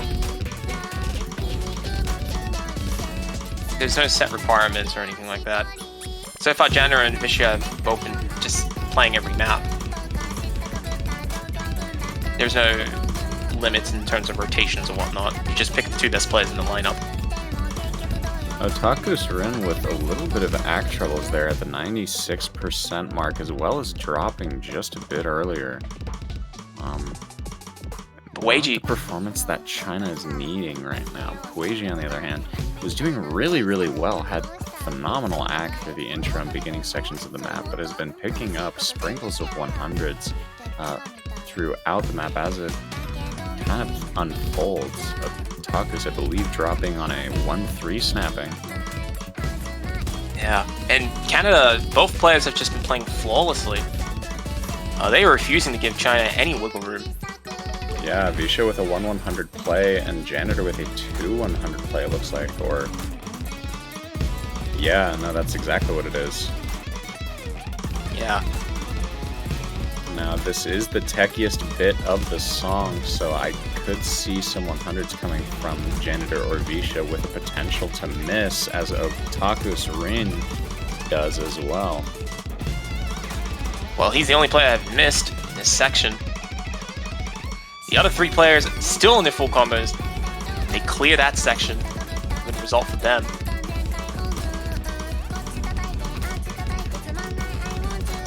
And Canada ahead by nearly 200,000 points. This late in the game is unlikely for China to take a point back here. So yeah, with just continuous misses from Otakus Rin, this pretty much spells Canada's point. yeah, With a 1 and 2 100 play from both players. Only Ooh. 3 100 split between the team. That is insane. Extremely impressive. Credit also to Pueji, who picked up only 23 100s. That's a very strong result himself. Absolutely. Unfortunately, China not finding anywhere to try and get a first point on the board.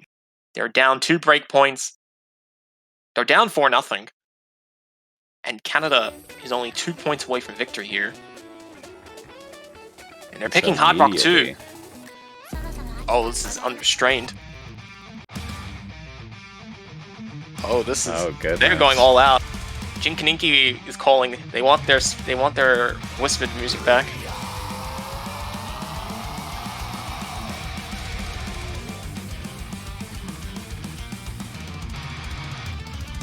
I wonder what that 2 roll was for. Heads and tails?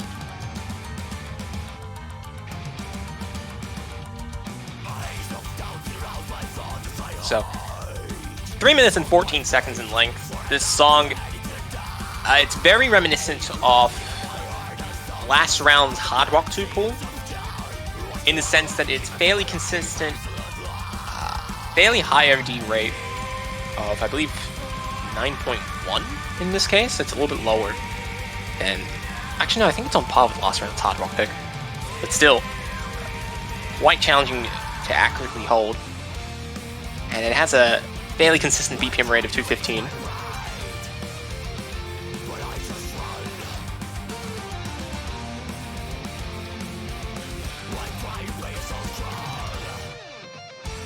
So here we go. The players are getting underway with the next song here. Will Canada's dominance in this match continue, or will China find an opening in the hard rock pool? This is the first test for these players.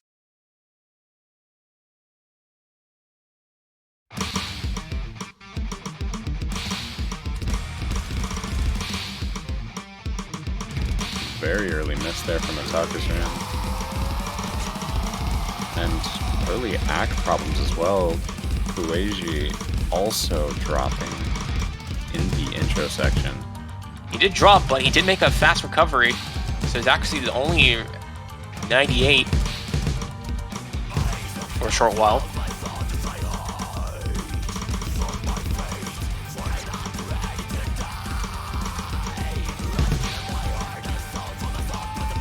Janitor and Nana's continuing their accuracy dominance in the introduction of the song here. Janitor holds the double S and Nana's falling behind with 1 or 2 100s.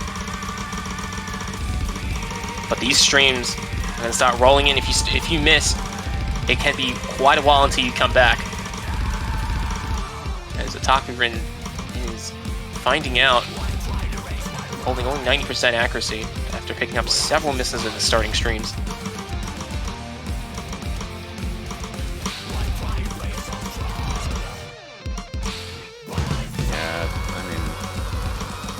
Through the first third of the map, it definitely looks as if this isn't one of China's comfortable picks. This is Canada's pick, so Right. China did not make this decision, and it looks like Canada's dominance in hard rock is going to be just as good, if not maybe even stronger than their dominance in double time.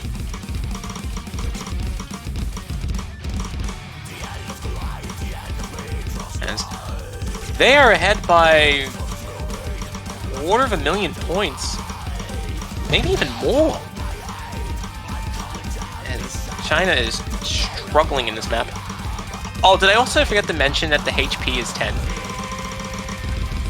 So, with the HP of 10, it's quite possible to fail with like 90-something%. Yeah, a note lock would entirely just devastate your chances of passing this.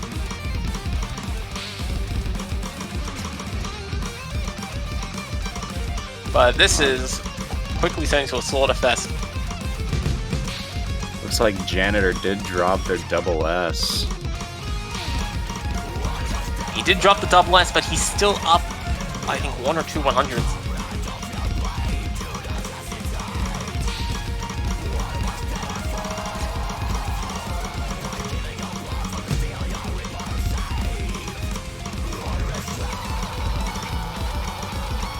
And as the song wraps up to an end, both players in China missing, Canada looking to win by nearly a margin of 500,000 points.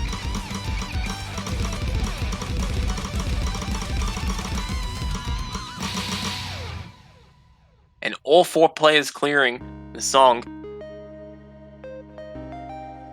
So Canada only picking up 17 100s amongst themselves. Very phenomenal results. And now China is next to pick. They've lost the first 5 maps. They have to reverse this if they want any shot of winning. It's a very impossible task, but it is one that they have every right to try. And now China will be making their next pick. So China in a must-win situation. Very unlikely to go with hard rock. Both DTs are out of the pool, so they don't have to worry about double time. So Hidden hasn't been touched yet. I would definitely say No Mod 5 would be the worst possible pick against Canada. Canada, yeah. The Canada is very good with their preparation. So yeah, maybe Hidden might be the only choice. I mean, Hidden 2 ideas, Hidden 1 as well. Yeah, I understand the decision to go with Hidden 1, because No Mod 5, Canada is one of the best teams in terms of preparation. Yeah, I would probably say Canada probably would have the highest score in the tournament for No Mod 5. No Mod 4, very stamina based, similar to some of the other picks, might have been struggling for accuracy. No Mod 2, maybe. I don't know if they want to trust their tech skills. Yeah. And then there's Free Mod 1 and Hidden 2. And Hard Rock 1 is probably not a correct decision. Yeah, So, especially given their performance on Hard Rock 2. So, looks like China's calling in the big guns. They're calling in Okura Arizona. He turned things around for China at Hidden 1.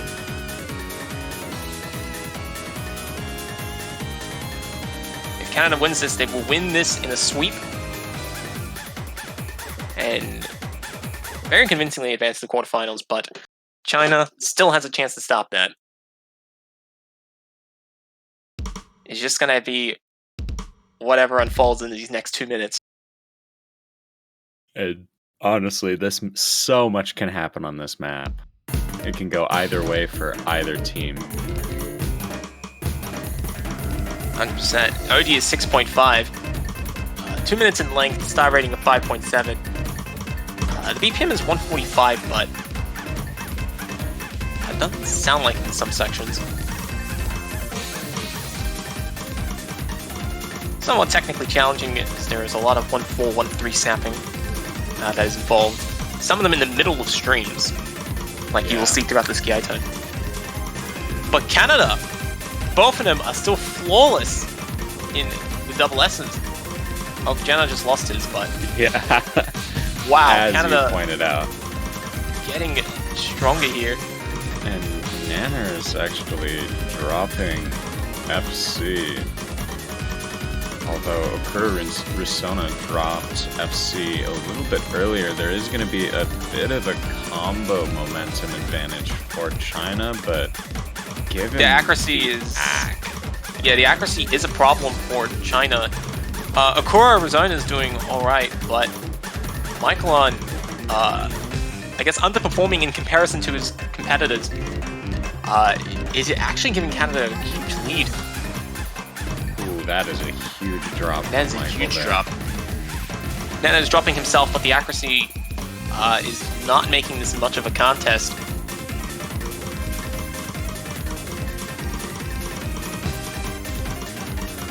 But still, Jana is the only person left with a full combo. He's looking to finish this on a strong note.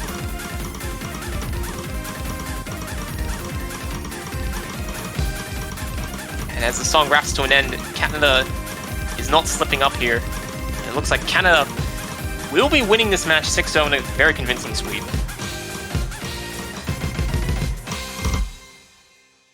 Is that a 3-100 play from Janitor? I think it was 5. 5. It was 5. I count correctly. There we go. 5-100 play. So, there is a match in the next 20 minutes or so. But we will be covering that soon.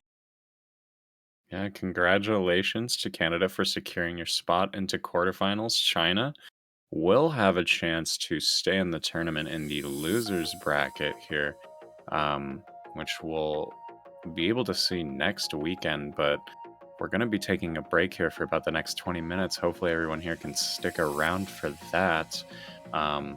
Should be a very fun and exciting match. Between Taiwan and the United States. Absolutely. So that's going to be good to watch. I'm invested. So, stay tuned. We will both be back in about 20 minutes. Until then, thank you all for watching and stick around as Taiko World Cup Round of 16 weekend continues.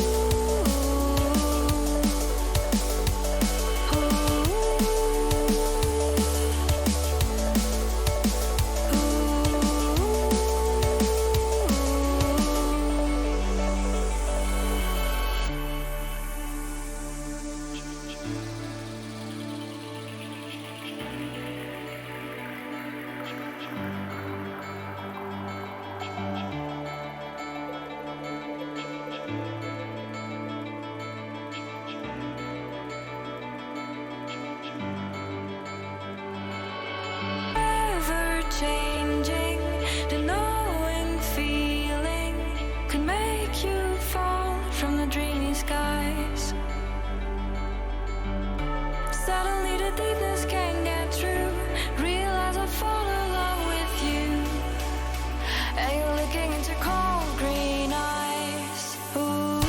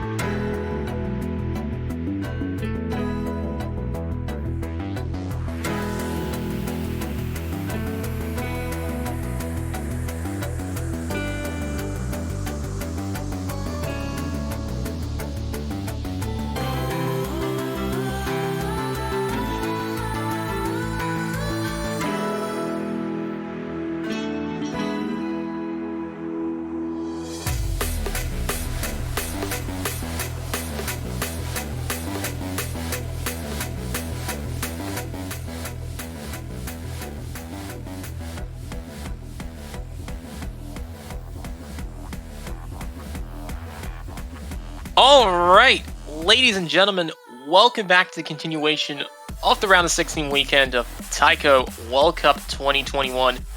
I am Beat43210, and joining me today will be none other than Mango Miser, and both of us today are going to be covering the match between Taiwan and the United States. Mango, how are you doing today? I just woke up. I figured I wanted to cast, so let's go. Hell yeah, that's exciting to hear. I forgot you only just woke up a few minutes ago. So Yeah, that's about right. That entire first question was pointless. It's good. It's good. It's all good. It's only just 4 a.m. Very early. 4 a.m. commentary, best commentary. That is a fact. Anyway, looking at the match right here, we've got Taiwan versus United States.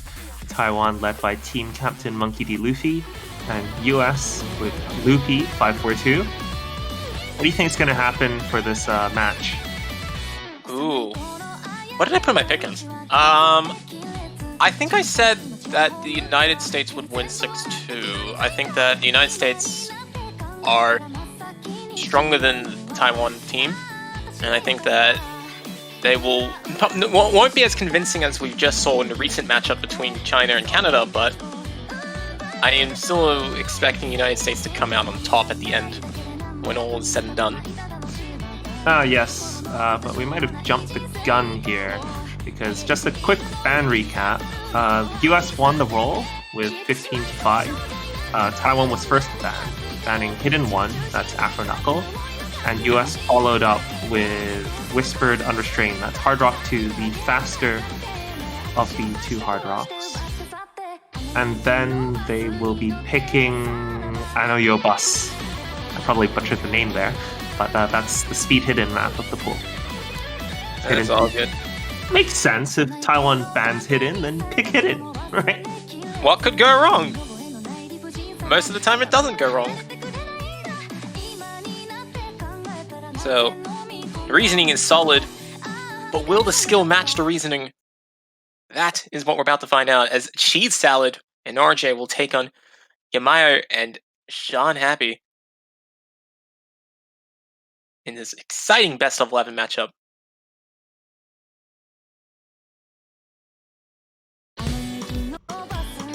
Here we go.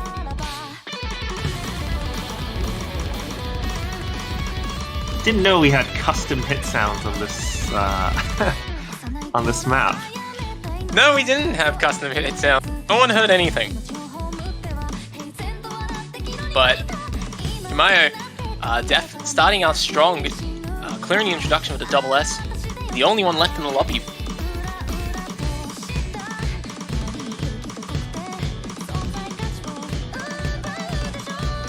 But United States holding better accuracy overall. It's giving them a very slight accuracy lead in the start, in the lead up to the very first key item.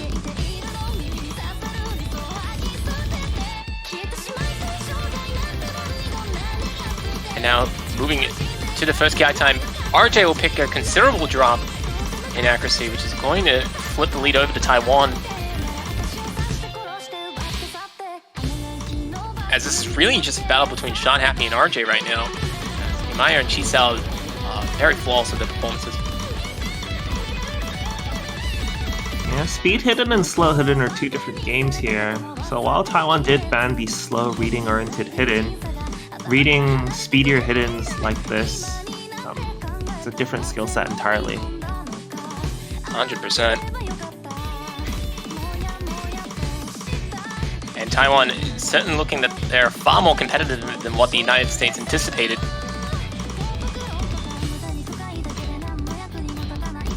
That's why they're currently nurturing a 10,000 lead in Taiwan's favor.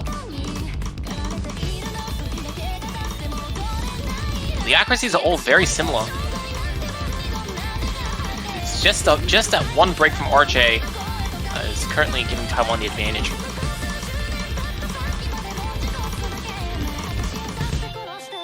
But Taiwan is fighting back. They are... Sorry, I take that back. The United States is fighting back. RJ holding better accuracy. And it's actually cutting into Taiwan's very thin lead. Yeah, they're clawing it back with accuracy, and Sean Happy's finding a couple 100s on the slower section. And with just like that, US have managed to take the lead back. They have recovered from the mistake that RJ had earlier. And now they're the ones in the lead by 10,000 points. The 1/3 section of the song really helped them, doing them a solid. But It's not over till it's over. We're finally reaching into the PI, which is at 1.1 times rate. and Sean Happy will miss. Oh no, this is not good for Taiwan's chances. And the United States is looking to finish this.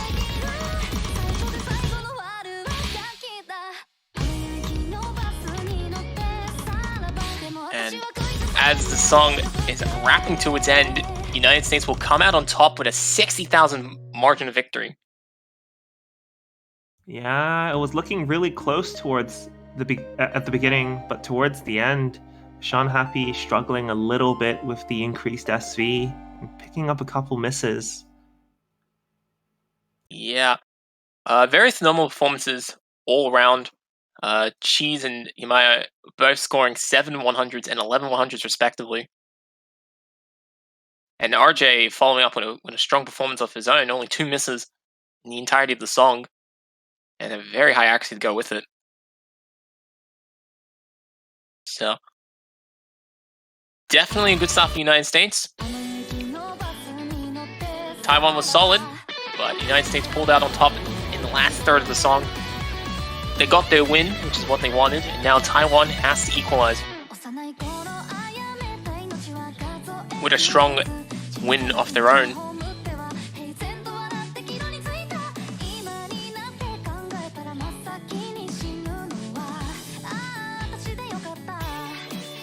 Yeah, it's hard to say what Taiwan's gonna pick here.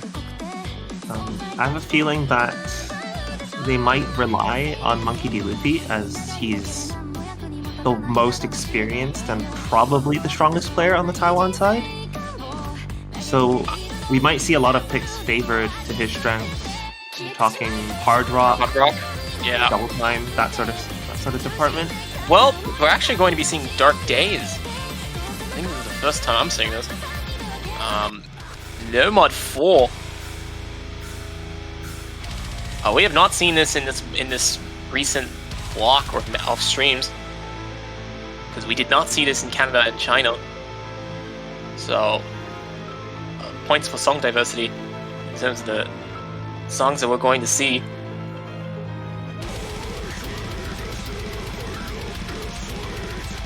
So, for those who are very interested in very long, punishing streams, this is the map for you. Clocking in at OD of 6, 3.5 minutes in length, 146.7 question mark BPM, and a star rating of 6.6. It's filled with quite a lot of streams that will challenge all sorts of players, particularly mono players as well. Yeah, so the BPM is actually 220, and the 146.7 bit is just 2/3.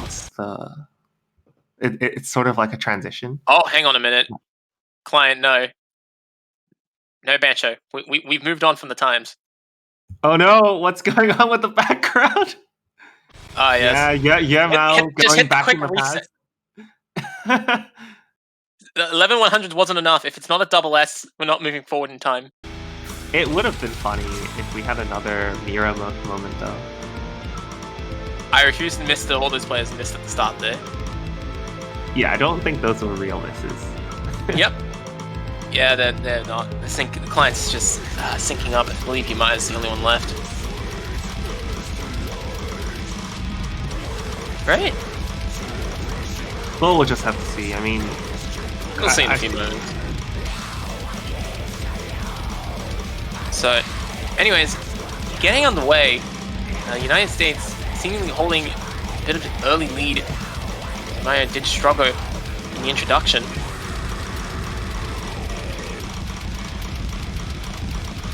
Looks like out of all those misses, it looks like the only one that was legitimate was Yumaya's miss. So, United States starting off with a very strong performance. Oh, that looks like a real miss. If there were any doubts earlier. Yep, that will confirm it. The United States now in a firm lead. As Monkey Be Lucky and 3San mirroring each other's performances. So is RJ. Ooh, RJ's gonna find a massive no lock there. That's not quite enough to give Taiwan back the lead. But it's going to eliminate most of it. That is RJ will drop below Yuamao's accuracy. So, and when you consider the combo momentum that will kick in, it's pretty much going to turn this back to a dead tie. The United States had a very strong lead, and it got blown up all in one stream. Goes to show how dangerous this map can be. Considering that we've seen misses already, not be surprised to see more drops. It's only halfway through the map. And it's going to get more dense in the second half here. And now the players are all aware of what's going on here. They know it's 500 points of difference, yeah. They know it's pretty much fair game. But it's going to put a lot of pressure on the top players as Monkey and 3San are just sitting there like, oh no, we can't do much better than this. But we gotta hold on and hold strong. Mayo is gonna fight against RJ, try and get something. The worst thing is having like a slow section and then like a BPM change, and you're like, how fast should I play? And you can see US's act just completely tanked there on the 1/3 section. And Taiwan had the slight lead for a few moments there, as pretty much as the combo momentums equal out, Taiwan and the United States are even on accuracy. As incredible as it is to say. Yeah, any drops could be very punishing now, because we're nearing the end of the song. Taiwan's holding the very slight lead. They only have like 2,000 points in their favor. But even picking up a lot of 100s in the last stream, it can flip the lead over. It's going to come down to the very last note here. Will Taiwan hold? Oh no, Monkey D. Luffy! Oh, no. What are you doing? Oh my god, that's so painful! That was like literally the last 5 notes. You can like the last 8 notes. You can see 3San with the full combo. Monkey D. Luffy just dropping the ball at the very end. That is, oh no. Oh no. Monkey!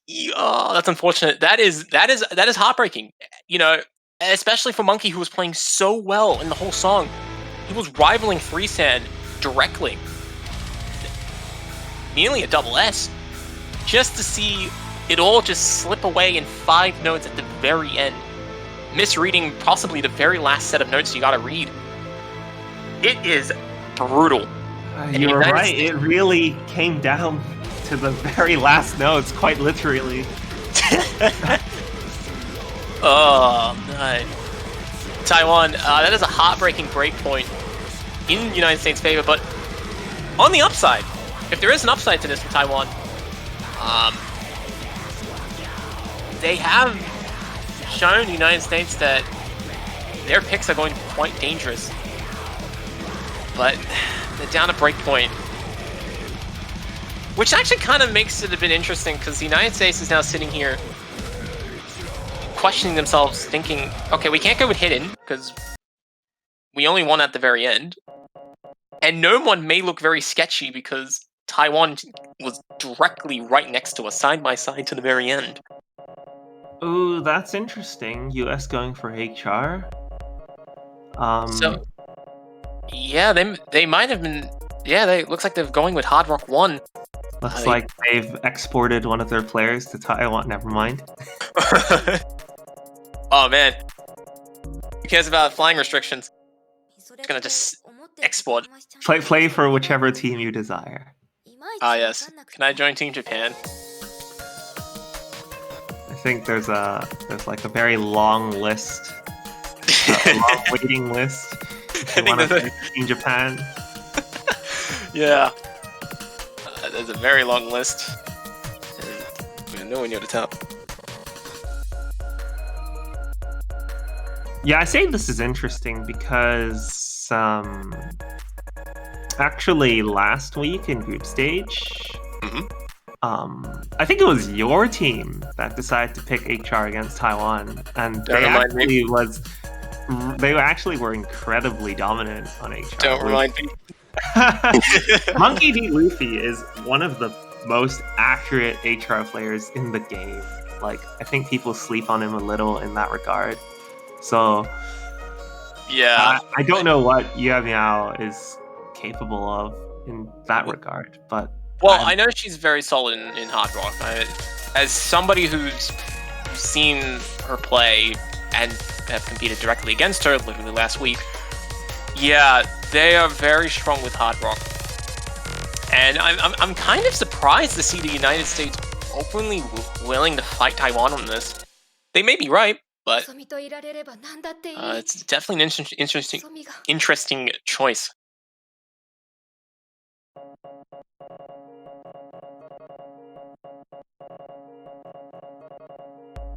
So, the MP countdown is underway. This map will get started.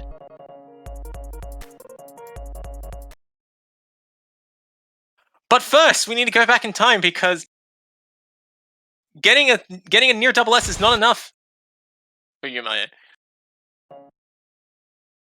There we go. We're back in the present. We're not moving back in time like it's 5-dimensional chess. And here we go.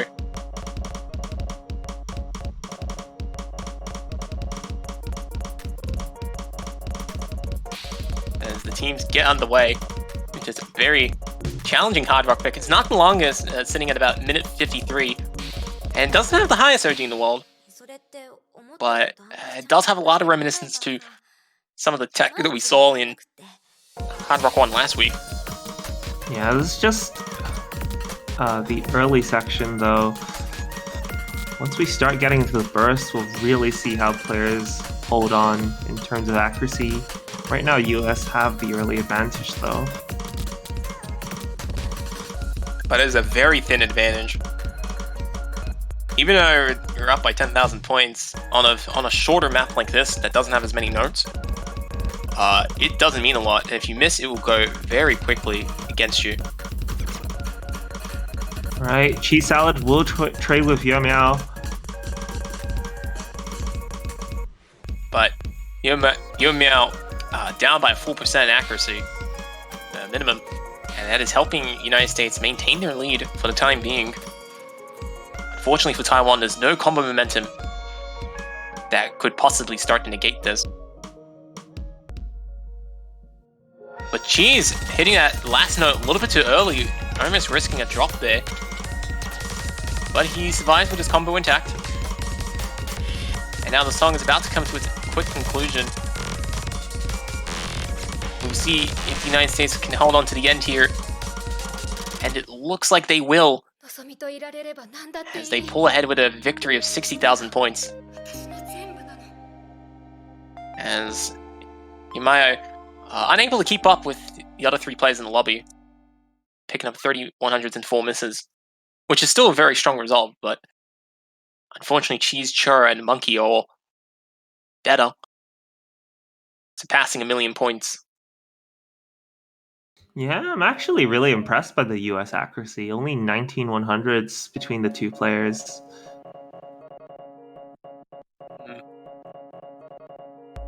So, interesting start for the teams, as Hidden and Hard Rock are now all but gone from the pool.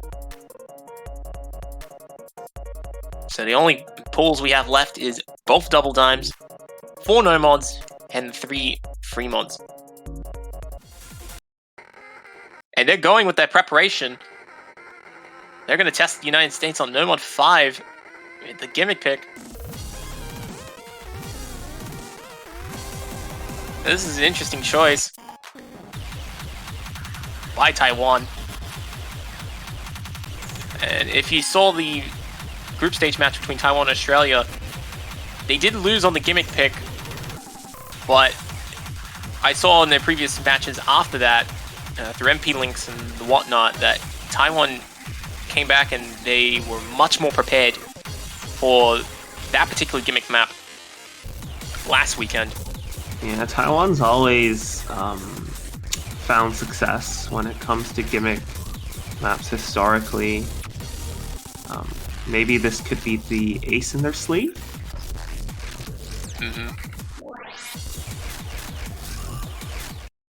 So we will see. Taiwan is feeling confident that the preparation will get them on the board. Will that happen? We will see very shortly.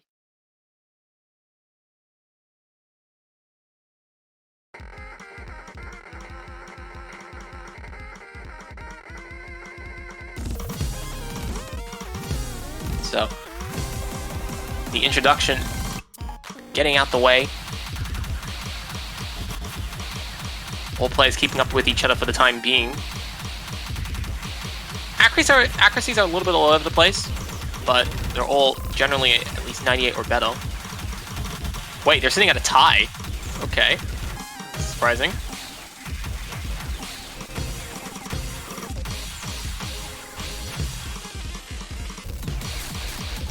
But despite the accelerated finishes, that's not going to catch him off guard, but the slider will catch Monkey off guard as he is unable to hit the slider ticks. If you miss those slider ticks, you will miss in Scorby 2. But he does make a really fast recovery. In fact, Monkey has one of the highest accuracies in the lobby. So it's not going to be as big of a gain for the United States. But every little bit counts. Yeah, there's going to be plenty of time to catch up. But that really depends on whether the US will give Taiwan the opportunity. Churro picking up a few 100s here and there. Yeah, Churro will have to pick up a miss if Taiwan's going to get an opening. Unfortunately for Taiwan, Monkey picks up a second miss, tripping up on the 1-6 in between the 1-4 pattern. And his pains continue.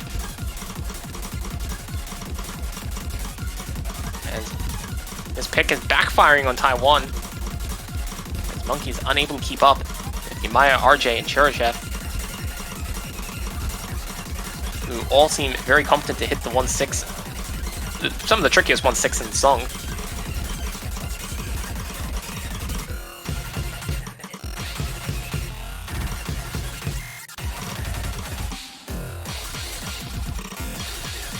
So, as the song wraps out to an end, United States looking to take the lead here 4-0. Oh, but sure, hang on a minute. Sure. Nah, it's not enough. Nah, too little, too late. Too little, too late. They've built themselves a sizable cushion right there for the very end. So even though the score lead did drop by a couple of tens of thousands of points, they will 60,000 points. Yeah, they will emerge victorious in the end. Yeah, okay. So outside the minor scare, United States had quite a strong buffer, and it held up very well despite a 13 miss drop by Cheryshev at the end there. So, I mean, United States is in the best position they could possibly be in. They start up 2 breakpoints. They're up 4-0. They're picking next. And with this next victory, they can put themselves in a match point before Taiwan even gets on the board.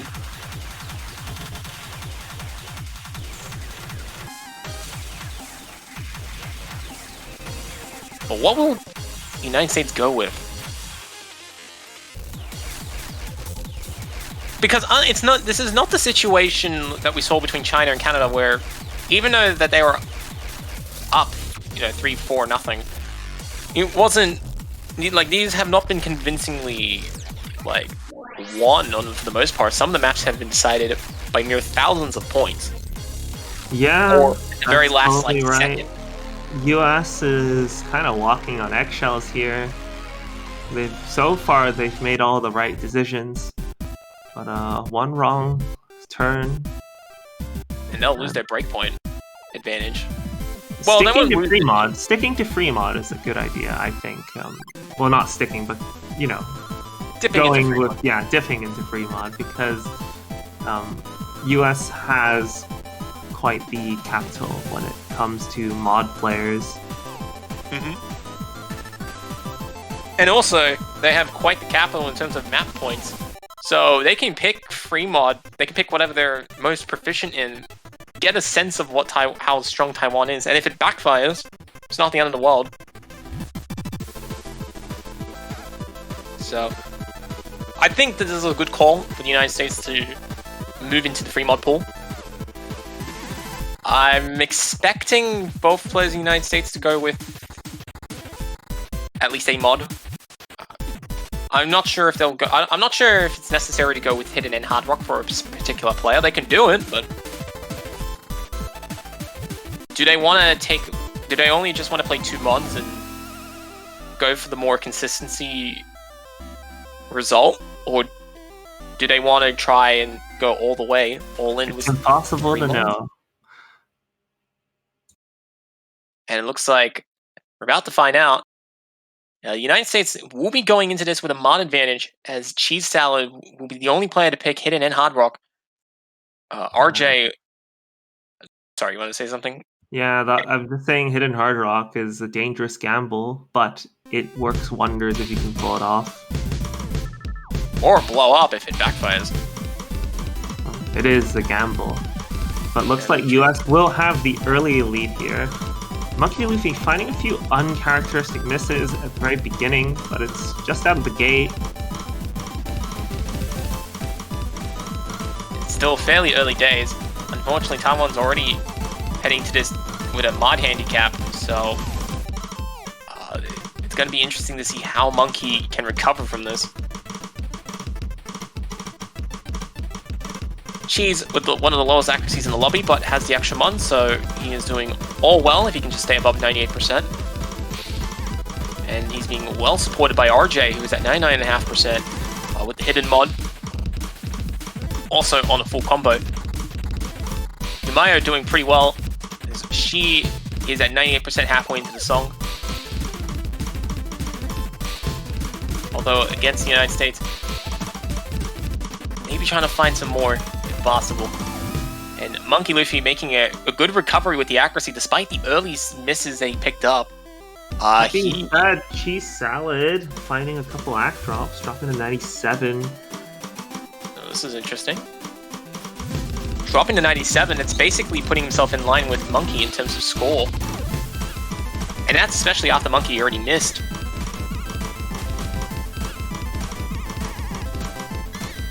So, interesting to see how things will go. If Cheese does miss, the accuracy in the score can drop very quickly, because he's already at 97%. Yeah, there's not a lot of map left, and US have built themselves a very comfortable lead here. Even if they do miss, which they will not, but even had they missed, they would have still been fairly safe in that regard. But wow, double FC from US right there. With 3 mods as well. RJ getting 12 100s, Cheese Salad with 39 100s and a finisher 100. Yumayo with 30 100s and 7 finisher 100s. And Monkey Luffy with 8 100s and 2 misses. All very solid performances. Everybody scoring over 1 million points. Going to show that they did make the correct decision by playing with their respective mods. But now Taiwan stuck with the impossible task of pulling back from 5-0. Not only trying to pull back from 5-0 to get to a tiebreaker, but to a tiebreaker that in a round that we haven't seen in 7 years until about 12 hours ago. In a moment that Mango would love to forget. I wonder. I wonder. Anyway, I'm iCyborg. This is the speed map of the pool. So, very comfortable until the 2/3 mark where we slowly start to see more dance patterns than 1/3 streams. And the OD is 6.5, which is about average for a no mod pick. Have you seen the original GIF of this, like the non-TWT? No, I never got around to seeing it. So in the original GIF, in the 1/3 stream section, like instead of 1/3, it had like really, shall we say, liberal snappings. What? it went instead of 1/3 streams, it went for something you'd see like out of Primula or something. Like like ooh. Yeah, so it was like a mixture of like 1/5 or something, and like 1/3, 1/4. It was very hard to read. But yeah, anyway. Wow, that sounds brutal. I might check it out afterwards. But for now, we have Amai Cyborg. 2.5 minutes as Taiwan begins a recovery. Get on the board. Yeah, this could be Taiwan's last song. It very well could be, but it could be the first of something epic. Unfortunately for Taiwan, Umaya did pick up the first miss at the start. A bit of a confidence shocker, but Umaya making quick work on recovering the accuracy.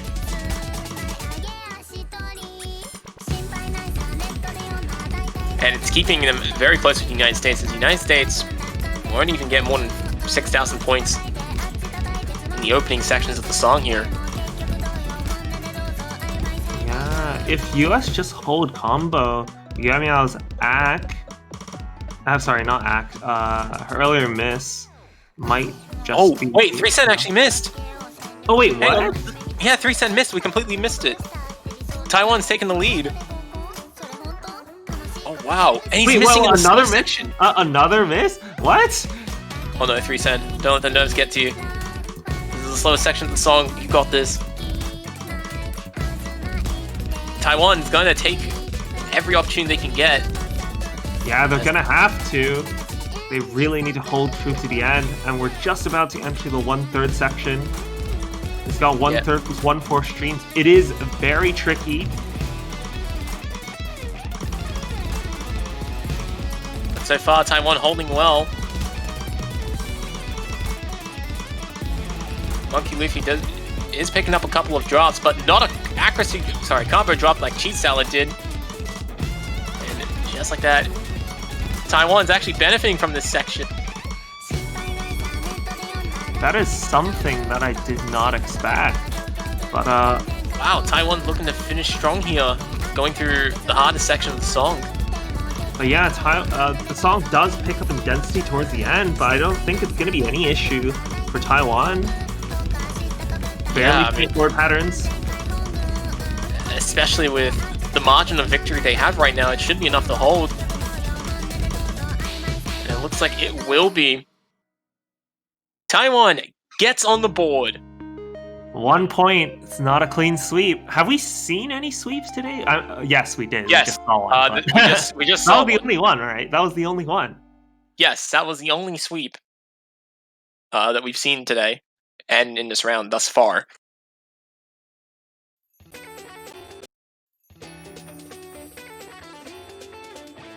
So that is the only one that we've seen. And it may only be the only one that we see, as most matches have been played. There's only, I believe, 2 more after this. Oh, actually, hang on, there's Japan and Portugal. But outside of that, most of the other matches have been played.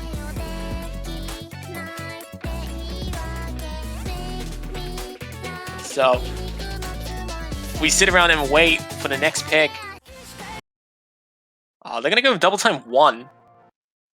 This is interesting. We just saw Taiwan play very well on the fastest no-mod in the pool.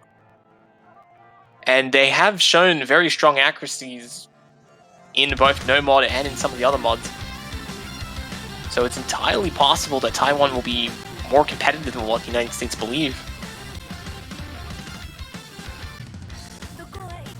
We'll see what happens here.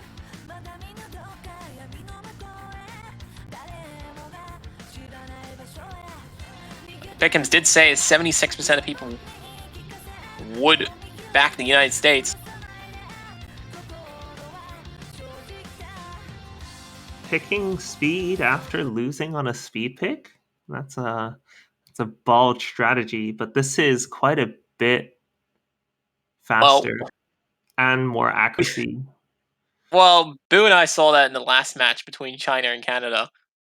You mean they picked double time, and then they're like, all right, let's go with this with no more 3, because why not?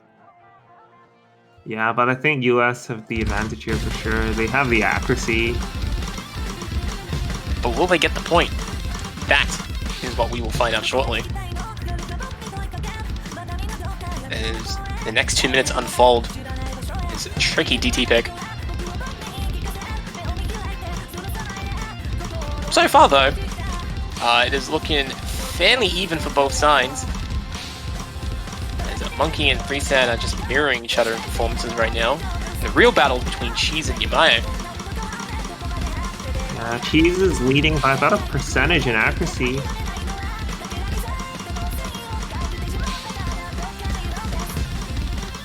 Now, 1% actually is currently making all the difference in the United States' favor. And provided nothing happens to 3-cent or Cheese in terms of their combos. Monkey D. will find a few act drops of his own as well. Freesan, the only pillar standing strong in the lobby, still holding to that double S with his single tap strategy. If it works, it works. And he loses the double S, but is still holding the highest accuracy in the lobby. Yamaya starts over. Taiwan, you can do this. Yamaya looking for a way to get back into this. Sitting at 98%, a full percent down from Cheese. And it's currently resulting in a 30,000 lead in the United States' favor. And now that we're down to the last third of the song, any misses could be critical. Like that you're right. There. You're totally right. Any misses could be critical. And I think Taiwan's done here. There's nothing they can do. Unless we see a completely catastrophic failure on the US side. But so, yeah, that lead stretching on. Never mind. Yeah, it looks like Taiwan will be going down 6-1 against the United States. That's rough. It is rough. It could have easily been 6-2, especially if Taiwan managed to convert on No Mod 4. So it is still well played by both teams. They came out and they gave a lot of good performances. Yeah, it just seemed Taiwan suffered a little with not quite having a second player who could keep up for the majority of the maps. But a good showing nonetheless, and you will be seeing both teams next week. As this is the round of 16 stage, and no teams will get eliminated. So definitely plenty more to see from both. From both teams, yeah. Especially with the United States, they're now advancing to the quarterfinals. I believe they're going up against the winner of Argentina. Match, which would be Argentina. I could be recalling the brackets incorrectly. No. They are going up against the winner of Portugal, Japan, and. Oh, okay. I have recalled it wrong. So the winner of Japan and Portugal will determine their opponent. If history is anything to go by, Japan is favored to win, but Portugal did upset one team in the group stage. Will they upset one of the scariest teams in the competition? That's a quite a tall order, I would say. It is a very tall order, but they have every right as much as everybody else. Hey, round of 16 tiebreaker happened this stage. Anything's possible, right? Imagine that this. It's not. I highly doubt this will happen. But imagine the same week that the round of 16 tiebreaker gets played for the first time in Taiko World Cup recorded history is the same week when Japan loses. That would be like 1 in 7.5 trillion odds. But for both of them to collectively happen, but it could happen. You never know. We could be living that timeline. Anything is possible. So, yeah. Anyway. They're going to be going off in about 8 hours' time. Yeah, So- it's time to wrap up, I would say. It's I getting agree. late for those who live in the Americas side of the world. And yeah, I've been Mangamizer, and join with me, Beat. Thank you ever so much for tuning in. And we'll see you guys in about, well, as you said, 8 hours. Exactly. Take care, everybody.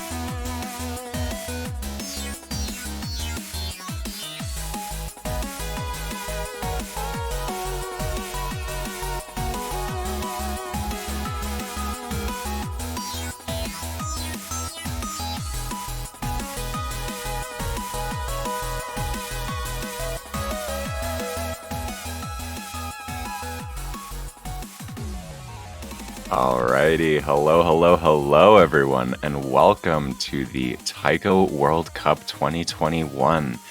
We are watching the round of 16 stage where we see Portugal facing off against China. My name is Mr. Boo. I will be your commentator for the next hour-ish, maybe. It's good. Did it say? Wait, which? What did I say? Oh, whoops, my bad. I meant Japan. Still kind of rustling myself to be awake, but hopefully everyone is excited for this. I certainly am. Yeah, I know it's Japan, not China. So bad. But no, I'm really excited for this match. I hope we're gonna see some interesting points, picks, and a wonderful performance. I know Japan is extremely scary and very strong. Portugal, on the other hand, they've got some good players. I do know Baby Snakes, Shinzui, and Meowcat. They can definitely bring something to the table that might surprise Japan and honestly the rest of the world. So should be a very fun match to watch. Now we're just kind of getting everything all situated and ready to go, but I'm joined alongside Janitor now. Hello, Janitor. Hello. Have you been? How was I got to see your lovely match where you got a couple double S's. You certainly didn't disappoint me like I asked you to. Yeah, I'm glad. That was the reason why I decided to go hard on that match. Beautiful. I didn't want to disappoint you. Oh, well, thank you. I appreciate it. But, okay, so yeah, it's looking like we're kind of getting into rolls. Uone from Team Japan rolling 66, Shinzui rolling a 25, so it looks like Japan is going to win the roll. Portugal is going to be first to ban. Yeah, Portugal is really in an unenviable position here, facing the top seed of the tournament and the favorite to win it all.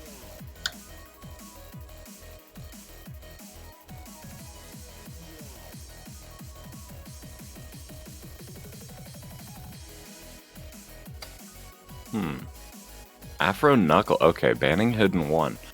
To be 100% honest, Afro Knuckle has been banned far less than I was expecting it to.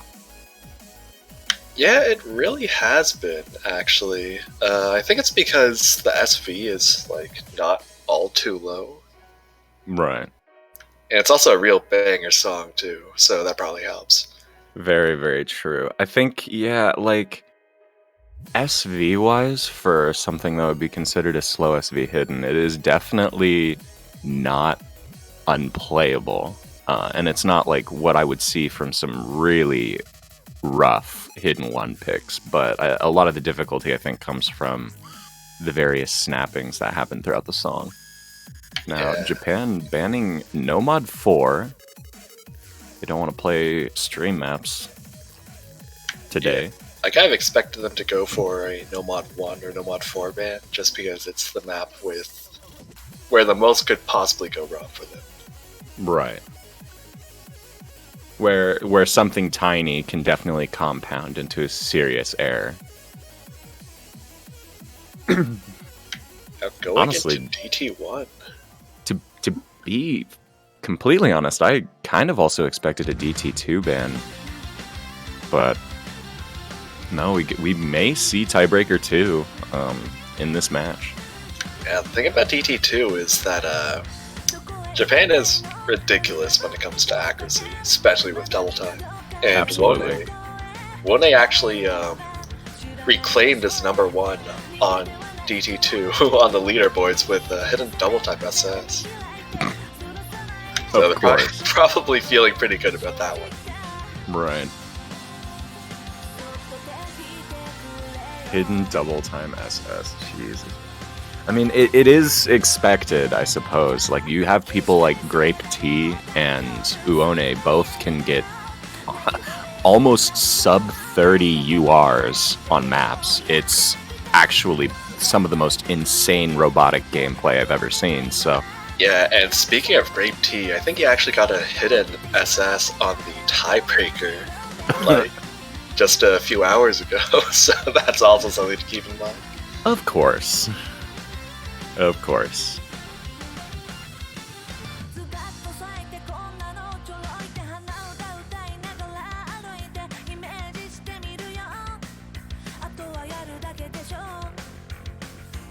Lowest AC wins, please. Yes.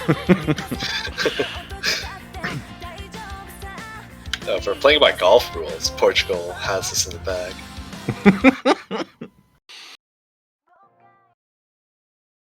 All right, we are off with the first song of the match, DT1.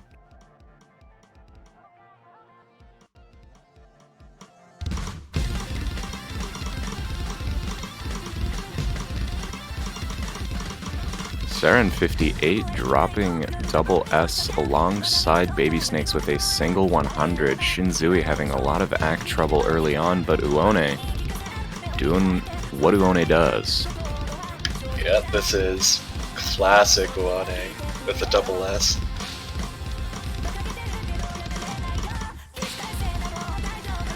Yeah, Baby Snakes is holding on fairly well with a 99, but against a double S and a high 99. Oh, and Shinzui missing. Yeah, that is unfortunate. Yeah. I'm looking at the pickups right now, and apparently 1% of people thought Portugal had a chance. Anything is possible. And that is true. Anything is definitely possible. And I hate speaking in realist terms, but this is definitely Japan's kind of realm.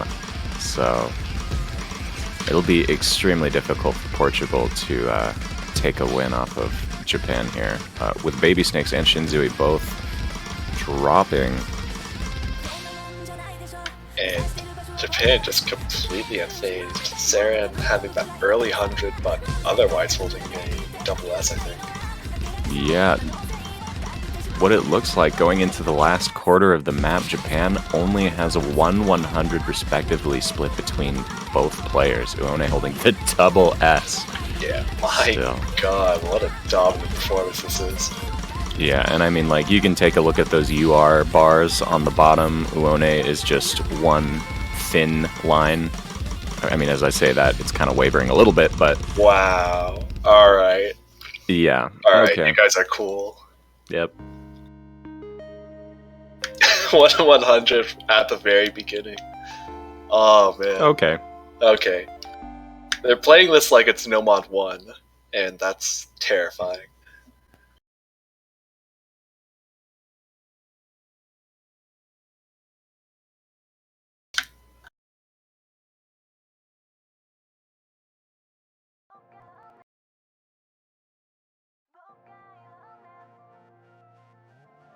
Yeah, honestly, if I was Portugal, I wouldn't really know what to pick either.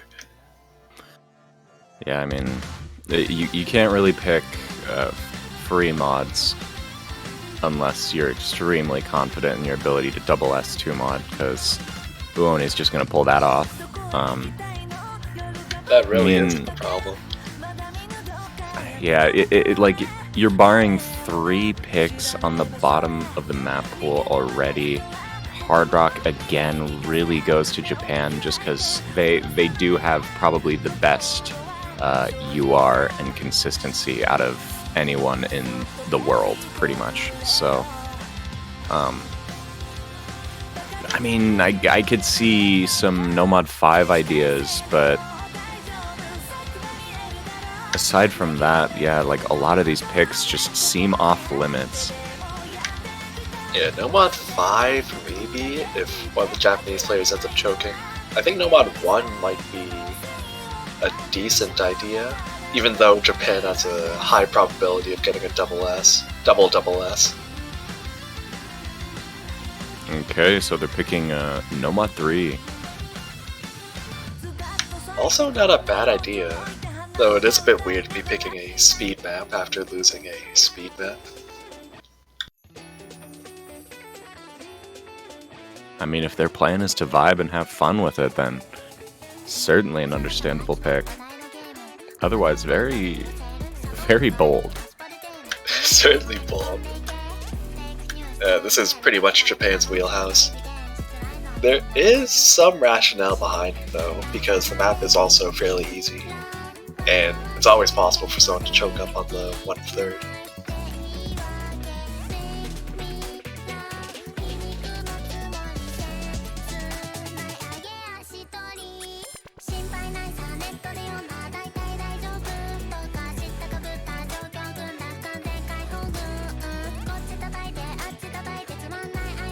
Japan's switching out both players here.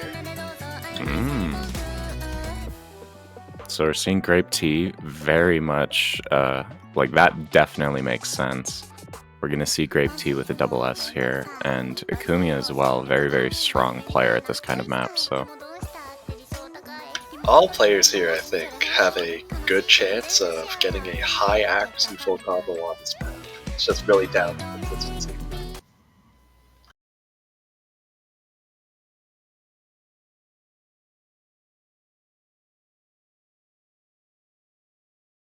Alright, and we're off with a little bit of client sync here. The classic... DJ Bancho. Yeah, DJ Bancho. Machine gun Psy style. Yep.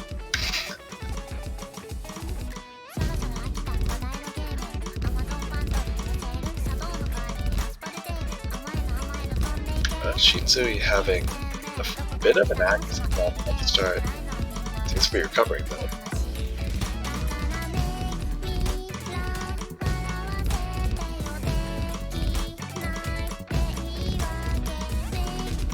Oh, that was an interesting miss from Brave Tea there. Huh. Oh, Wow. Shinzui missing too. Yeah, so no double S's on the board. Baby Snakes actually with tying accuracy with Akumiya for highest lobby score right now.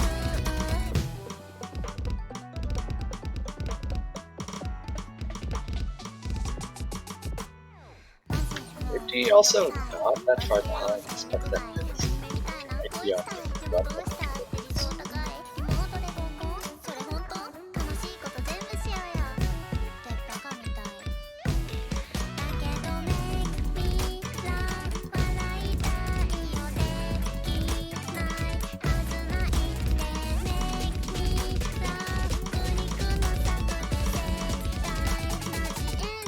Oh, with that one extra miss from Baby Snakes, does look like Akumiya is going to be taking the top lobby performance. Unless something major happens during this techie section. Now, Akumiya does pick up a 100, I believe at the exact same time as Baby Snakes. So now, Grape Tea and Baby Snakes do have identical AC in terms of percentage, although Grape Tea with an extra miss, Baby Snakes with a couple extra 100s. Grape Tea actually picking up another miss. accuracy might be a bit too much for Portugal though, so they might be getting some really good here. Shinzui very unfortunate with a 98.5, which in normal terms is very commendable and very solid, but against a monolithic team like Japan is not enough, and yeah, that miss is really unfortunate as well. Unfortunate there. There was a bit of a chance there. Yeah, sorry, compared to the previous map, of course.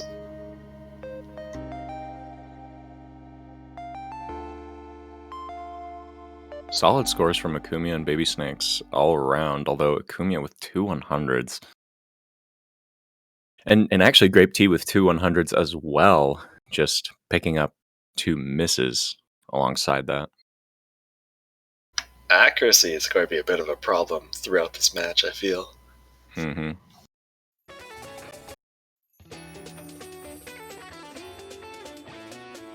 Don't be BM, Japan. Do not be BM. Don't do it. Baby Snakes just said. I have this bad feeling that we're gonna see DT2 immediately after Baby Snake says, "Please no long map. I have wound in hand." A wound in hand. That sounds pretty obvious. And that's probably just like a cut or something, but for some reason I'm imagining him having like a knife wound. Free mod one, okay. Whew. Oh, I really thought they were going to keep on. You legitimately thought they were gonna throw the BM. Oh I no. thought they were going to.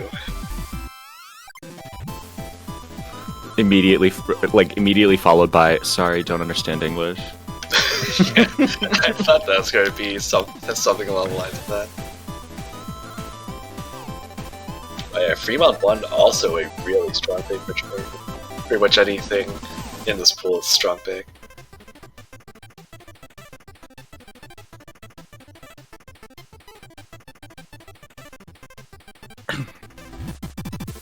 And Saren coming back in had a really strong performance last year. Coming back for a Absolutely. repeat. It'll be interesting to see how Japan divvies out their 3 mods.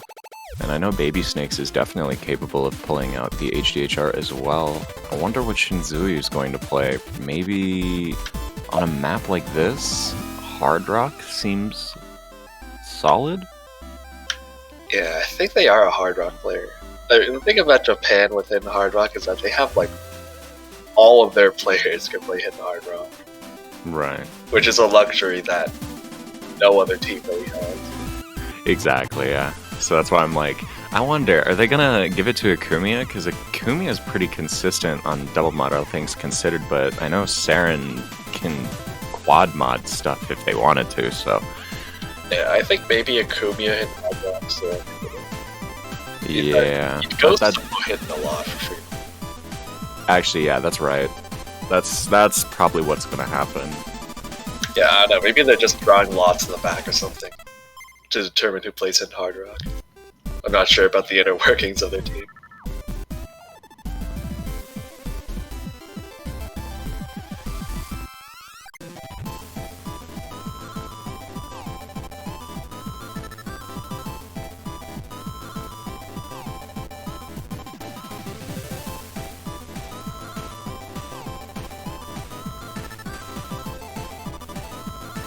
Imagine being a top 10 player playing exclusively on, like, the Wii Tatacon.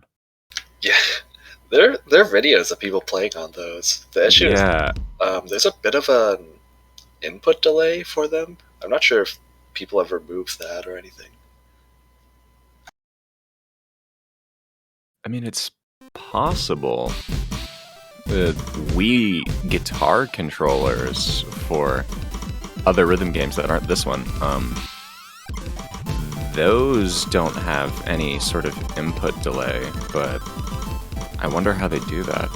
Either way, real quick though, they brought in Nitro on Team Portugal, who is playing no mod. Baby Snakes pulling out the double mod. And yeah, it is as we thought. It's Akumiya with a double mod and Saren with hidden. That's a real hat trick, man. I didn't even realize they swapped out one of their players.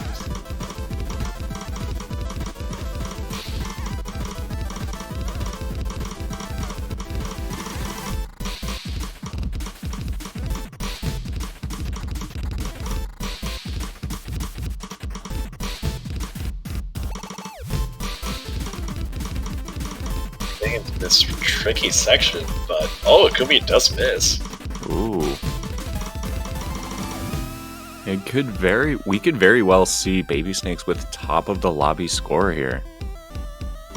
Now, Saren's still holding double heads. Yeah, of course he is. Of course he is. Why am I not surprised? Oh, Baby Snakes. Baby Snakes, you gotta hold above a 98% if you want top of the lobby score. Yeah, dipping behind Saren and Akumi.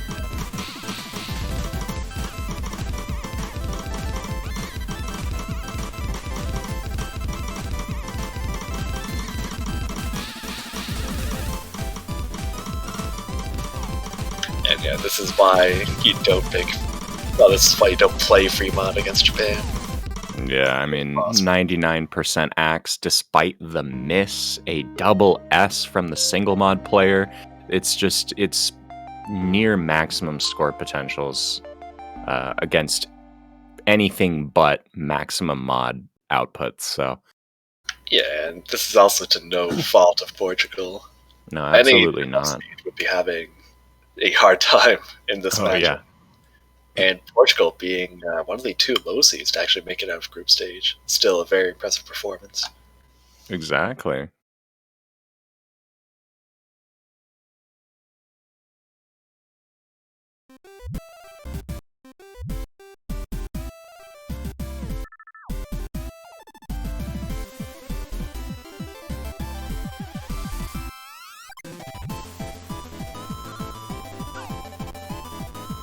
Alright, so with Portugal to pick, again, just a lot of potential decisions, but all of them looking very bad in a way. Yeah, you could say that again. I mean, I still think Nomad 1 is your best chance at a point. Even though it's not too great. If Japan does end up missing somewhere, which they have actually found quite a few misses here and there, then they have a chance.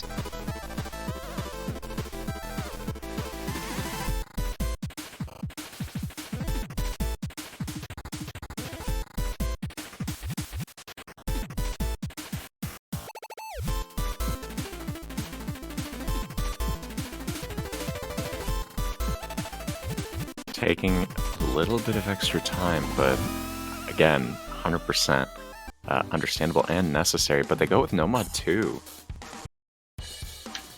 Interesting pick. The second map in this map pool by Femboy Mapper. Oh, yeah. I thought there was a moratorium on saying the mapper. But yeah, this is very much an apathy map, so I'm a bit surprised to see Portugal going for it. Maybe because it's just kind of on the shorter side.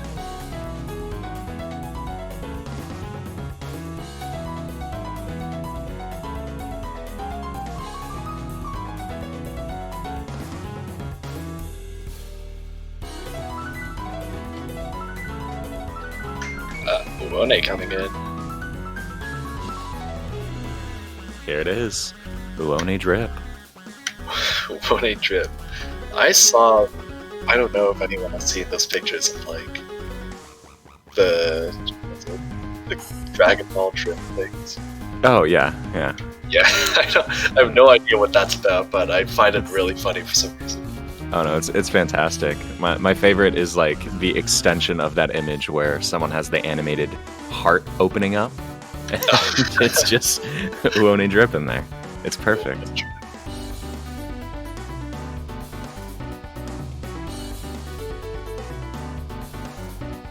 Duct taping something screen. Interesting strategy there. Well, I mean, anything to on the fly change ratio, I guess. Yeah, I mean, some people do that. Like they put a piece of paper, or like a notebook or something on part of the screen, so it changes the screen ratio a little bit. Yeah.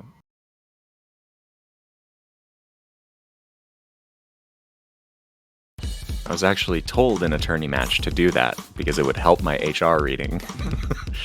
I've never heard of someone doing that for hard rock. Usually it's for lower BPM mod.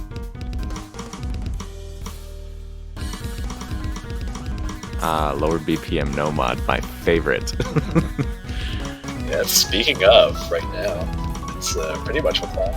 When I still with a double S, of course.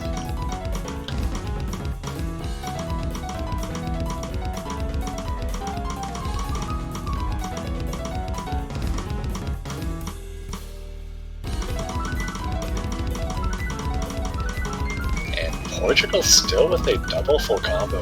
Unfortunately, yeah, very solid. And this section I find to be the hardest one by far to hack. Yeah.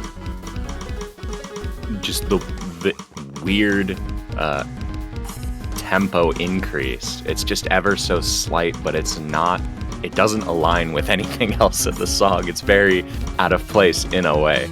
So hacking it is kind of a nightmare, including the transition. Yes, I saw it. Yeah, no, exactly. No big mistakes. But One and Ikumiya both holding identical acts. Baby Snake's not too far behind. That only looks like maybe 2 or 3 100s from the looks of it. Yeah, this is an excellent score considering he's not really known as much of an accuracy player.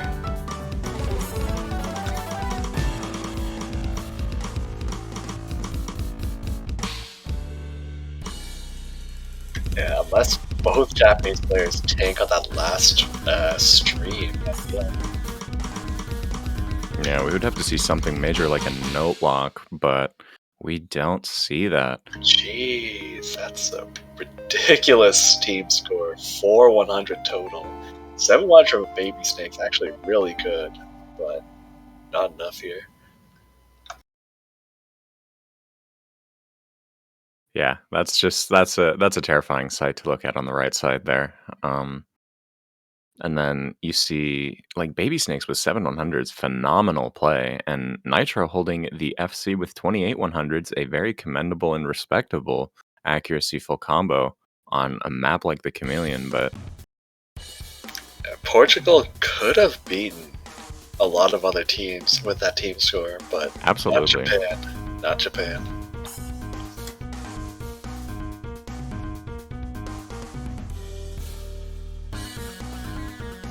Now Japan contemplating whether or not to have mercy on Baby Snake's hand. Yeah, at this point, that is definitely still in their mind. Like, Keypod though. We just played it. Yeah, I don't know. I would expect them to go for... Well, they could pretty much go for anything, but something like Hard Rock 1, which is an accuracy map in purest form. Right.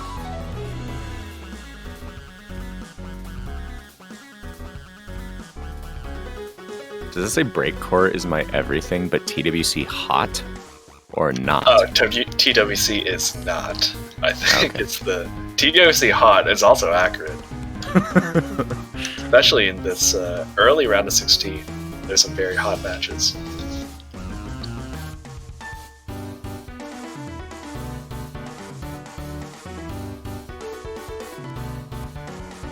Yeah, the last 4-ish matches. Oh, hit 2.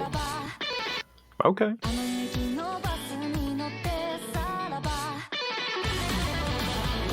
It is kind of on the longer side. Not too long.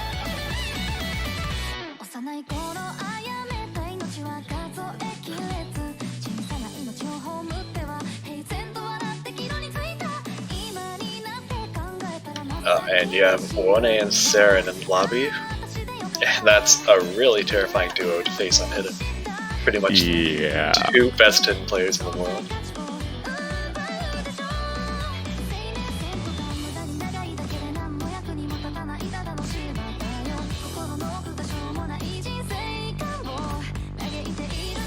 I quite like the song. This map pool has a lot of bangers in it.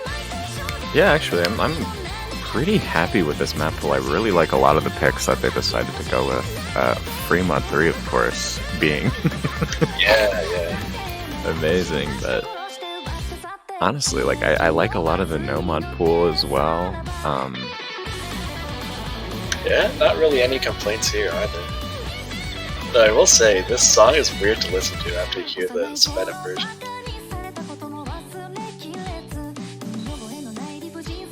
Honey, please end us fast. Well, I mean, they're pretty much complying. I mean, they're doing the best that they can, I suppose.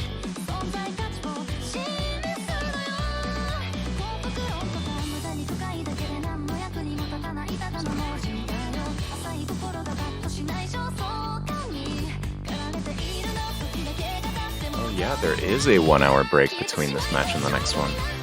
Oh, is there? Yeah. Okay then.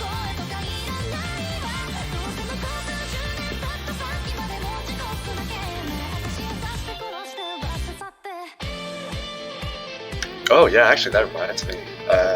If Japan ends up winning this match, which is looking more and more likely, they will end up facing the US in quarterfinals. Oh. Sounded painful. I can understand.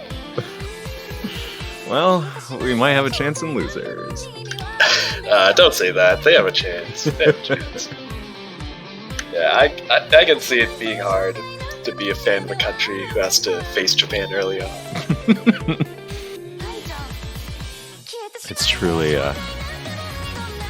a plight, but Yeah, I think the US has a chance. They're also a strong accuracy country. they're a very strong country this year. And all of the players can be very consistent when they need to be. It's just going to be, can you be more consistent than actual robots? So, like Mechados. Can you beat Mechados? Let's see. Yeah, this is also pretty much. Oh man, Shinzui finding a really miss.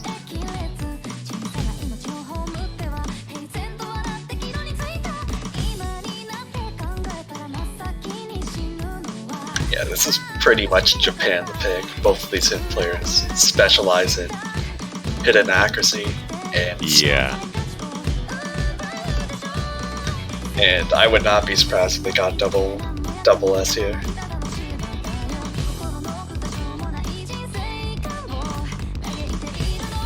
Oh, Shinzui again with quite an unfortunate series of drops. Does make sense though, as Portugal did ban Hidden 1, which is more of a test of how well you can play Hidden as a mod instead of how can you play Hidden as an extension of a somewhat rough chart. Yeah, especially at the end when it gets faster, but I mean, at this point, Shinzui's misses don't even matter because Japan has not dropped a single 100 yet. Yeah.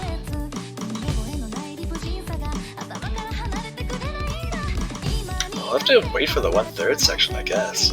Because the rest of the map is fairly straightforward, 240 BPM. I mean, just take a look at Uoni's UR bar. I mean, don't look at it for too long because apparently every time I decide to look at it, it gets worse, but that was actually just a solid line. Yeah, just ridiculous.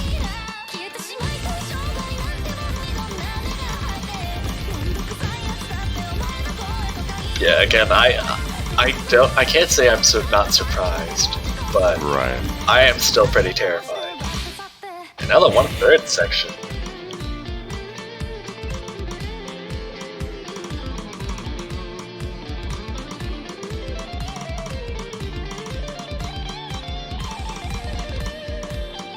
Yeah, they just do not care. Not a care in the world. Now there's one more slow section and a high SV section right at the end, but these players have gone through way worse than this.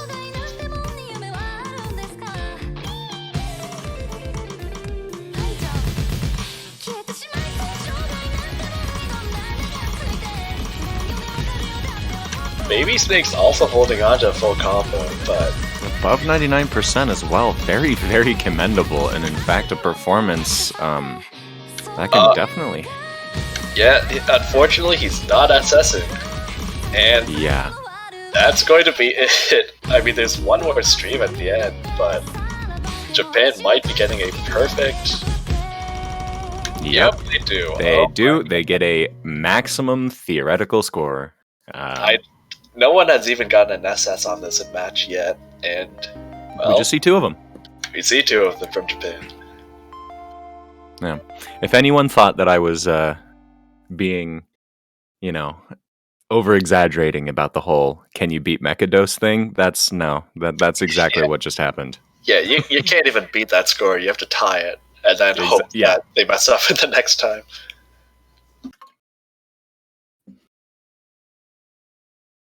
All right, what will Portugal try to win on next?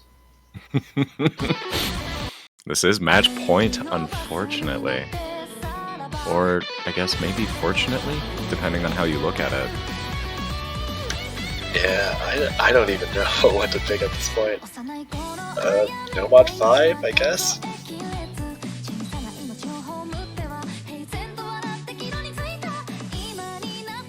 Ah, okay, Fremont 2, because Mango is requesting it. Very good choice. I mean, strategically, probably not a great choice, but Yeah. just for the song and map, it's a great choice.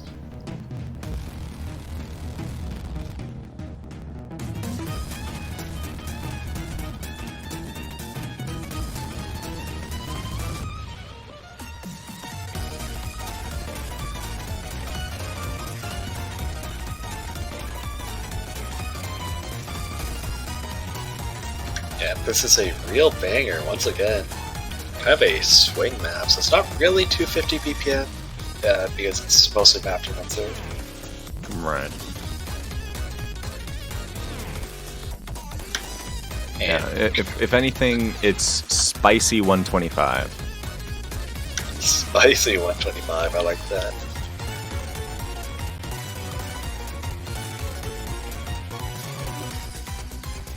Kumia back in, probably for the hidden hard rock.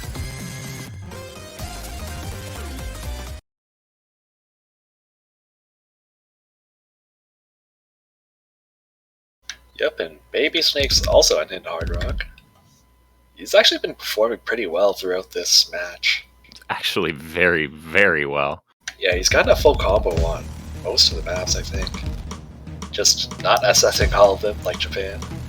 Right.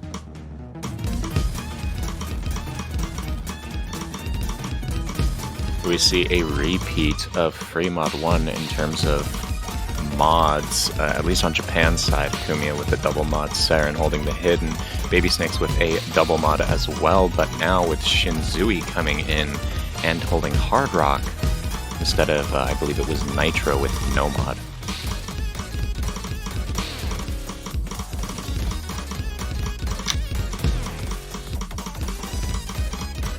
Saren still holding on to the double S.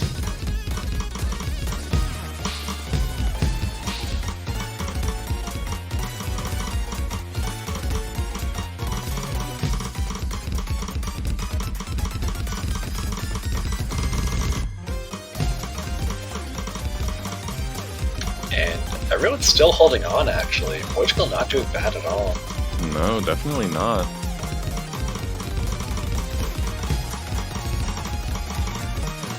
Saren dropping... Oh yeah, Saren without the double S. In fact, is that two? Yeah, I believe that's two 100s already. Shameful.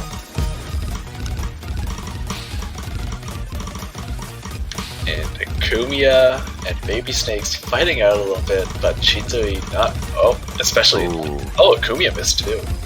Oh.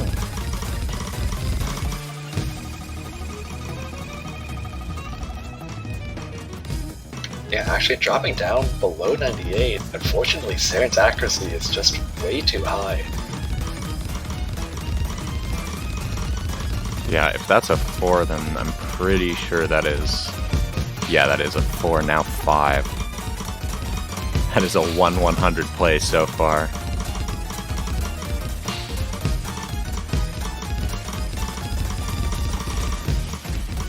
And that was pretty much the hardest section, the section at the end.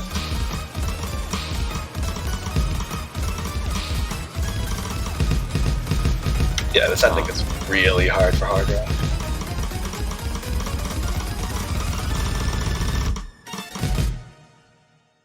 Jeez, okay.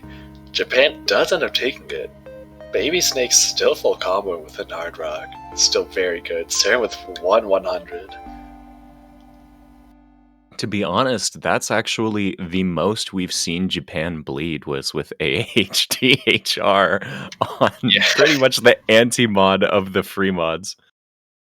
I mean, Portugal was keeping up. Unfortunately, their accuracy was just not up to par.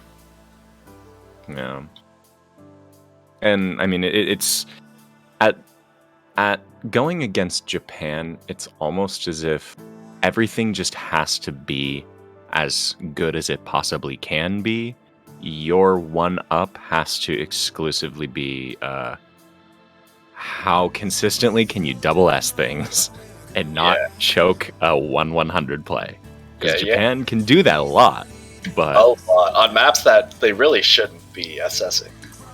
Stuff like DT1, which right. a lot of players have had a lot of issues with.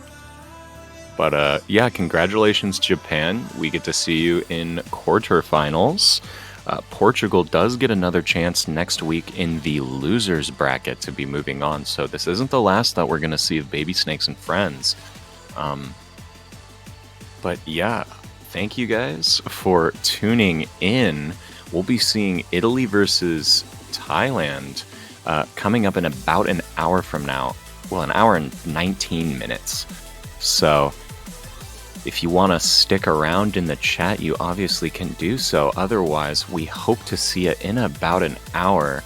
I've been Mr. Boo, joined alongside Janitor. And yeah, have a wonderful rest of your day.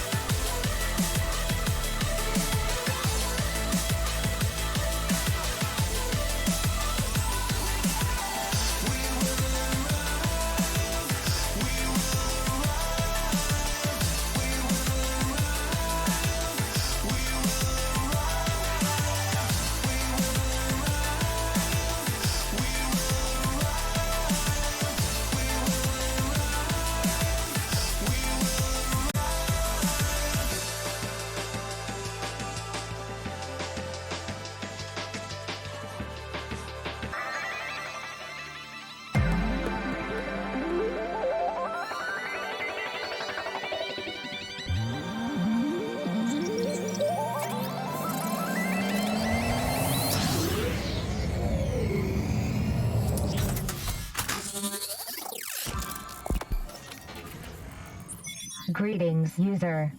Neural link established. Ready for takeoff.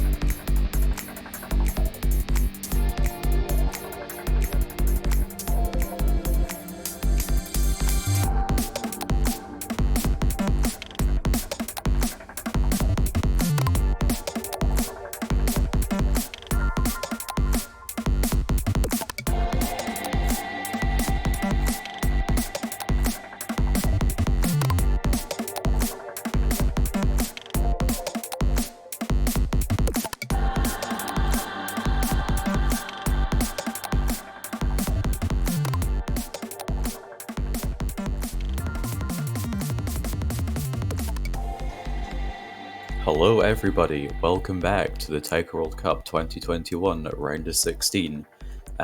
We are going to be watching the match between Italy and Thailand. I'm Teasel and I'm joined by Janitor today. How are you doing? I'm doing well, thank you, and this is the last match of the weekend. I think a lot of people are excited to see how Italy is going to perform. Yeah, Italy's got a lot of eyes on them for being an incredibly strong team this year with the potential of getting top 3, so a lot of pressure on them to perform. Yeah, kind of like Brazil, they've been slowly building the roster over the years. They were actually top 6 last year, which is the highest they've placed. And this year, they're looking to go all the way, I think. Yeah, seems like it. And Thailand has a lot of eyes on them as well, with being a fairly kind of newish team this year. They have had teams quite a few years ago, but this is the first year that they've properly gotten a good roster together in recent years, and they've done pretty well so far. So yeah, it'll be good to see how they perform on these pools. It's certainly a hard round of 16 matchup for sure. Not a lot of teams want to be facing Italy in the round of 16. You could say that about so many of the teams so far. Yeah, the competition this year, especially for the podium, is really rough, especially with Taiwan and South Korea, and the UK getting a little bit gutted. Yeah, for sure. But that's what just makes this year all the more exciting. Yeah, the battle for top 2, and potentially against Japan, but we'll have to see about that. Yeah, well, if any predictions from anyone is correct, then we may be seeing Japan getting dethroned this year. Yeah, maybe. Oh wow, there's a 97 rolled. And looks like Thailand only rolled 21.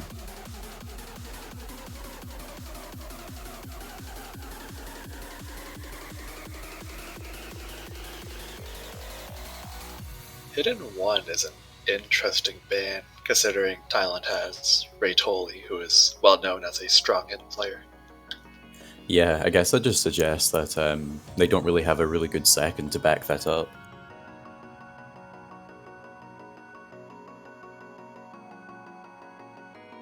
And a second hidden ban. No more hidden pool.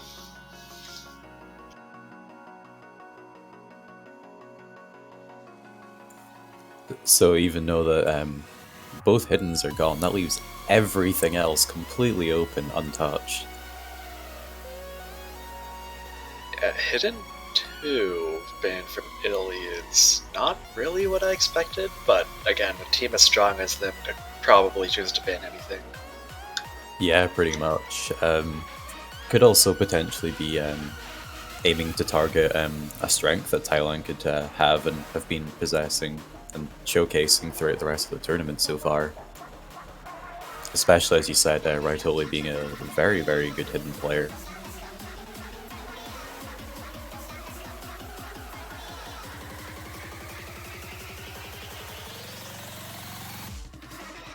We have Nomad 3 coming from Italy.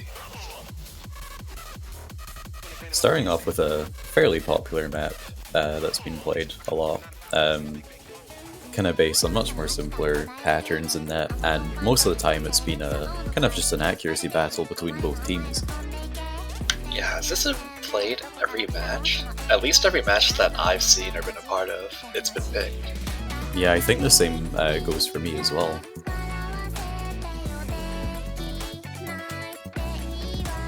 Oh, we actually have A40 and Coed coming in for Italy.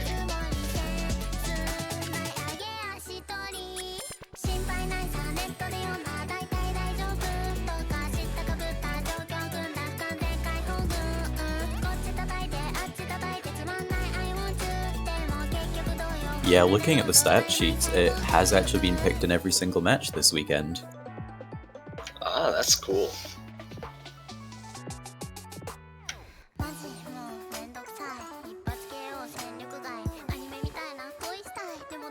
A40 almost started playing with no hit sounds, which is definitely not what you want to do. Yeah, well, some players do seem to find that a bit easier. It's not very common at all, and yeah, you're expecting there to be hit sounds and there are none, it could really throw you off. Yeah, there are some no hit sounds players, but usually if you're used to playing with them, playing without them is not a great idea.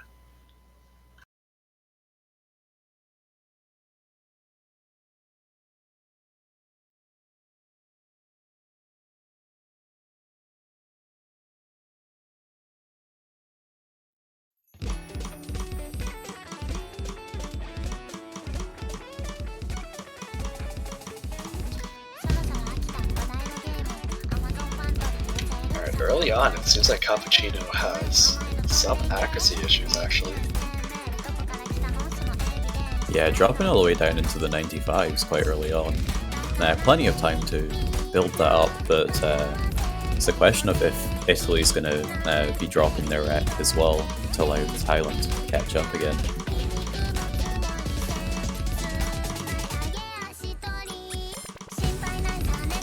As your bar is kind of all over the place, so I'm not too sure. And a miss too.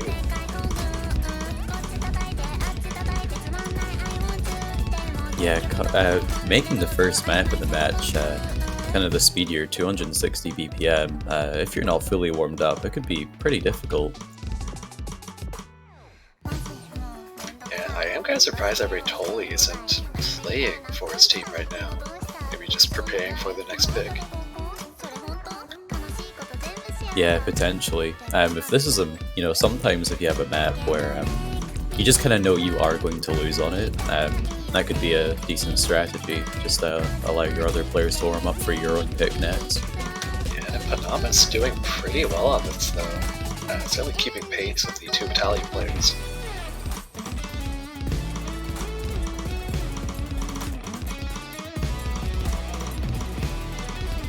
Yeah, despite the double S being on the board for this map, very, very strong accuracies coming from the other three.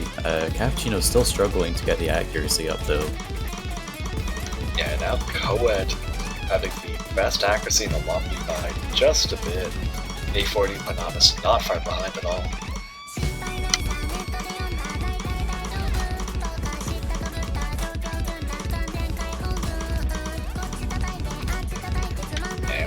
Cappuccino unfortunately dropping below 90%. It seems like this is going to be Italy's point.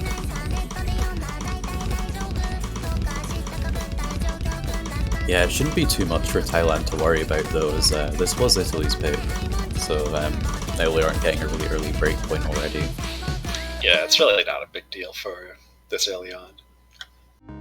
Oh, A40 actually getting the best accuracy in the lobby, and the best score due to Coed getting some stray 100s near the end. Very strong performance all around though.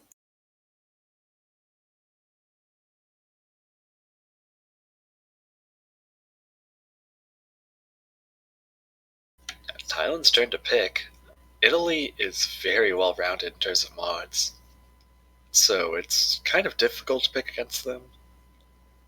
Yeah, even when it comes to the free mods, I think unless Thailand are able to kind of 3-mod it, they're going to be struggling to even get points on those. So they could potentially just be safer on the no mods and trying to just have a better accuracy. Yeah, you would need to have, like, I don't know, a peaceful level player to confidently pick free mod against Italy. Looks like they completely go against what I thought and go for free mod 3. Well, I appreciate the confidence. It's definitely not a bad choice. Bertoli is a strong hit hard rock player in their own right, and Panama's having strong performances on hard rock. Yeah, this could work out in their favor quite well. We'll just need to see how Italy responds. Italy also did lose, I think, a point to... was it China in group stage on the free mod? So this could be an attempt to repeat that. Yeah, definitely sounds like it. If they've been looking back at the group stage to see how Italy's been performing so far.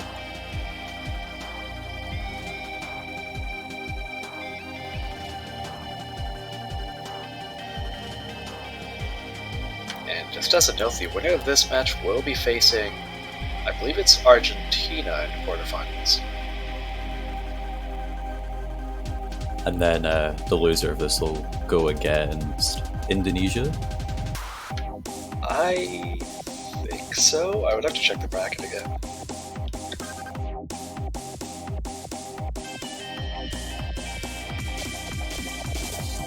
Yeah, I always struggle to remember the brackets off the top of my head.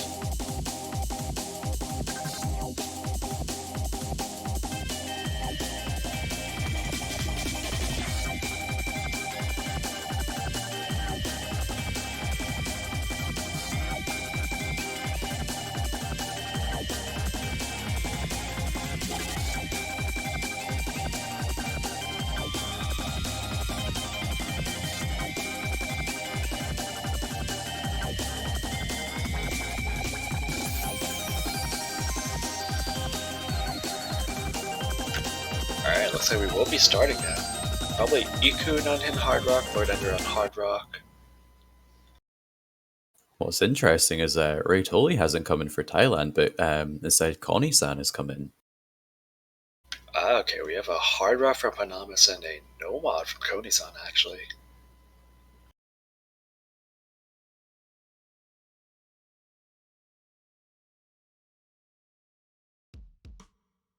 Yeah, so Italy is having a really strong kind of extra mod bonus here.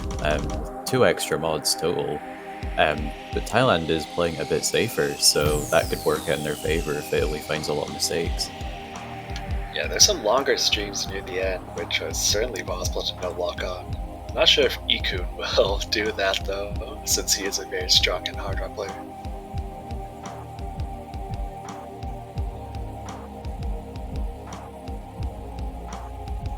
Well, so far it looks like it's playing in Thailand's favor based on the accuracy alone. Yeah, those early notes are very hard to time within hard rock.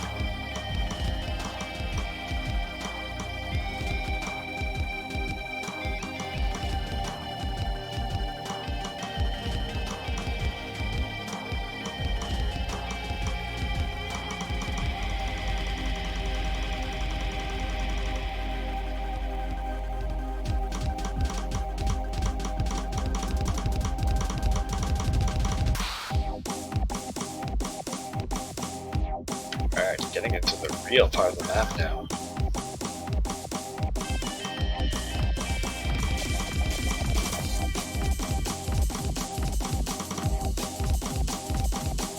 Ikun and Koni-san with roughly the same accuracy, but a double mod difference could put Italy a lot ahead.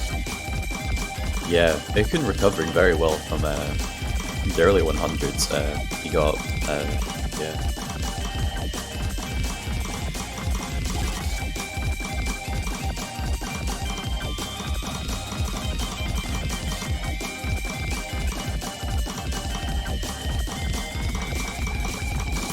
Ikun seems to be recovering from his early accuracy drops. And Lord Ender too, with a 99.5% accuracy with hard rock. Yeah, Bonamus also staying above the 99. Koni-san struggling a little bit more with the accuracy and does find a break as well. And that's going to put them behind.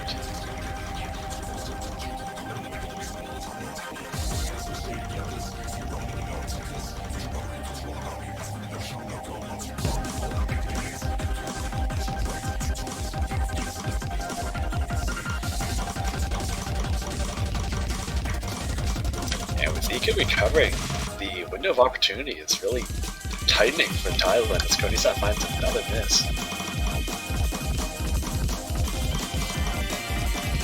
Yeah, well, the difficulty of the map does increase quite a bit towards the end. With such a strong lead that Italy has at the moment, they have quite a bit of breathing room for any mistakes that come in. Yeah, there's still 2 full combos. Yeah, that double miss coming from Thailand pretty much seals the fate of this map. Yeah, Ikun's still holding strong, recovering back up to 99 now. That's just the ending 1-6.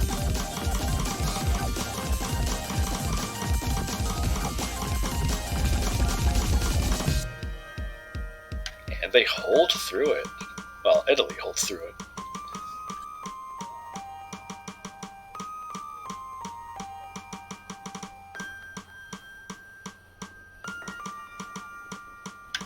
That's a very strong team play from Italy right there.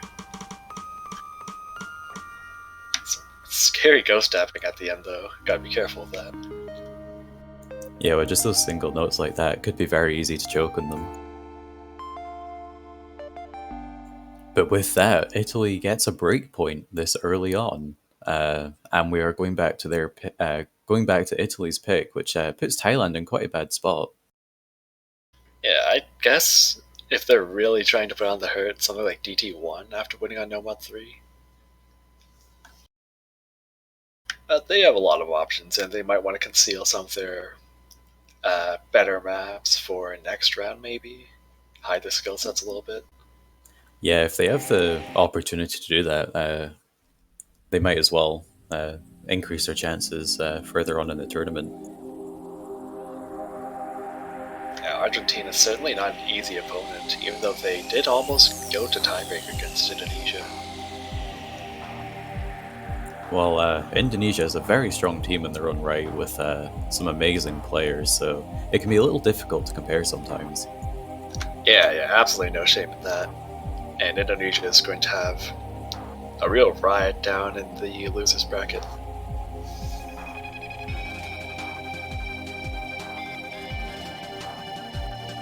I would also assume that they would have a pretty strong lineup for Hard Rock 2. They have Ikun and Lord Ender, who are very strong Hard Rock players. Oh, I never even considered that. Yeah, that could be a very strong pick by them. Although Thailand definitely isn't weak at Hard Rock, that's for sure. So that could be an interesting map to play. Yeah, Panam is certainly a good Hard Rock player as well in his own right. Oh, Nomad 2. It's interesting. Going for pretty much the opposite of Hard Rock. Much slower and kind of very much focused on finger control. A40 coming in. Is Code coming in as well? Nope, we have Ray Tolley playing for Italy. Alright, Ray Tolley defecting.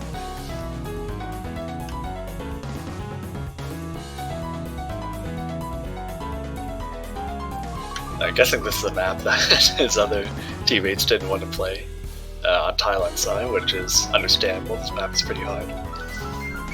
Yeah, it's one of those ones that probably looks deceptively easy. I personally haven't played it myself, but yeah, I can imagine it would it'd catch you out. That's BPM and snapping changes. It's only 7. There's one part in the middle too where the snapping gets really weird to look at. But there we go, as you predicted, Coed is coming in for Italy.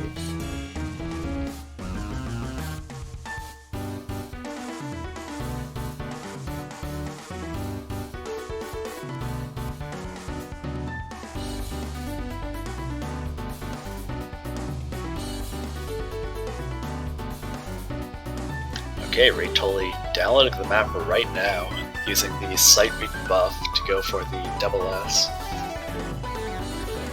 Yeah, I mean, at least it probably means that there's not going to be mind blocked on any sort of pattern from over practicing it too much. That's true.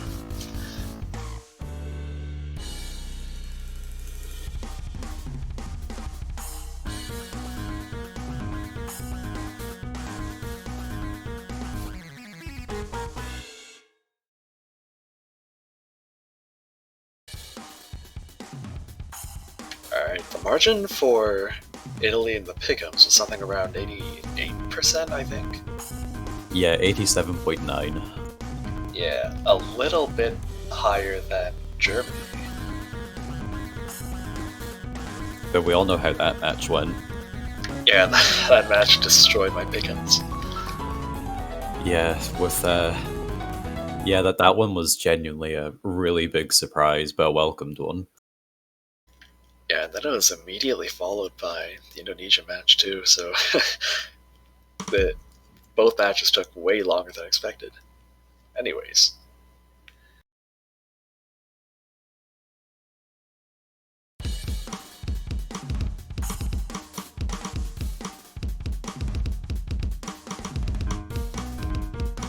Well, it looks like Panamas is struggling with this a little bit, actually finding some really early misses.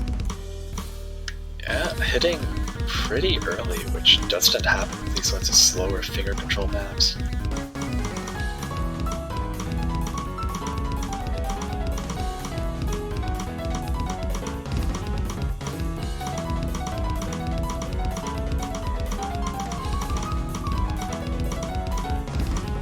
And with A40 dropping their double S, everyone has been dropping accuracy, and Raitoli finding quite a few misses and all these crazy snapping changes. Yeah, and we have this section, which I would say is the hardest to hack. It's just really weird. I'm not really sure what the rhythm is.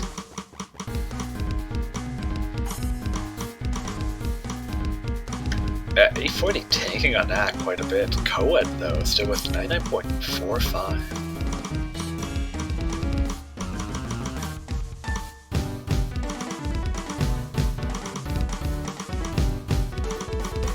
Coed does find a miss on a triple there, leaving A40 the sole full comboer. Yeah, Coed scores not really too far though because of accuracy.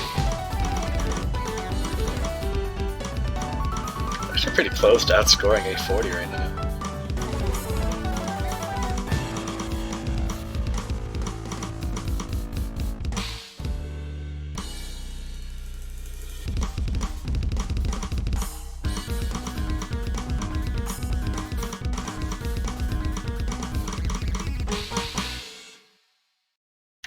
That will be a double full combo from Italy, with pretty good accuracy as well. Coed with only 6/100 but one miss.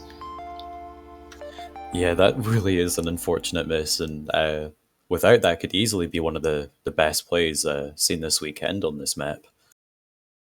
Yeah, and quite the performance from A40 with the top score in the lobby. The sight reading buff not working out too well for Thailand, finding quite a few misses throughout the map, but still pretty good plays nonetheless.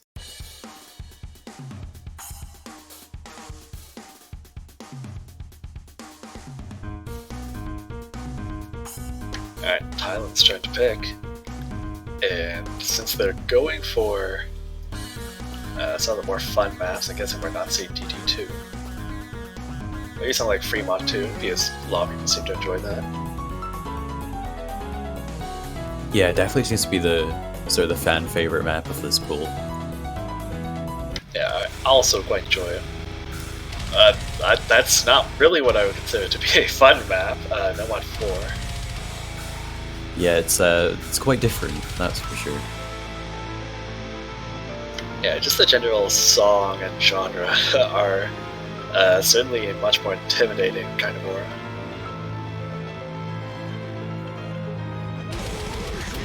Perhaps we're leaving Fremont 2 for last to go out on a banger. Maybe.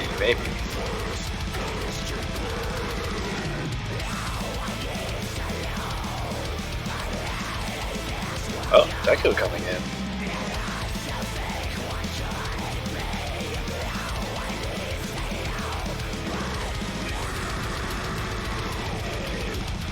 And more that are swapping in too.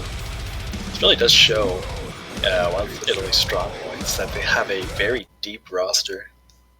And they can switch in players for whenever they feel comfortable on something. Which isn't something that all teams can do. Some just have to deal with having only 2 or 3 players. Yeah, definitely.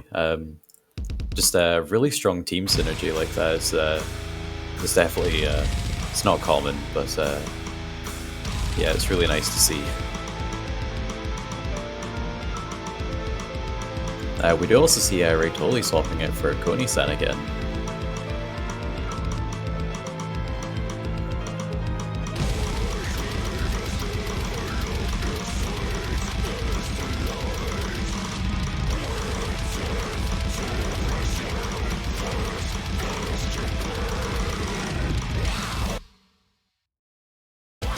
Taiko dropping a few hundreds at that intro.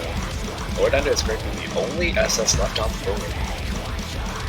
Konami's really not that far behind with 99.88 accuracy. Yeah, all 4 players doing red. Well, okay. Alright. Well, okay, he missed again, but his accuracy is still not bad. Tony-san picking up another miss as well.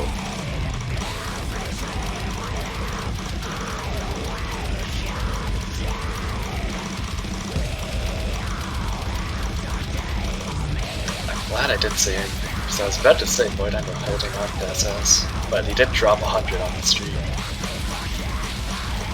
The cursing is now gone from just talking about it to thinking about it. It's just intention at this point.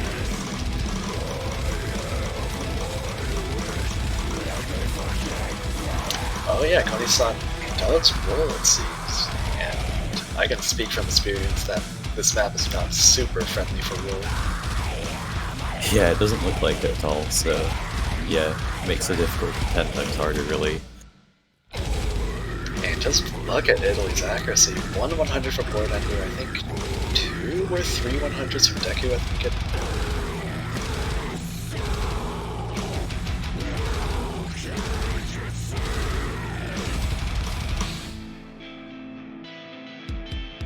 Yeah, it's really crazy scores coming out from them. And after the 1/3 section, there isn't much more left to really trip up the Italian players.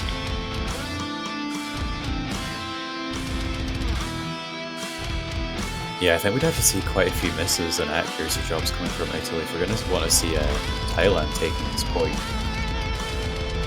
And there are a few more kind of weirder streams at the end. But both of these players are very well versed in these kinds of maps.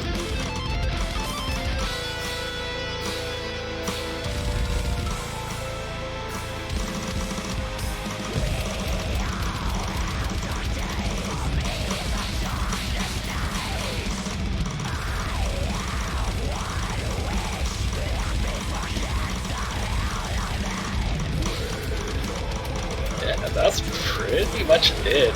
So unless Lord Ender and Deku fall asleep or something, they're probably going to take this point.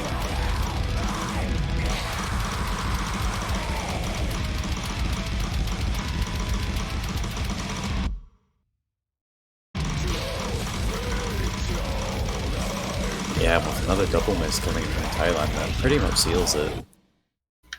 Is Lord Ender... No, okay, he's just a little bit behind. Alright, just banshee moments. That could have actually I could have swapped the tide over to Thailand if that was a disconnect. Yeah, that would have been really unfortunate. I think that was 2 reverse SS chokes from Deku and Lord Ender. Very impressive team score there, wow. 4 100s total. Really shows how scary Italy can be on these sorts of streamy maps.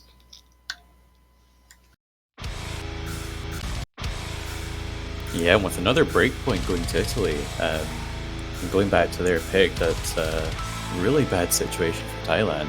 If Italy win their own pick, that puts them into to match point. That's what it's called. No, I can't believe Italy would do this. How can you say that Thailand should be having fun when you pick DT2?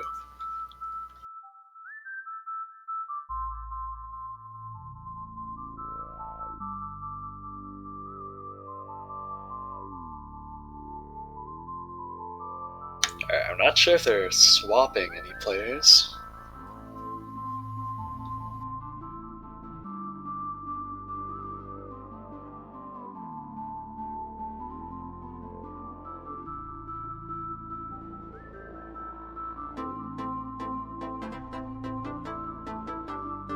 Okay, swapping their positions a little bit. So Lord Ender is now in control of the hit sounds. Exciting stuff. Yeah, if you have slot 1, you are obligated to ghost tap.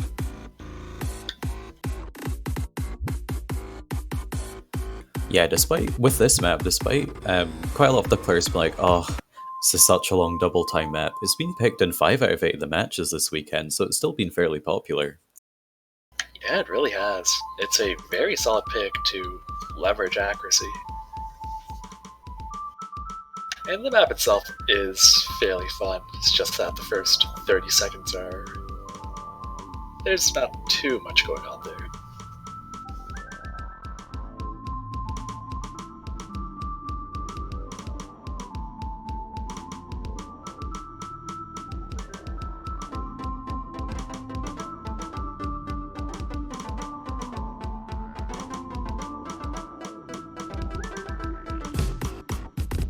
And in this early doublet section, only Lord Ender is holding on to his double S. Is that client? I reckon that's client. I hope that's Based- client. Just based on the pause, but it's taken a while to catch up.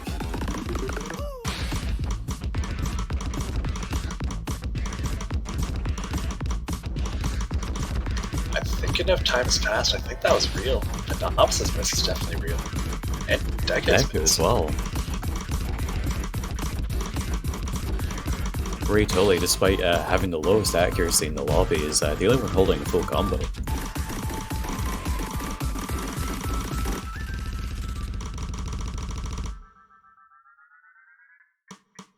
Alright, well, Thailand might actually have a chance here. It's just Lord Ender's accuracy really keeping Italy afloat.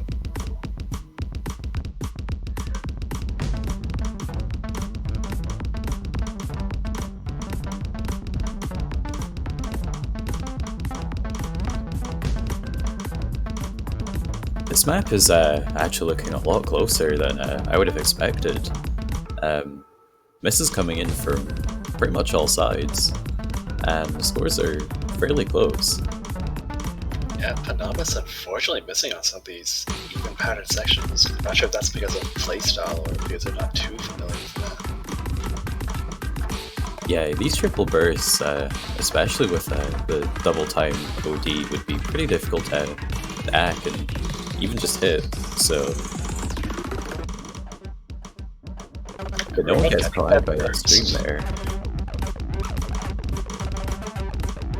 And Lord Ender still with insane accuracy, despite that early miss. Yeah, with Lord Ender being a very well-known double-time player, setting really crazy scores using the mod, it's not too much of a surprise that he's finding this pretty easy overall. Yeah, he's just really rocking. Deku also recovering back up to 99. Totally still full comboing, but accuracy is not as good.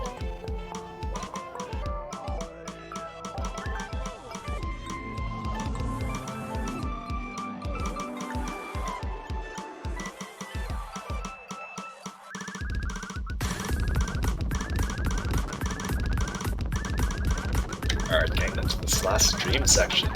Certainly caught players off guard before. I know, because I missed here yesterday, and that wasn't fun.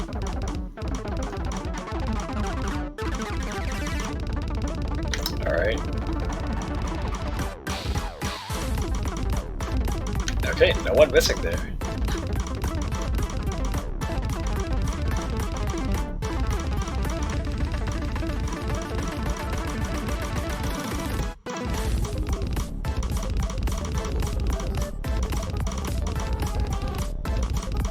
Okay, it seems like Italy will be taking this. Lord Ender with 99.8, wow. That's insane. Right, totally still holding the full combo as well. And even Bonamus has really come back from the early misses, almost at 1,000 combo now. Yeah, dang, Lord Ender is on like probably 7 100s one miss, something like that. Maybe 6 100 actually.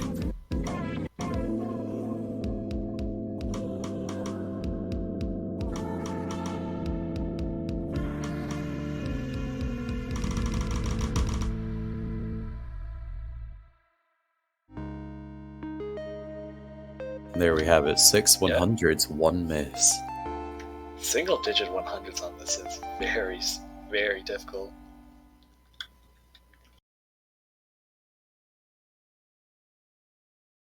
And I think the lowest 100 count we see on this map so far, Peaceful had I think 11 100 when he played. Brazil had some pretty good accuracy on this too. Yeah, it's definitely up there. But we are now at match point for Italy and back to Thailand's pick. If we're going to want to see Thailand take this, you're going to have to win the next 5 picks in a row and then the tiebreaker. Yeah, they have a long road ahead if they are trying to come back.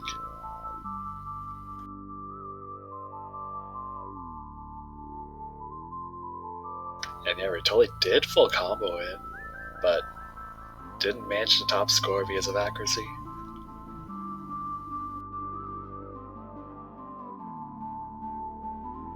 Yeah, it just shows how important accuracy is in Score V2 and Taiko.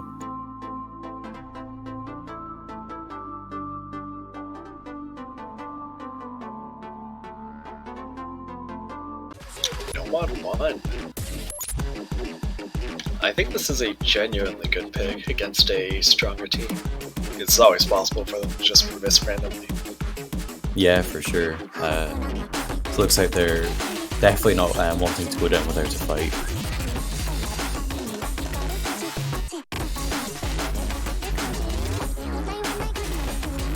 Yeah, this map is really just a nerve check. It's like a couple of spots where if you're thinking about it too hard, you're going to end up missing.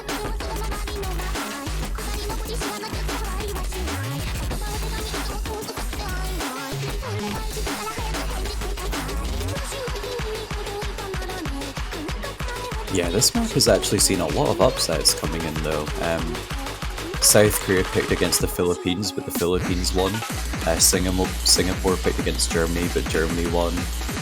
Argentina picked against Indonesia, and Indonesia won it. So, yeah, maybe we could see something similar happening again, where Italy take this point instead. It's definitely possible, though Italy has been fairly consistent so far.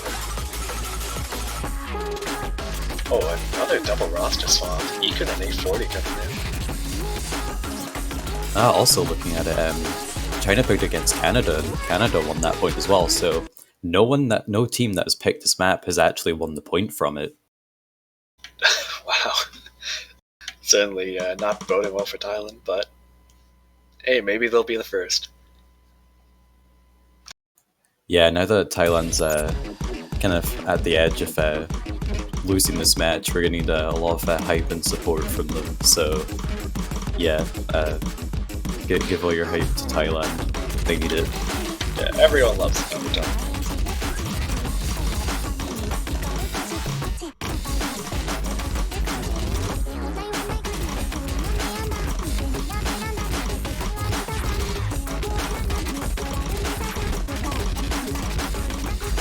Thailand is certainly competitive right now.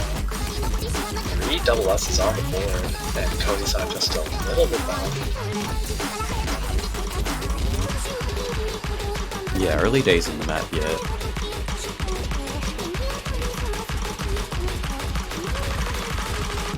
Yeah, but Italy right now, not giving them any breathing room whatsoever. Ray Toley dropping double S as well.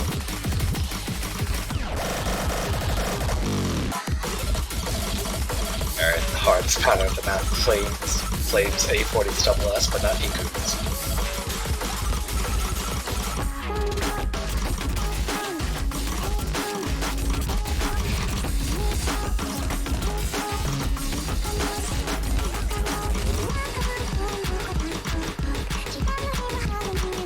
And it's still really close. If Italy ends up finding a miss on the SB stream section, it could be in big trouble.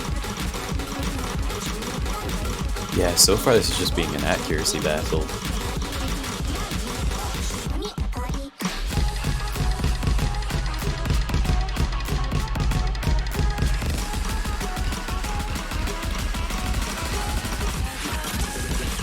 Ekun also dropping his double S, but 2 100s is not really all that different. Oh, and a miss from 27, but it matches it. Yeah, Cody Sun not able to handle this SB section with the doublets. Oh, yeah, if he's rolling, then those DK doublets are probably not too fun.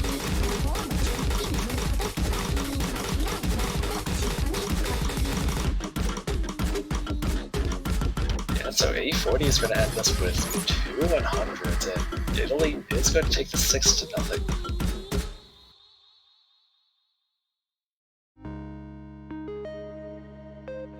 And there we have it. Italy is the victor of this match. Yeah, we had some very good matches early on, but it is still round of 16. Not every match can be a Germany versus Singapore. Yeah, definitely. And if we've learned anything from this match, is it don't pick No Mod 1. Yeah, it doesn't work out, it seems. We will be having the showcase in roughly 20 minutes for the quarterfinals pool. I think it's still us two, unless one of the poolers are joining us. Potentially, but I should still be around. Alright, so that concludes the round of 16 for the Taiko World Cup 2021. We will have the showcase in 19 minutes now. So we'll see you there. Oh, and also buy banners. You can Oh buy yeah, banners also on the floor. banners for only $2.50 USD, no tax. You can either support any team you want, and if you end up supporting the winning team, you get to keep the banner for even longer. Yeah, and it looks great on your profile, so go ahead and do that to help support the prize pool for this tournament and that. So yeah, if you want to support the World Cup, yeah, go ahead and get a nice banner for your profile.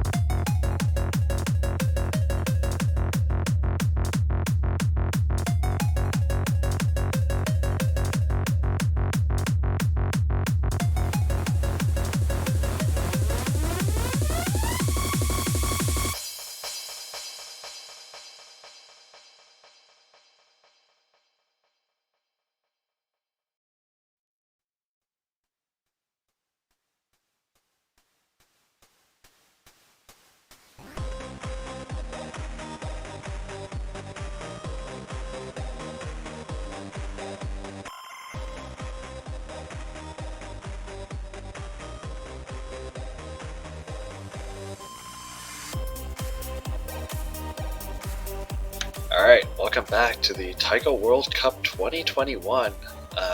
I'm Janitor, joined by Mango here for the quarterfinals mapful showcase. Hello. How are you doing so far? I'm doing pretty good.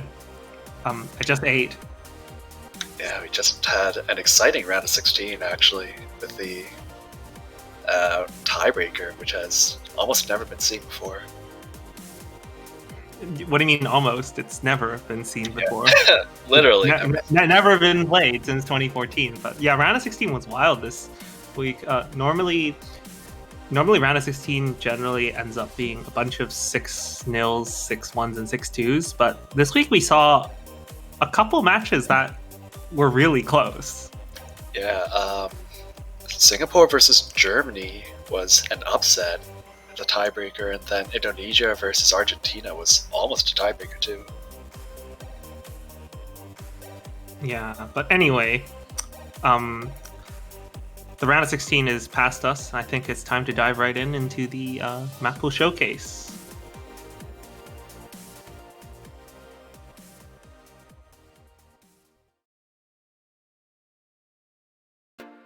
Alright, so we have No Mod 1 here, which is Finn Arcadeer by Ozzy Ozrock. Replay by Celtic Rival.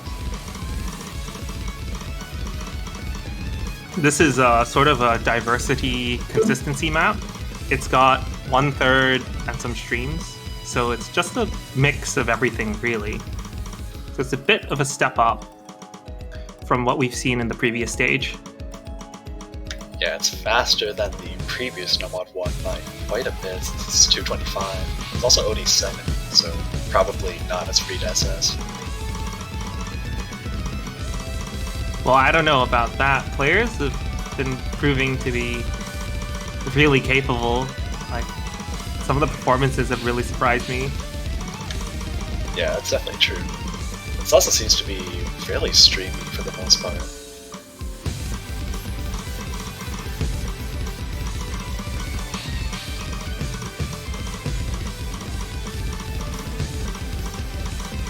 It's also a really good song. It is quite a good song. I've been very happy with the song choices for TWC so far. I'm just waiting until all the breakcore starts settling in.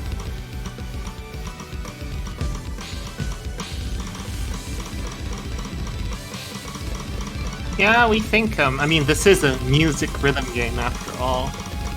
What's the point of having good maps if you can't have good music, right? You gotta enjoy it while you play it. Yeah, that's a good point.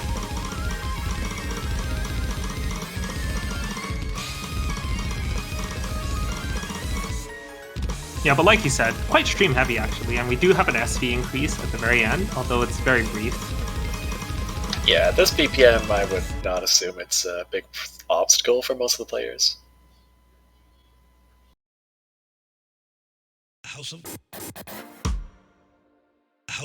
Alright, moving on to No Mod 2, we have 8284-TM by Daza. I don't actually know how to pronounce it.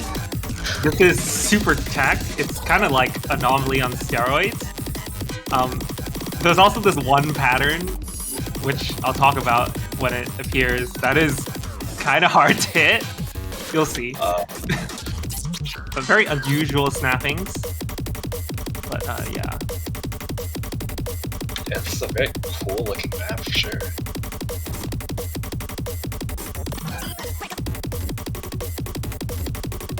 I do believe Daza is a player in the Taiko community, actually.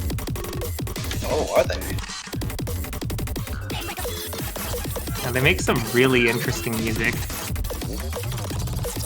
Ah yes, this replay was played by Celtic Rival.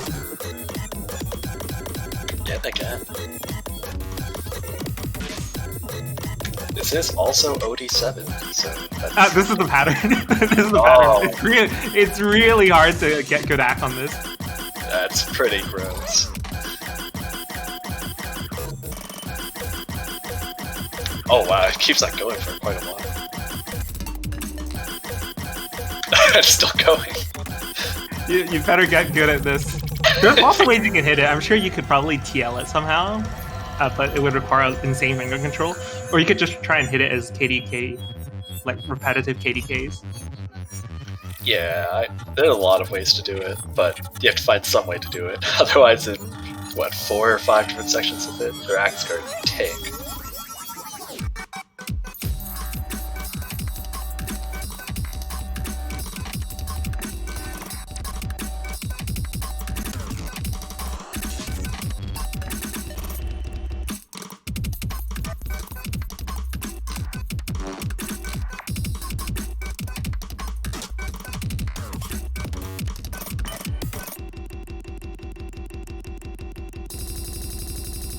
This was actually a fairly lengthy map, clocking in at almost 3 minutes. Yeah, quite a lot of time to have to hold your accuracy for.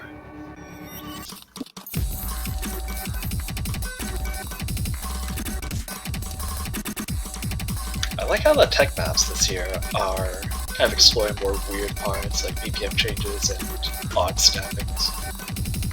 I think the meta has evolved.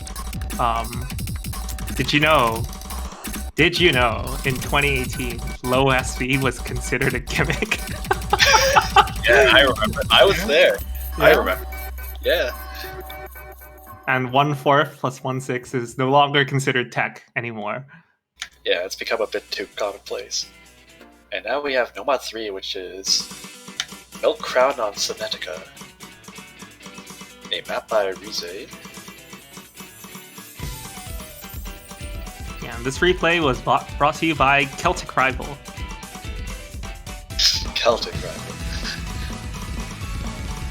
It is kind of slower than the previous Nomad 3, which was, I think, 270. This one is 250. No, my previous one was 260. My Cyborg was 260. But this is way denser. Featuring longer patterns and passages. It's also a longer song as well. It is also... And higher OD requirement. Yeah, a lot of OD7 maps, which is definitely a good thing when you're dealing with all these very good teams.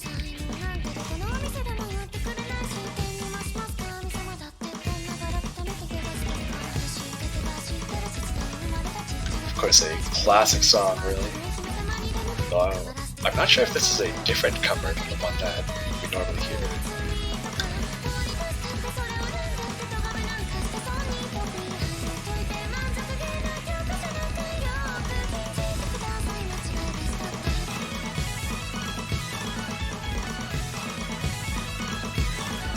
Yeah, Celtic maybe even rivaling Animal here.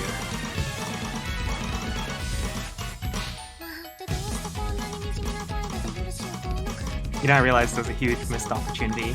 I could have done something about dyslexic rival or something. That would have been pretty good.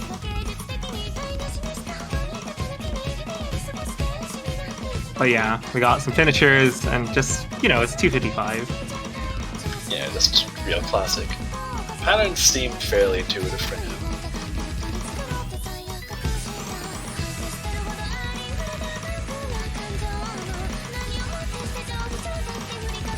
I think for most players who are accustomed to playing sort of high-ish comfort BPM will have no trouble with a map like this. Yeah, Nomad 3 was picked every single match in the round of 16. I don't think it's going to be much different for that.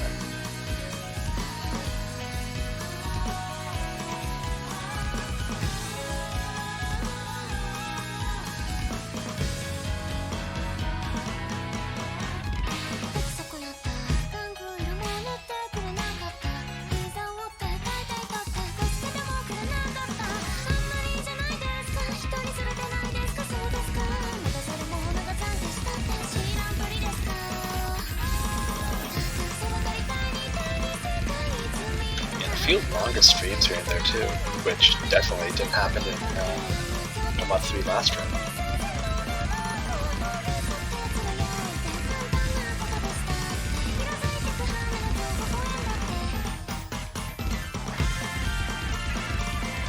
Technically, the map in the previous round was slower. Faster, sorry. Yeah, by 5 BPM. Oh, that's a pretty long stream right there. And this is actually really dense with the finishers as well. Certainly trickier than I'm My Cyborg.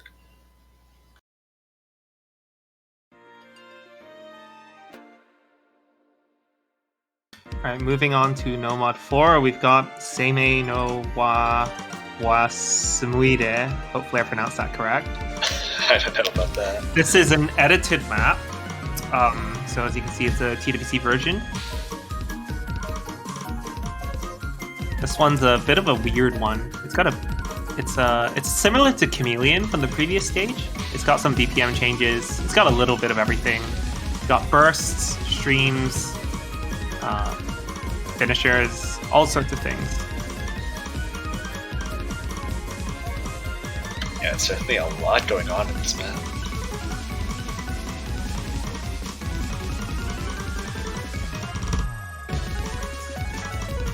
Wow, this Cell Triple guy seems like a really good player. Yeah, almost like as good as that Celtic rival guy we saw earlier.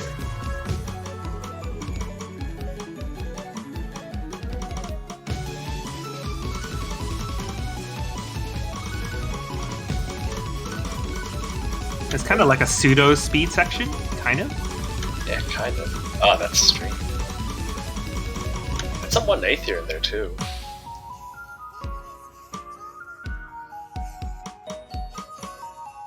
Yeah, so while Chameleon from the previous stage was more focused on accuracy, this one is kind of more focused on keeping combo, because I'm sure we can expect to see more misses. Yeah, it's definitely technically harder than Chameleon, even though it might be easier to SS. Oh man, okay, that's a problem.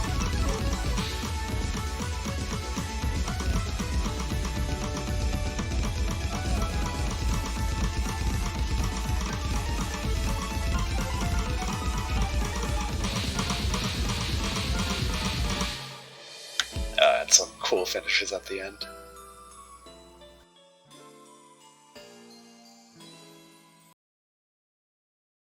Alright, now we have No Mod 5 by Zetrical, played by Zetrical. This is an N-Wolf map that is a custom map. Can we have 0% background dim on this one? Because we really need to see the glorious background that is No Mod 5. I see it now. Funny Dog versus Polygon Dog. Oh yeah, I didn't even notice that. Oh, and Taiko Nader in the background too, of course. Yeah, this is the gimmick map. This is Easy FG, so if you remember from last year's group stage, we had Cloud by Easy FG, now we've got Flufflyer. Well, some minor SV stuff going on. So the ninja notes are the same pattern repeated twice. I see. Save you a trip to the editor. Okay, yeah, I see it now.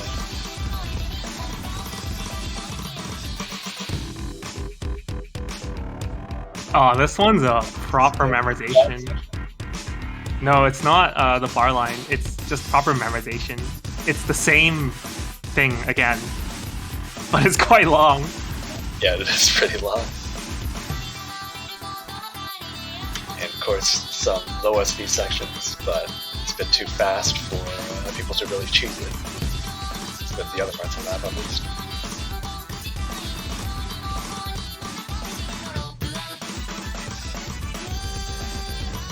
You think this is a contender for the best background?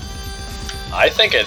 Is there anything else that can really compete with this? Well, we had Jai doing the groundhog background last year, which was really good. That was pretty good.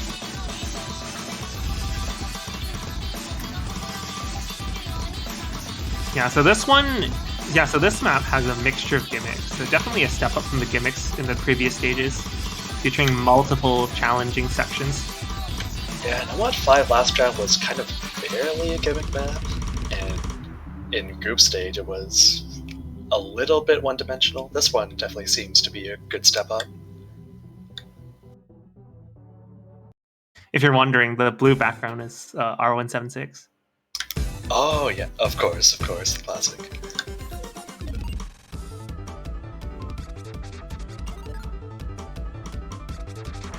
Alright, now we have Hidden 1, which is that an L or is that an I? I think it's slow. It's XLO. Oh, XLO. Custom map by Zkane. Zkane? Zkane, I guess? I've been calling him Zkane. I have no idea. Let's see, slower tech hidden, 165 BPM. So I think like marginally faster than Afro Knuckle. Yeah, but this one has a lot. It's got weird rhythm. It's got like 1/5, I think. Of course. Also the replay by Zelda Servial. Yeah, I think we missed the replay from Zetrical earlier. Oh yeah, I think I mentioned it at the beginning very briefly.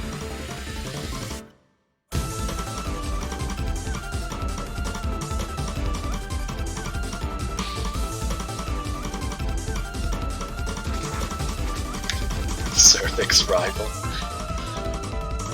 I think there's something kind of like that later.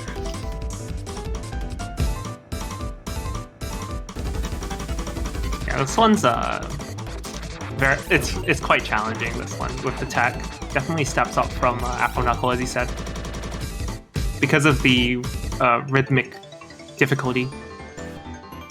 I can imagine that some of those gaps are pretty hard to time. And I always hate those sorts of low SP mono sections. My brain just can't keep up with it. They'll never say no to southkorea.uk.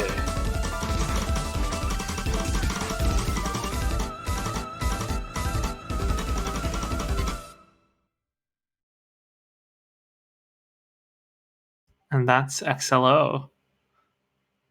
I love how the diff name tells you that's irregular time signature. And moving on to Hidden 2, we have a song that most people have heard of. It's Disconnected Hardcore, Cannon Blaster remix from Inspector K. This is a custom map by Zetera, and this one's a faster hidden reading, but with BPM change, for those of you who know what the song is about. Yeah, there's a loved set of the song, obviously a different kind of map. So I think a lot of people are familiar with the basic premise of it. There's also a ranked version of the song by... Who was it by? I forget right now, actually. Wasn't it Verdi? It could have been Verdi. Yeah, possibly. Anyway. As you can see, the SP does get quite high, so even though it's only like 210-ish BPM right now, the SP is definitely ramped up.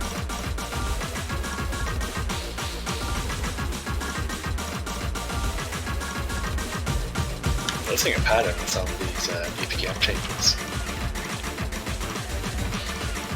Yeah, Cal Cribble holding on to double S.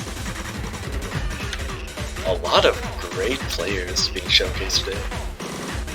The SP actually drops to a crawl here, so it's not just about speed hidden. And towards the end, with the BPM increase, the SP does get quite challenging to read, as you're about to see.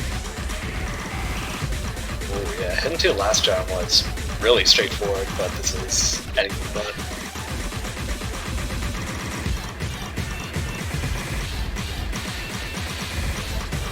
This ending seems very fast too. Fortunately, it only lasts for no longer than 10 seconds, so it's just a difficulty spike near the end.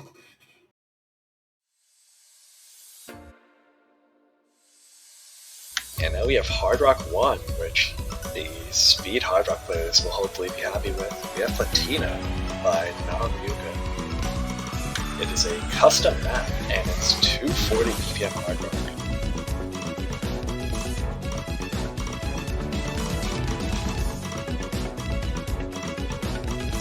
Played by Cell Trivia. Yeah, I didn't know he was that good at hard rock. Yeah, what a god. Yeah, this is a 240 HR with OD 8.4 after HR. It features very short patterns. You won't really see many long patterns here, but there are occasional 1/6 quads and 1/3 patterns.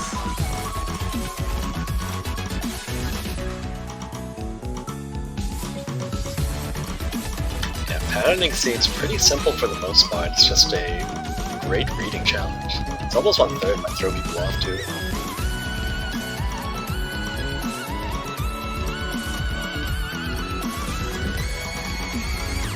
And there are plenty of breaks in the song to let you catch your breath while you read this.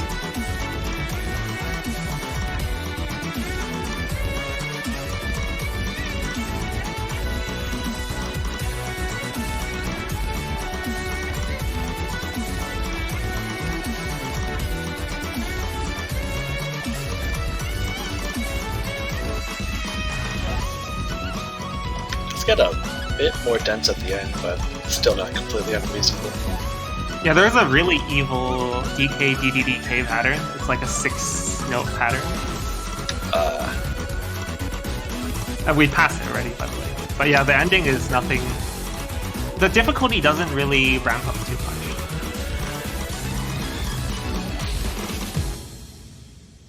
Yeah, if you can read 240, that shouldn't be too much of a problem.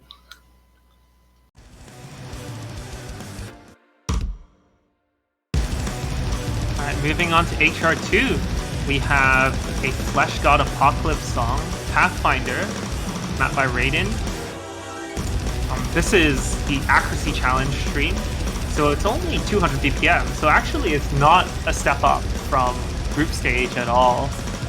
It's the same BPM, but the streams are much longer, and the accuracy requirement is much higher as well. This is pure accuracy streams and sustained reading. And it's OD10 with hard rock, or well, practically OD10.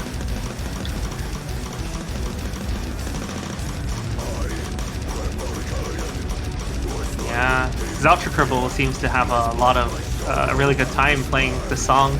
This is 4.5 minutes, so it's a similar length to Kipod from the previous stage. So this is the next map, which people will make TV2 jokes about. We do transition to a 1/3 section here. Oh jeez, this looks brutal for accuracy. But I believe that's the only 1/3 section in the entire map. Oh, okay.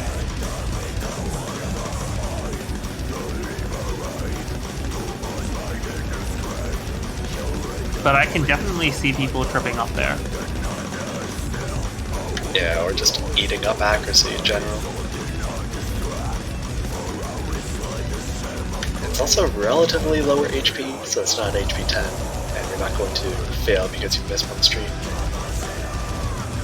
Yeah, wasn't unrestrained HP? Yeah, it was HP 10. Yeah. Yeah, I don't think it mattered for the most part.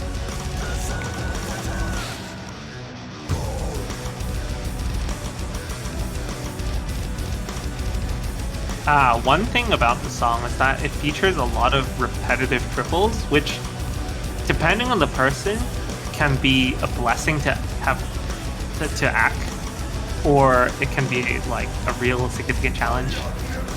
There are a lot of consecutive triples in this section. Ah, man, yeah. There's only 200 BPM, so it's not really too much of a strain to just single tap through it.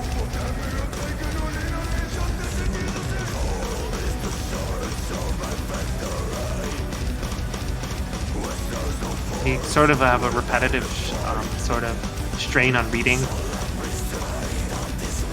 Oh man, this part is still going.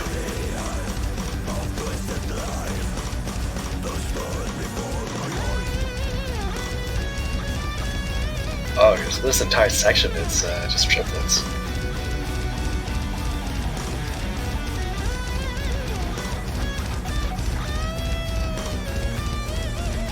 I'm starting to wonder how this would play for DDKK players.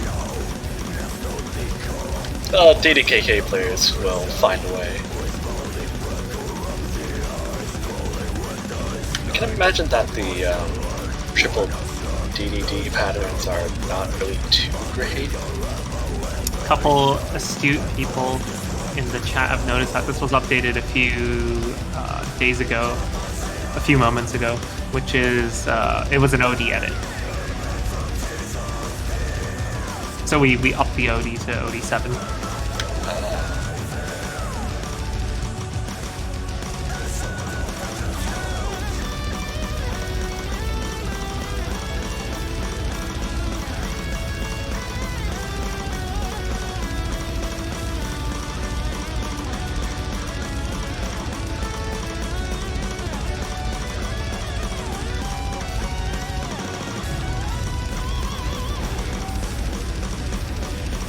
Just this last stream here plays out.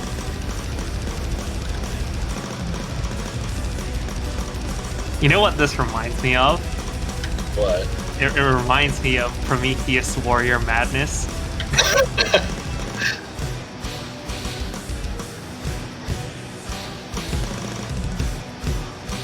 This legendary map that no one seems to know what it's called. Eventually, there'll be a song with that title. Just Eventually.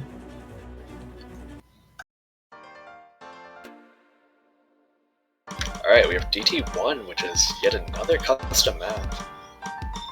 It is Grin. The song is by Hugh. Map is by Radar. Yeah, just a bit of context. This map was originally commissioned to the group stage, DT1, but then it was too hard, so we buffed it and moved it to quarterfinals. It's actually the highest SR aside from the tiebreaker at 6.95. This is just 1/4+1 streams. Very accuracy heavy. This is OD6 with DT. Oh god, what was that? Oh yeah, that pattern. What a pattern. Yeah, but Seltzer Trivial handling the pattern with Drake.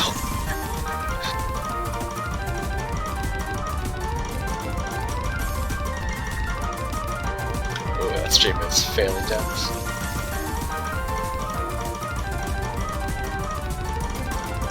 It appears again, in case you missed it. Well, second time's a charm.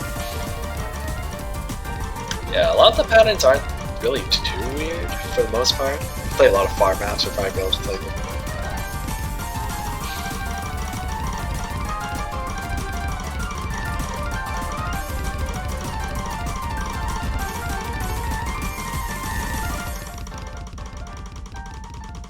Alright, that was DT1. Very short, actually. Only 1 minute 46.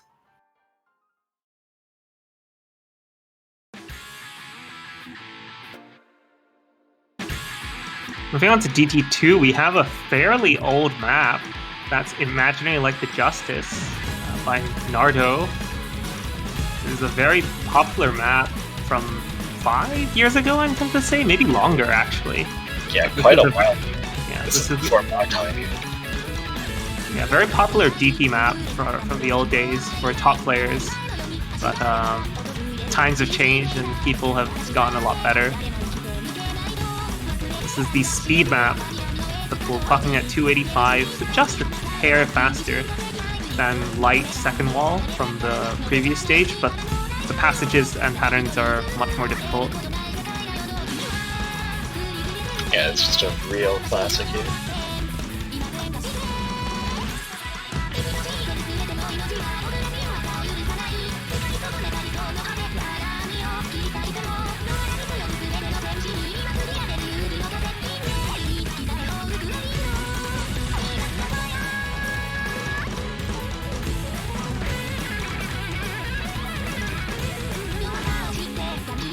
It's also longer as well.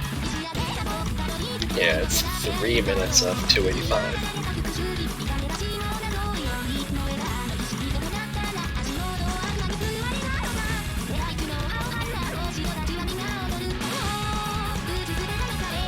It's also fairly... well, it's not too dense. There are a lot of breaks in between, but a lot of these passages are dense.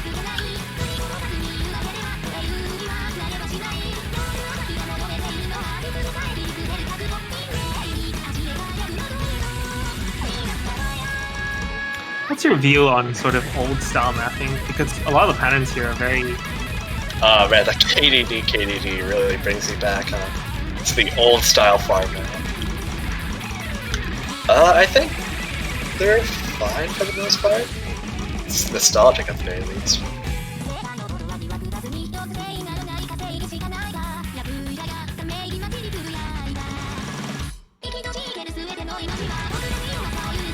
And of course, that K mono for all the PDK gameplays out there.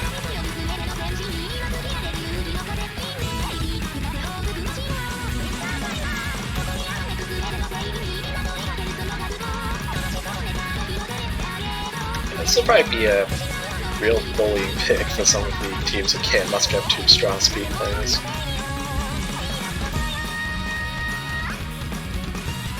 Yeah, you just gotta have a player like Central Dribble right here. Central Dribble. My favorite name is still not here yet. I'm waiting eagerly for it. Right, moving on to the free mod. We have Nephilim by Brimir, a map set by Dark Vortex. This is 207 BPM and OD7. It's fairly standard in patternings, really. It's sort of easy to mod for both mods. And very notable replayer here, Cervical Serial.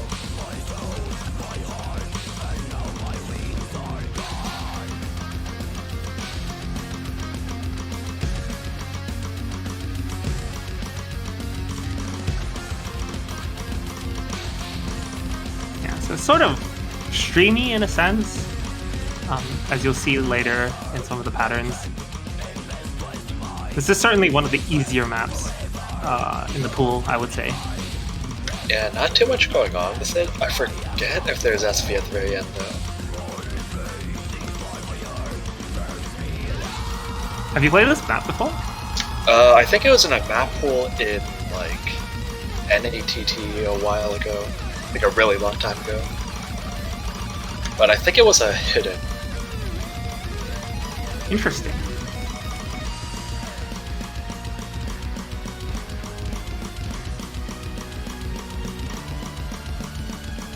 Yeah, a lot of top teams are probably going to try to find someone to hit hard rock this.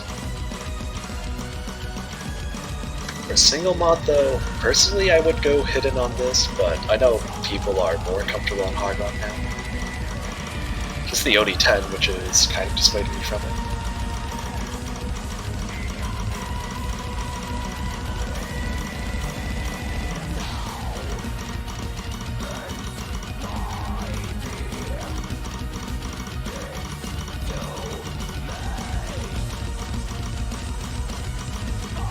Is that Celtic Cribble I see in the chat? Is it?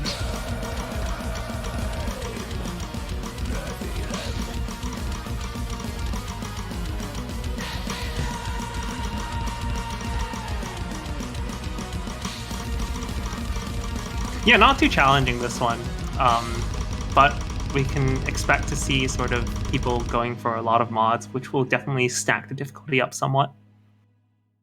Yeah, and with OD7 base, hit hard rock is going to be quite a show.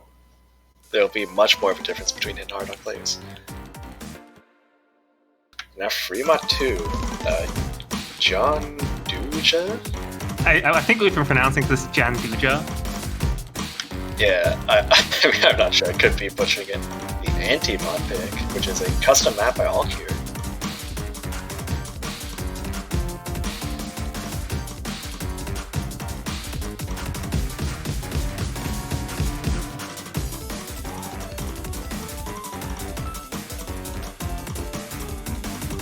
Yeah, it's got a bit of SV, smooth SV throughout, and it's got some weird snaps towards some of the, in the middle of streams and towards the end of them.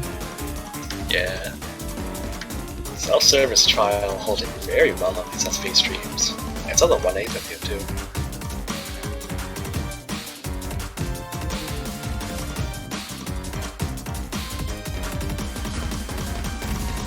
So initially you might feel this is favored for hidden, but we have an increased SV section to make it hard for hard rock.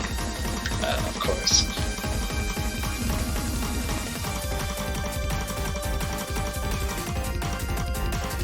And some more SV streams.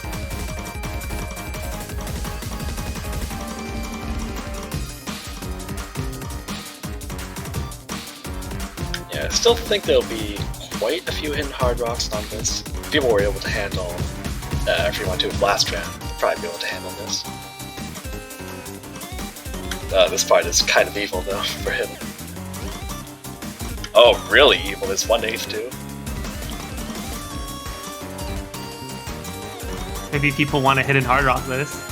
Yeah, maybe, but there's probably a catch to that.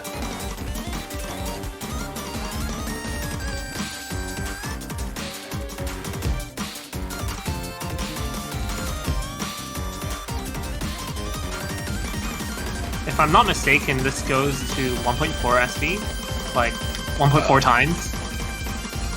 So 1.4 times 170 would be about, quickly doing math in my head, 238, I think? Oh man, that's pretty rough.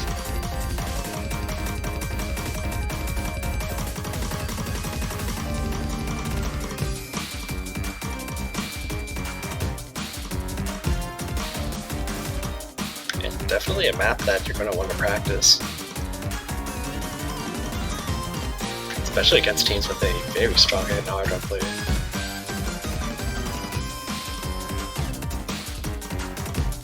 I like the song, it's very catchy with the finishers as well. Yeah, it does repeat a bit, but it's still very funky.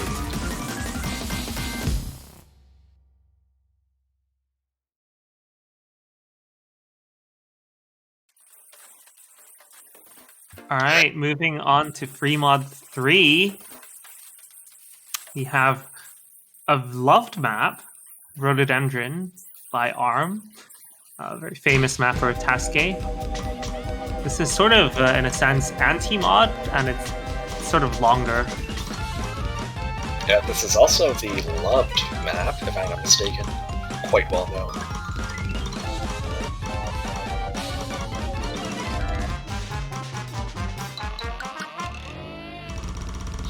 Yeah, I'm not sure if hidden or hard rock is worse on this.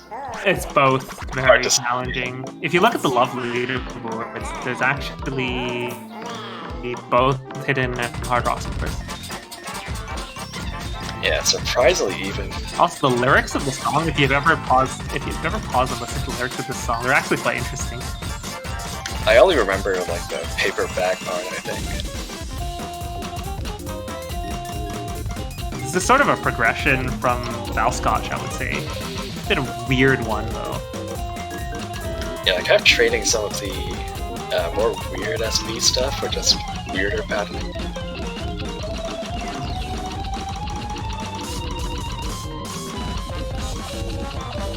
Yes, and it appears that we are watching Celtic Guardian 1400 attack, 1200 defense. Really nailing the patterns on this this map. This is my favorite one by far.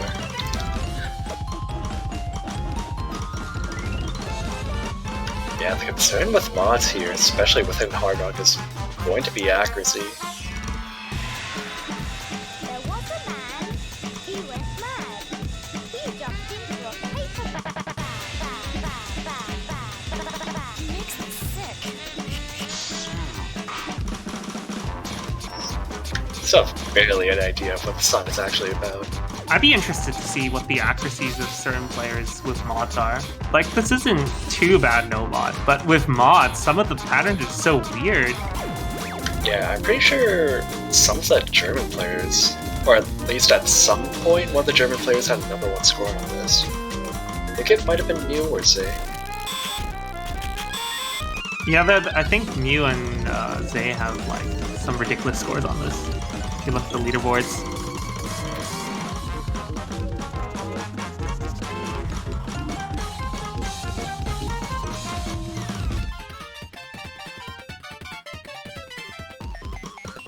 Who thought it was a good idea to put 280 BPM in free mod? and 250 BPM in free mod last round. Next round we'll see 300 BPM. Who knows? Of course. Okay, Mew number 1, Zay number 2. So looking to be pretty nice for Germany there.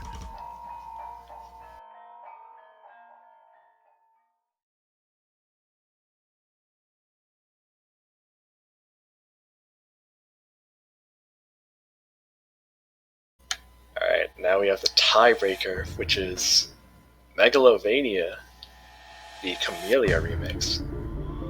Yeah, there are actually a lot of versions of the song, but we felt that some of the ranked versions were either too hard or too easy. So we settled with picking 7.7's version and make a few edits. Also the highest star rating by quite a mile, 7.61 I saw. And it's very deserved.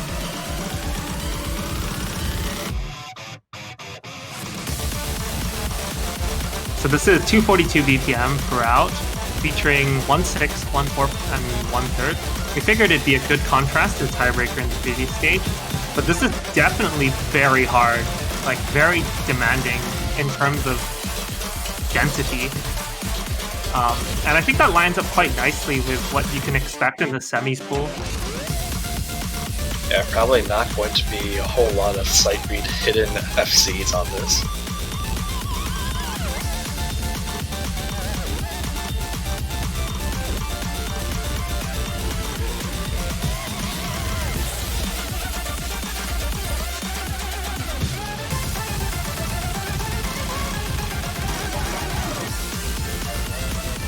Certainly looks pretty difficult with it too, with all these SV increases.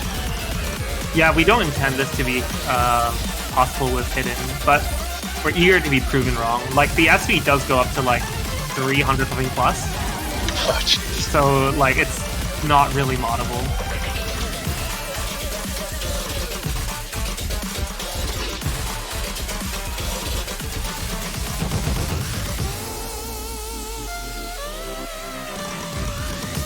Alright, we transition to a 1/3 and 1/4 mix here. Oh, I just noticed this is actually 6 minutes long too.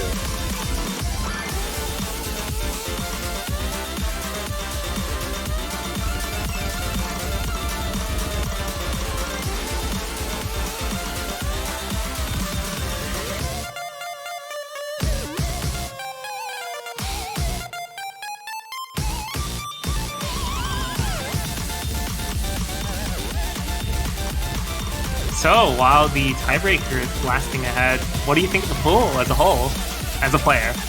As a player, yeah, I mean, definitely harder in a lot of respects. We have a 240 go high rod. Tiebreaker is obviously a lot harder. And some interesting specialization in the maps, like Nomad 5 is a lot more gimmicky. Some interesting directions for the hidden and double time.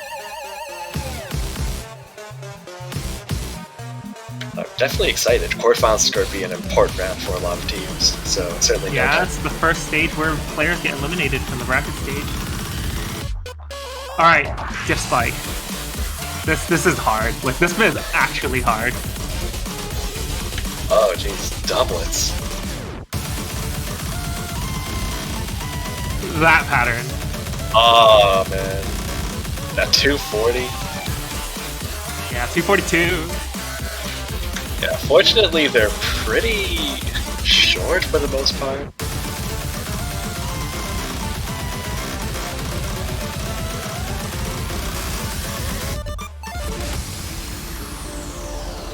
Yeah, it might suck if you're playing against a team with a player who you know is probably going to place hidden on it. You're gonna have to play hidden on it. We have a bit of a break. I mean, that was very demanding section. So you get like 20-second break here, and you gotta calm your nerves. I mean, I count this as a break as well. Although try not to look away from the screen because you might miss. Not totally not speaking from experience here. Yeah, you don't want that to happen on the tiebreaker. Personally, I find those sorts of breaks more nerve-wracking than anything else because you get to see the leaderboard.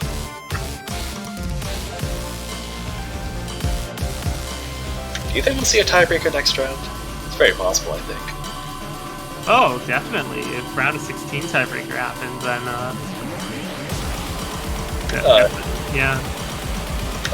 Love equivalent exchange and all that. Yeah, tiebreaker round 16. We might not get a tiebreaker for the rest of this tournament.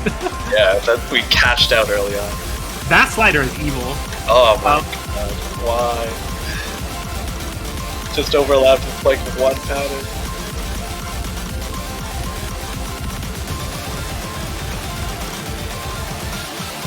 Oh, it gets a little bit faster too. Just for a little bit. I like that fight. That fight sounds cool. Luckily, most of the 1-6 patterns are fairly short. Well, except for that one, I guess. That's also a very huge dislike there. Ah, jeez. And this ending part too.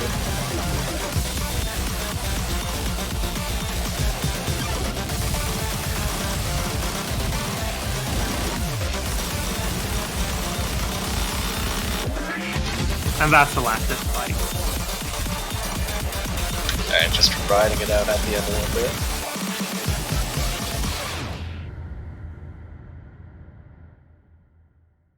Yeah, and that's Megalovania. Alright, thank you for joining us for the quarterfinals map pool showcase. Matches will resume next week after these schedules are out.